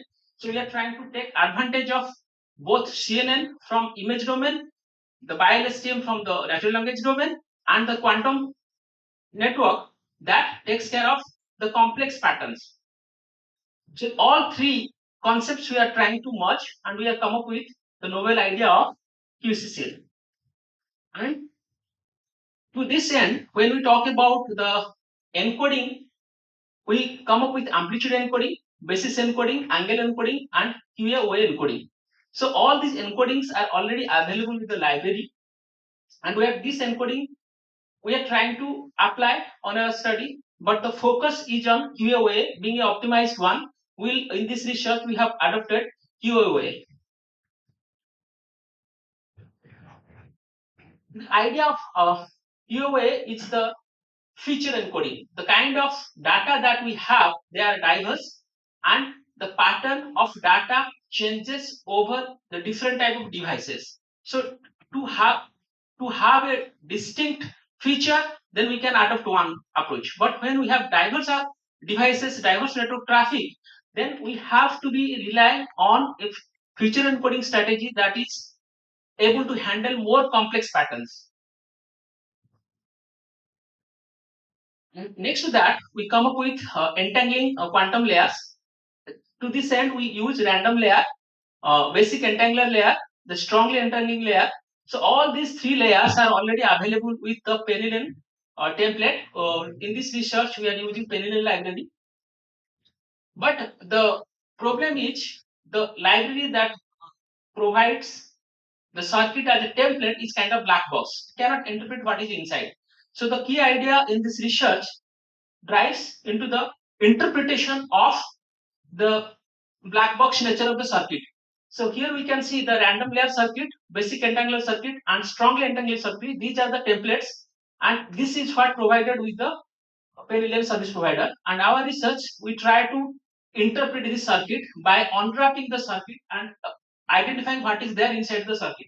So we design a framework, the middleware, that we open up the circuit and we try to interpret it. And if we adopt a circuit, how much complexity is enough? If our data set is small, we can rely on a small circuit. Is it worth deploying a complex circuit on a small data set, or is it worth deploying a small circuit on a complex data set? So basically, when we are relying on the quantum domain, the idea is to address high dimensional data, because already we have advanced classical approaches already there, and they're also doing well by giving better performances. So if we are going for some quantum approach and we allow us to delve into the complexities of the high dimensional data, then we need to rely on what model exactly gives and why it gives the result. So in that regard, we cannot rely on a circuit that scales up. If one layer, we have one level of complexity and we multiply into different layers of the circuit and it gives huge complexities and dependencies, then we cannot rely on that because the results are quite unpredictable. So we need to understand what are the components there in the circuit and how it behaves. So based on this, we interpreted the circuit, and our research, we unwrapped the black box nature of the Penilyn template, and what we obtained here, we try to make a statistical analysis of the gates here and the circuit components. We find that the strongly entangling layers have more components, and often the results are very much comparable to the random layer, because when we say this basis layer, we have less number of components. Now when we follow all these, we try to build our own circuit, and we try to build our own interpretable circuit that we can apply to the complex classification domain. So to this end, we try to build the QCCL and to come up with our own circuit. The circuit, we adopt a simple algorithm to achieve the level of complexity as per the data, and that is driven by the number of features the dataset has and the number of traffic or pattern or the number of records in the dataset. based on the complexity of the data set, we'll try to have a dynamic circuit. And this dynamic circuit, we have identified some of the components, and we picked up, we can say we cherry picked some of the components by identifying nature of each of the circuit component. And here, the number of components we can see, we have used less number of components. And additionally, we have used the mid circuit management, and this mid circuit management, instead of relying on end of the circuit, we try to achieve the mid circuit management. And when we go for the circuit which is interpretable and we scale it, then we know where to stop. If the circuit is black box and we have to scale it up, then the complexity, how much goes on, we don't know. So the interpretable circuit and the interpretable model, which is best for the deployment scenario. To achieve the performance analysis of our model, we have picked the Edge industrial IoT set dataset, which is shared by Mohammed Ferrar in year 2022, and we have only focused on the multi-class classification in particular, because the complexity of the industrial IoT dataset lies in the what kind of attack it is, whether it is application layer attack or the device level attack or the DDoS attack, what kind of particular attack we are suffering from, because we have diverse set of devices, we have diverse set of network elements, and we cannot rely say that, oh, this is only attack, this is not attack. Such binary way of identifying the attacks is not very good. So we will try to achieve the multi-class approach here. And in this research, we have followed the accuracy, F1 score and loss as the learning one. And we see here the training and the testing in accuracy and F1 score is doing good. But only difference we see, some of the points it achieved maximum accuracy of 100%. It seems like overfitting, but this is happened just because of the nature of the data set. The data set that is being shared by the authors, it achieves up to this much when you do certain kind of preprocessing. And recent trends, when we look for real attack scenarios, the percentage of attack are really very, very small. So even if we say 100% traffic is there, we'll find at least 1% or 2% attack patterns. So identifying the attack in such a huge number of traffic scenario with less instances is really difficult. So we need to delve into some kind of complex network that takes care of the feature extraction and the sequence pattern both. This is our classification report that we obtain here. The precision recall F1 score, which is very competitive, and we have taken care of all the 15 types of attacks from backdoor to cross-site scripting. All these attacks are native to the industrial IoT system. And further, we go for a performance comparison with other classical models to identify that even though the attack pattern is complex, even though the detection pattern is complex, it is more competitive as compared to the classical approach. So when we apply with the particular data set, this result is being shared by the authors themselves. When they devise the data set, they have shared this result. We compare the result, we see that our approach, we achieve 96.11%, which is much more better than their best result of 94% with the deep neural network.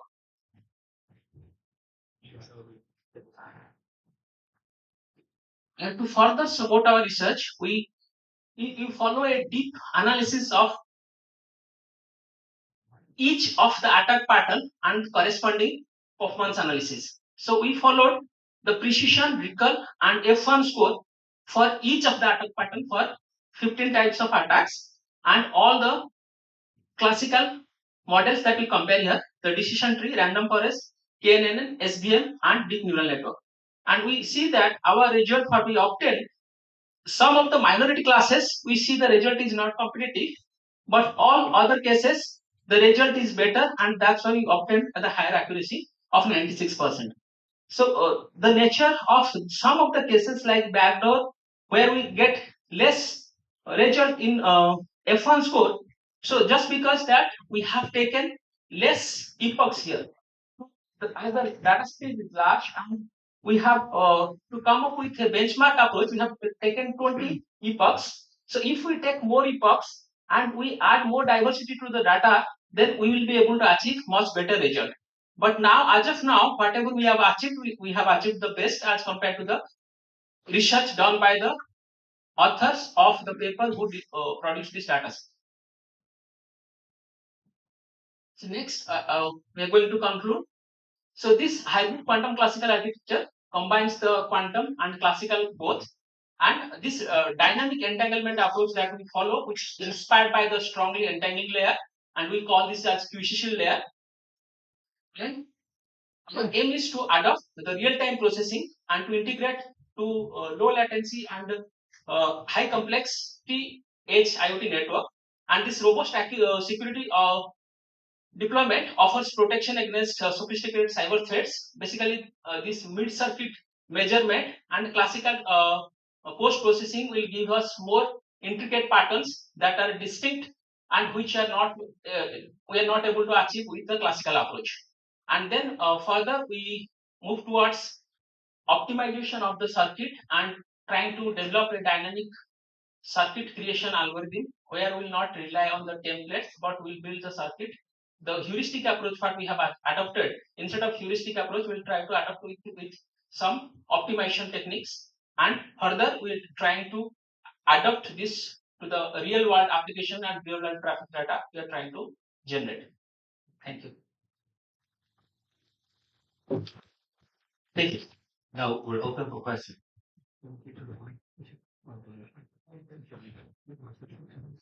Okay, thank you for nice presentation. And I will have one question. I'm not sure whether I missed the point, but I want to know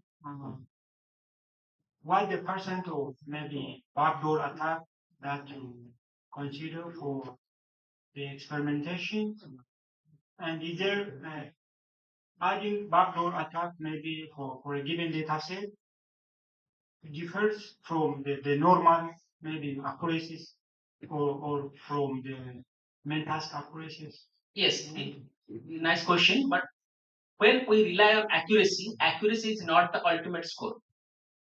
So that's why we adopted precision, recall, and F1 score. The F1 score is relying on both precision and recall, which is based on the top of the accuracy score. And we have taken a curve to rely on our model precision recall trade-off. And each of the attack category, when we see here backdoor, so each of the attack category and backdoor it's 0.41. So this trade-off we are relying on.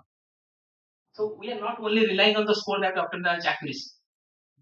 So the ultimate aim is the interpretability of the model and the trustworthiness of the model. So 2.4 is injected to the model? No, we are not injecting. So we are relying on the existing data set and we are trying to interpret the model that we are using. As we are relying on a hybrid model, not just random hybrid model, we are trying to justify that if the data set is complex and we are not able to rely on one particular type of model. So because the diversity in the deployment domain, diversity in the attack pattern, diversity in the deployment scenarios, we have to be careful about the integrated patterns. We should not miss one because the mission critical industrial environment needs much more attention as compared to the smart city or smart home ecosystem.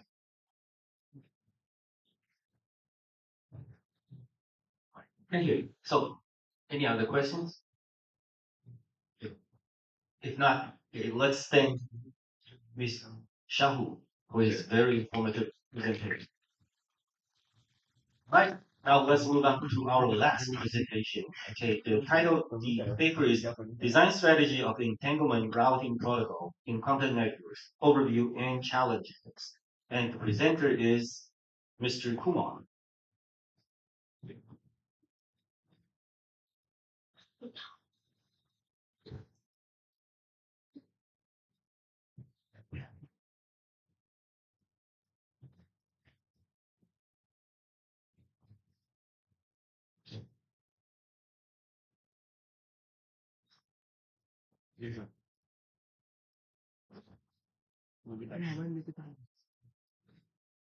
Okay, thank you, Professor.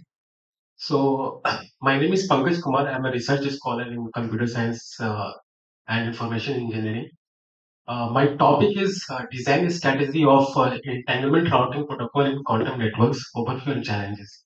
In this topic, I'm going to discuss about how we can design a quantum networks in perspective of quantum communications and what kind of problem we are going to face when we can design the routing protocols. So first we can go for the overview. So first I'm going to discuss about the introduction part where I can discuss about what is the quantum networks and how it can be different from the classical one. Then second one I'm going to discuss about what is the quantum routing requirement for designing the quantum communication.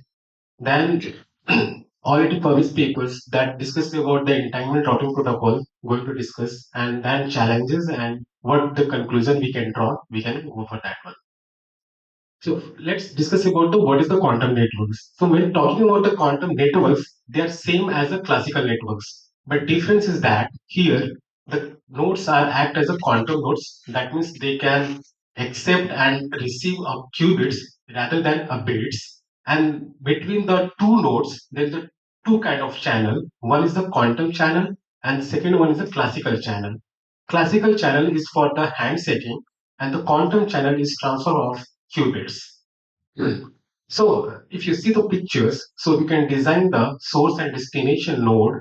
In between, we have a two kind of channels, a quantum channel with the green line and dotted yellow line is a classical channel.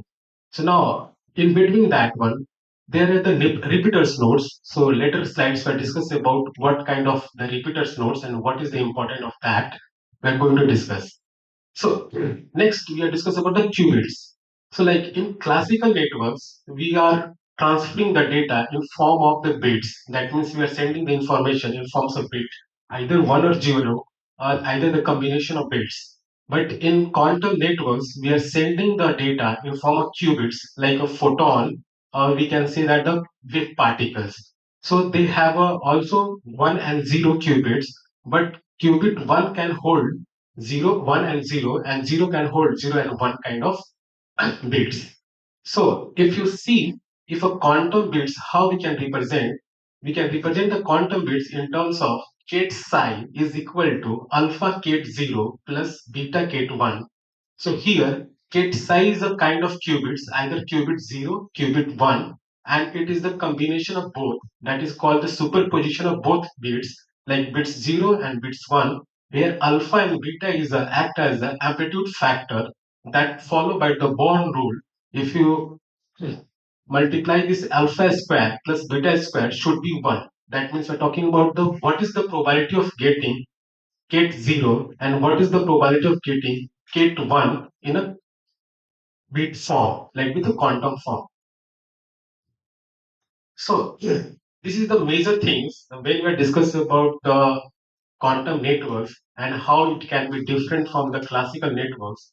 So first things comes in mind the entanglement, that is no counterpart in the classical one. So what is the entanglement? The simple words, if two particles can be entangled, that means if you they are very far away from each other, if you measure A, whatever the output get, we can get already in B. So there is a two kind of property. If the two particles, or we can say that the qubits, or we can say that the photons are entangled, they're highly secure. That means more secure than the classical bits and maximally entangled. So why this is secure? If another bits try to be hampered at the A, it can be easily and understand by the P, because entanglement property says that if whatever happened at position A, it affect on B. So that is the more secure than the classical one. And if they are maximally entangled, that means they can follow the property of Casio. It should be less than 2. If you see the Shannon entropy, so that property should be followed. So that's why it will be maximal entangled bits. So now the second property that is very important, there is a no in classical one, we are talking about the superposition. When in quantum networks, we are sending the bit before measurement, there is a possibility of bit is combination of kind of bits like 00, 01 and 10. So, but in classical one, if you're talking about the bits, there is only two possibility, either one or the zero in between that one. But in quantum, we have a special property, so that's why it is very fast and more computational power because of the superposition. So we have at the same time numbers of possibility before measurement.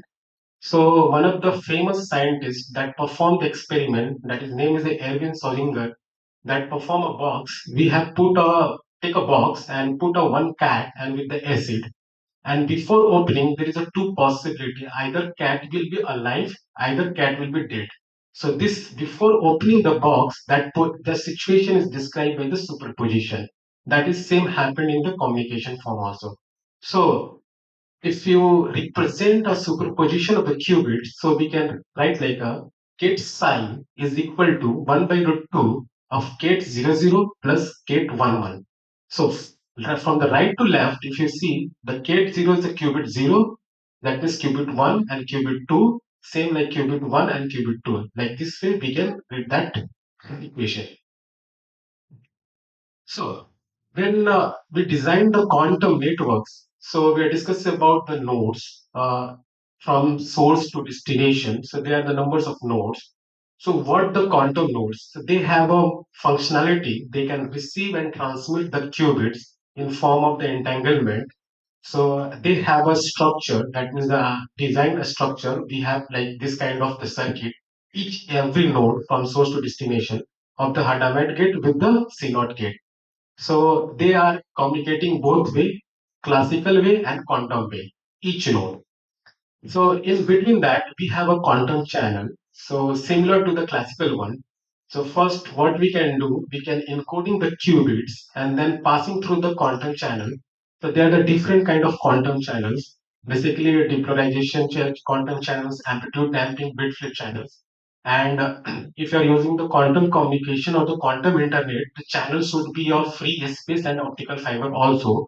So pass through that qubits and decode the qubits after the end of that. This is a basic phenomena of the classical networks. So I told you in the first picture, we can see that here in between the source and destination, we have a repeater nodes. So now here we are discussing about what is the main functionality of the repeaters node. So now, if you're talking about the classical networks, there is no requirement of improving. There is a requirement of improving the signal amplitude. So each nodes to reach the destination. Same like the quantum repeaters works like that one. So it can be helps to reach out the qubit from one source to other source. So if you see the picture A, if the distance between two nodes are small and only two nodes, so there is no requirement of the repeaters nodes. So easily entanglement will happen and then qubit and data will be transferred. But if the two nodes are apart from that, that means the picture number C, we can see that one. So in that scenario, you require the quantum repeaters nodes. So in that scenario, what happened? First, a quantum first node will be interacted with the repeater node, and the repeater node also interacted with the adjacent node. After that, they have an internal swapping and then connection will be established. Though we can see that in the picture number D, the things will be happened and then finally the data will be transferred. And that name is called as a teleportation. Now, what is the teleportation? That means when the entanglement will be happened from source to other destination node, then data will be passes through. That process is named as the teleportation. And we can measure the data, and we can exchange the data through the classical exchange, classical channel between that two nodes, like one source node and destination node. They are receiving the data same or not, what where they are sending. So that process is known as teleportation. So what is the requirement of the quantum routing for the communications? The first important point is entanglement swapping. So as we discussed about here in picture C, if you see that one, quantum node interacted with the repeater nodes and then repeater node interacted with the quantum nodes. and the picture D data will be transferred. So in between, what happened? So in between that repeater node, we have performed the entanglement swapping. So what is the entanglement swapping? So first we understand there is a three kind of nodes, Q1, Q2, and Q3. Each node having the some kind of quantum memory. Now, when we try to set the qubit data from Q1 to Q3, first we have to entangle, then the data will be transferred. So, first Q1 will entangle with the Q2 and Q2 will be entangled with the Q3. So now after entanglement, then internal swapping will happen in middle of that qubit Q2, and that process is known as the entanglement swapping. And then after that, the things will happen. Then we can teleport the data. That means the data qubit will be transferred in form of the teleportation. So this process will be happen. So now, so for sending the data in a quantum communication, we have required a kind of qubits.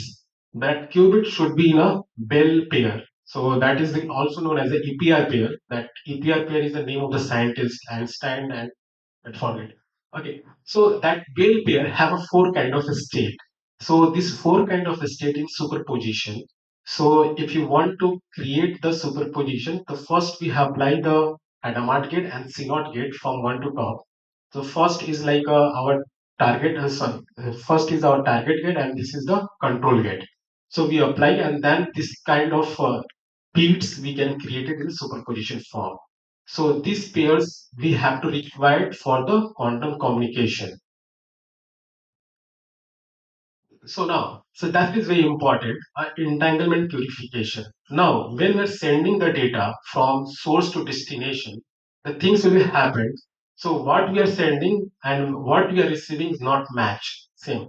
So not match. That means we're talking about the quality of information. In that scenario, we need to be purify that qubits or entanglement. For that purpose, we can use the entanglement pumping process during that in that whole scenario within a one time span before the lifetime of qubit will be destroyed. So what we can do now, they have a concept and they have a hardware they can build. Each node has some kind of fidelity threshold value. So we can see that the round one, so two qubits have a possibility of 0.52 fidelity value, and they have to first send and we have to check some kind of threshold value. They have to reach that one. If they did not reach, again we have to purify using the standard formula, and then we have to go for the another round. And finally, if you reach that threshold value, then we have to succeed.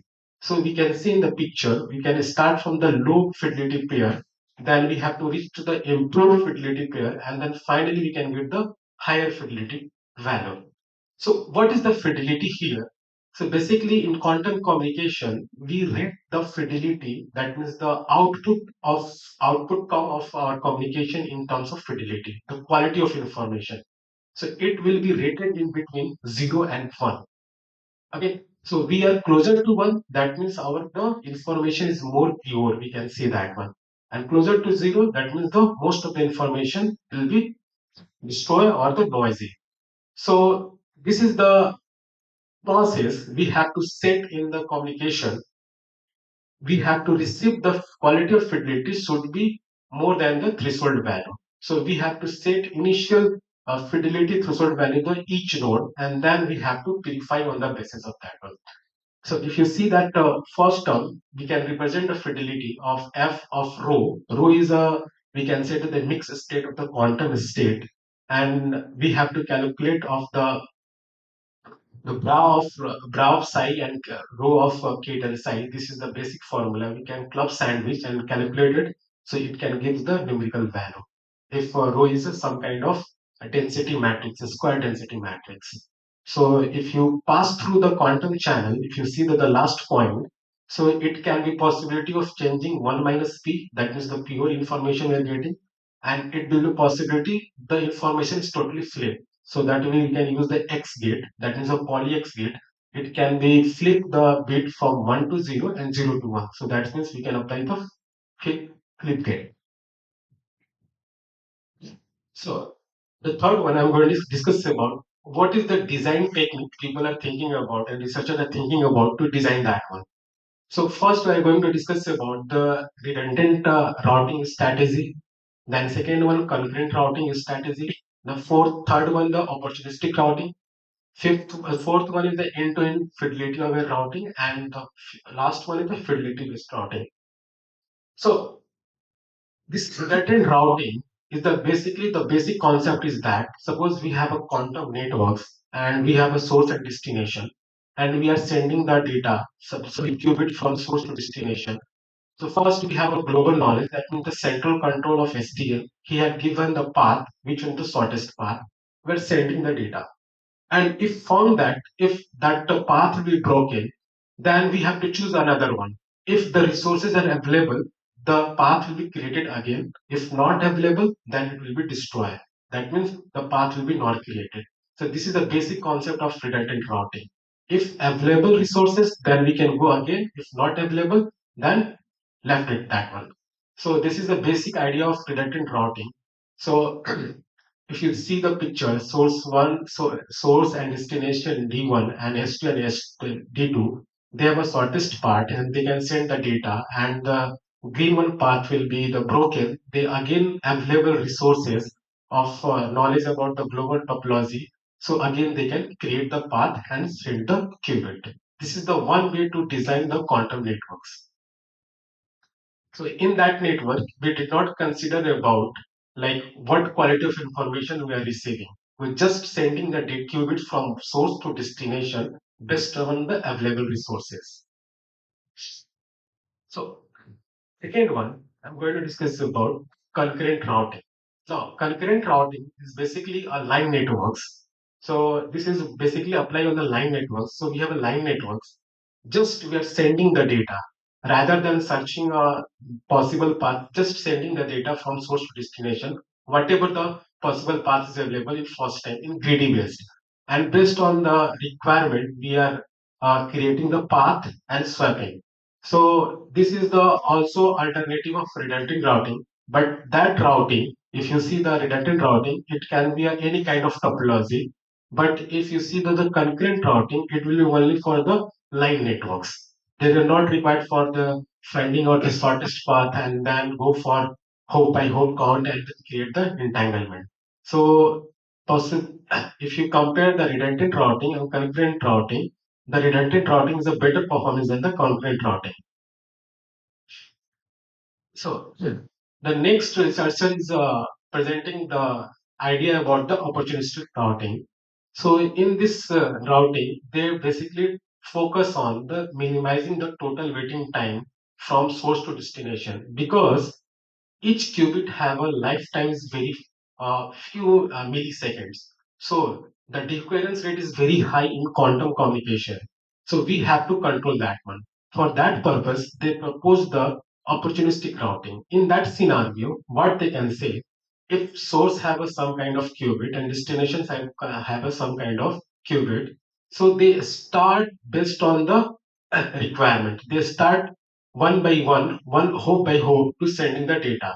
So if you see the first step, S1 have a qubit and diamonds have a blue, and the D1 have also qubit, and they have an entanglement path up to S1 have an entanglement path up to R2. They're sending the qubit up to R2, and D1 have a entanglement path up to R4. They have also sending the R4. So this basically based on the line networks. So now in second phase, if possibility after entanglement, that path will be omitted. So in the next phase, again the path will be created and data will be transferred. So this process will up to reach with both the sender and receiver get the qubits of own or not. And then after that, they can measure it and then can exchange the classical information, what they want to send, they achieve or not, they can verify. So this is the basic of opportunistic routing. So end-to-end fidelity aware routing. So in this routing, basically this is totally based on the SDN based routing. So in this routing, each node having the knowledge about the all node, about the shortest path, resources, everything, and fidelity. So in the first time, the researchers had introduced the fidelity purification technique in that scenario. Before that, like redundant, concurrent, and opportunistic routing, they did not consider the purification technique to purify that one. So in this paper, they first time they consider the purification technique in the networks.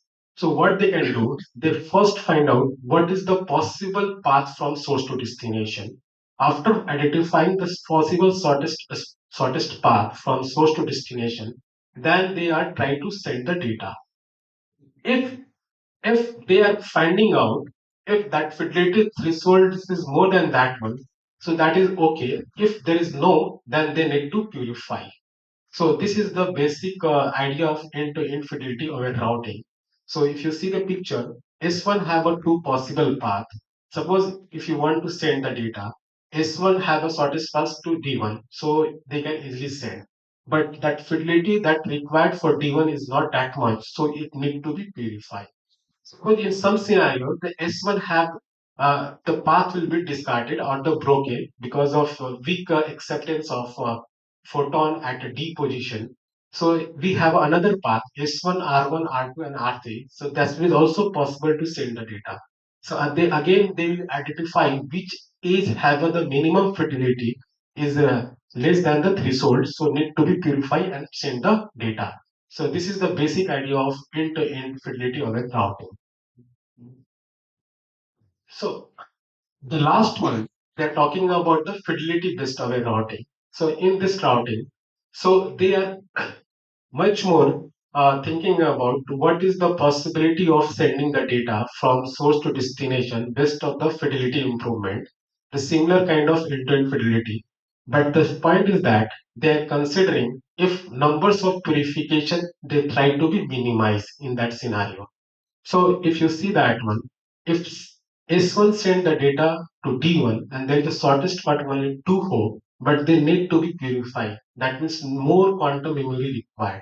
But if you choose the path S1, R2, R3, and D1, there is the fidelity is very high of each path and no extra resources are required to purify that fidelity. So there are two possibilities. So better to choose S1, R2, and R3 and D1 to send the data. So this is the concept of fidelity-based routing. So what we can face the challenges during the quantum communication in the networks. The first one is the photon loss. So basically, each time when you can generating the photon, that is not guaranteed that is the maximal entanglement. So most of the photon will be dying during the generation time. And the second, if the maximal entanglement photons are generated when we are sending through the channel, because of channel noise and environmental noise, they can also destroy. So that is the loss due to the environment. Now, the second point is the gate error. So now each node having the some kind of circuit. So they have to accept and receive the qubits. So each hardware have not that much capable and they are creating more noise and they can destroy that qubit. So that is also major problem right now. And third one is the measurement error. So when we try to measure X poly Y and poly Z, that is a possibility of error also because of when I'm measuring the qubits, they also generate the noise. So that is also possibility of measurement error. And each node having the quantum memory. The quantum memory have lifetime is very few. That means the millisecond. So that is sometimes each node some nodes having the out of memory. So that is the memory error also. And just of the circuit. When the networks increases, the numbers of nodes increases and the circuit increases, then creating more noise that also become the reason of the photon loss. And nowadays, hardware is not that much advanced that control the qubit generation. So hardware problem is also there. So what finally conclusion? So in this paper, we present the basic idea how to design the quantum communication in the networks. And if you are the first researcher and starting researcher in the field of communication, then we think about how to think about the designing the networks and protocols. So this paper gives the basic idea how to design all the things. Thank you. Thank you. So now we're open for questions. Anyone?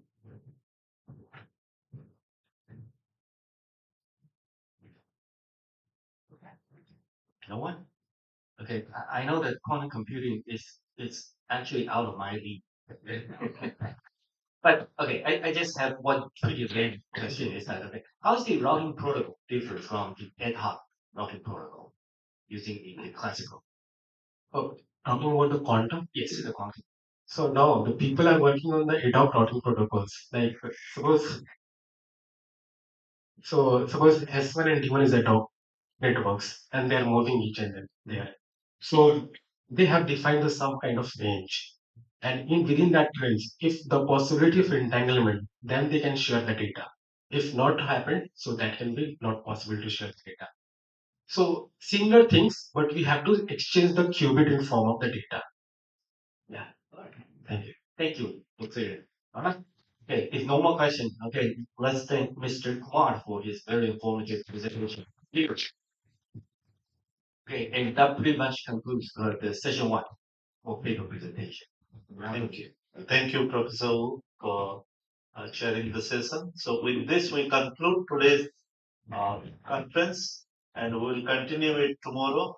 Please join us tomorrow over WebEx. We already shared the link in website. Please join. We have two keynote sessions in the morning. Then in the afternoon at 1 p.m. we will have the paper presentation. Simultaneously, two parallel links are there. Based on your interest, you can join us. Okay.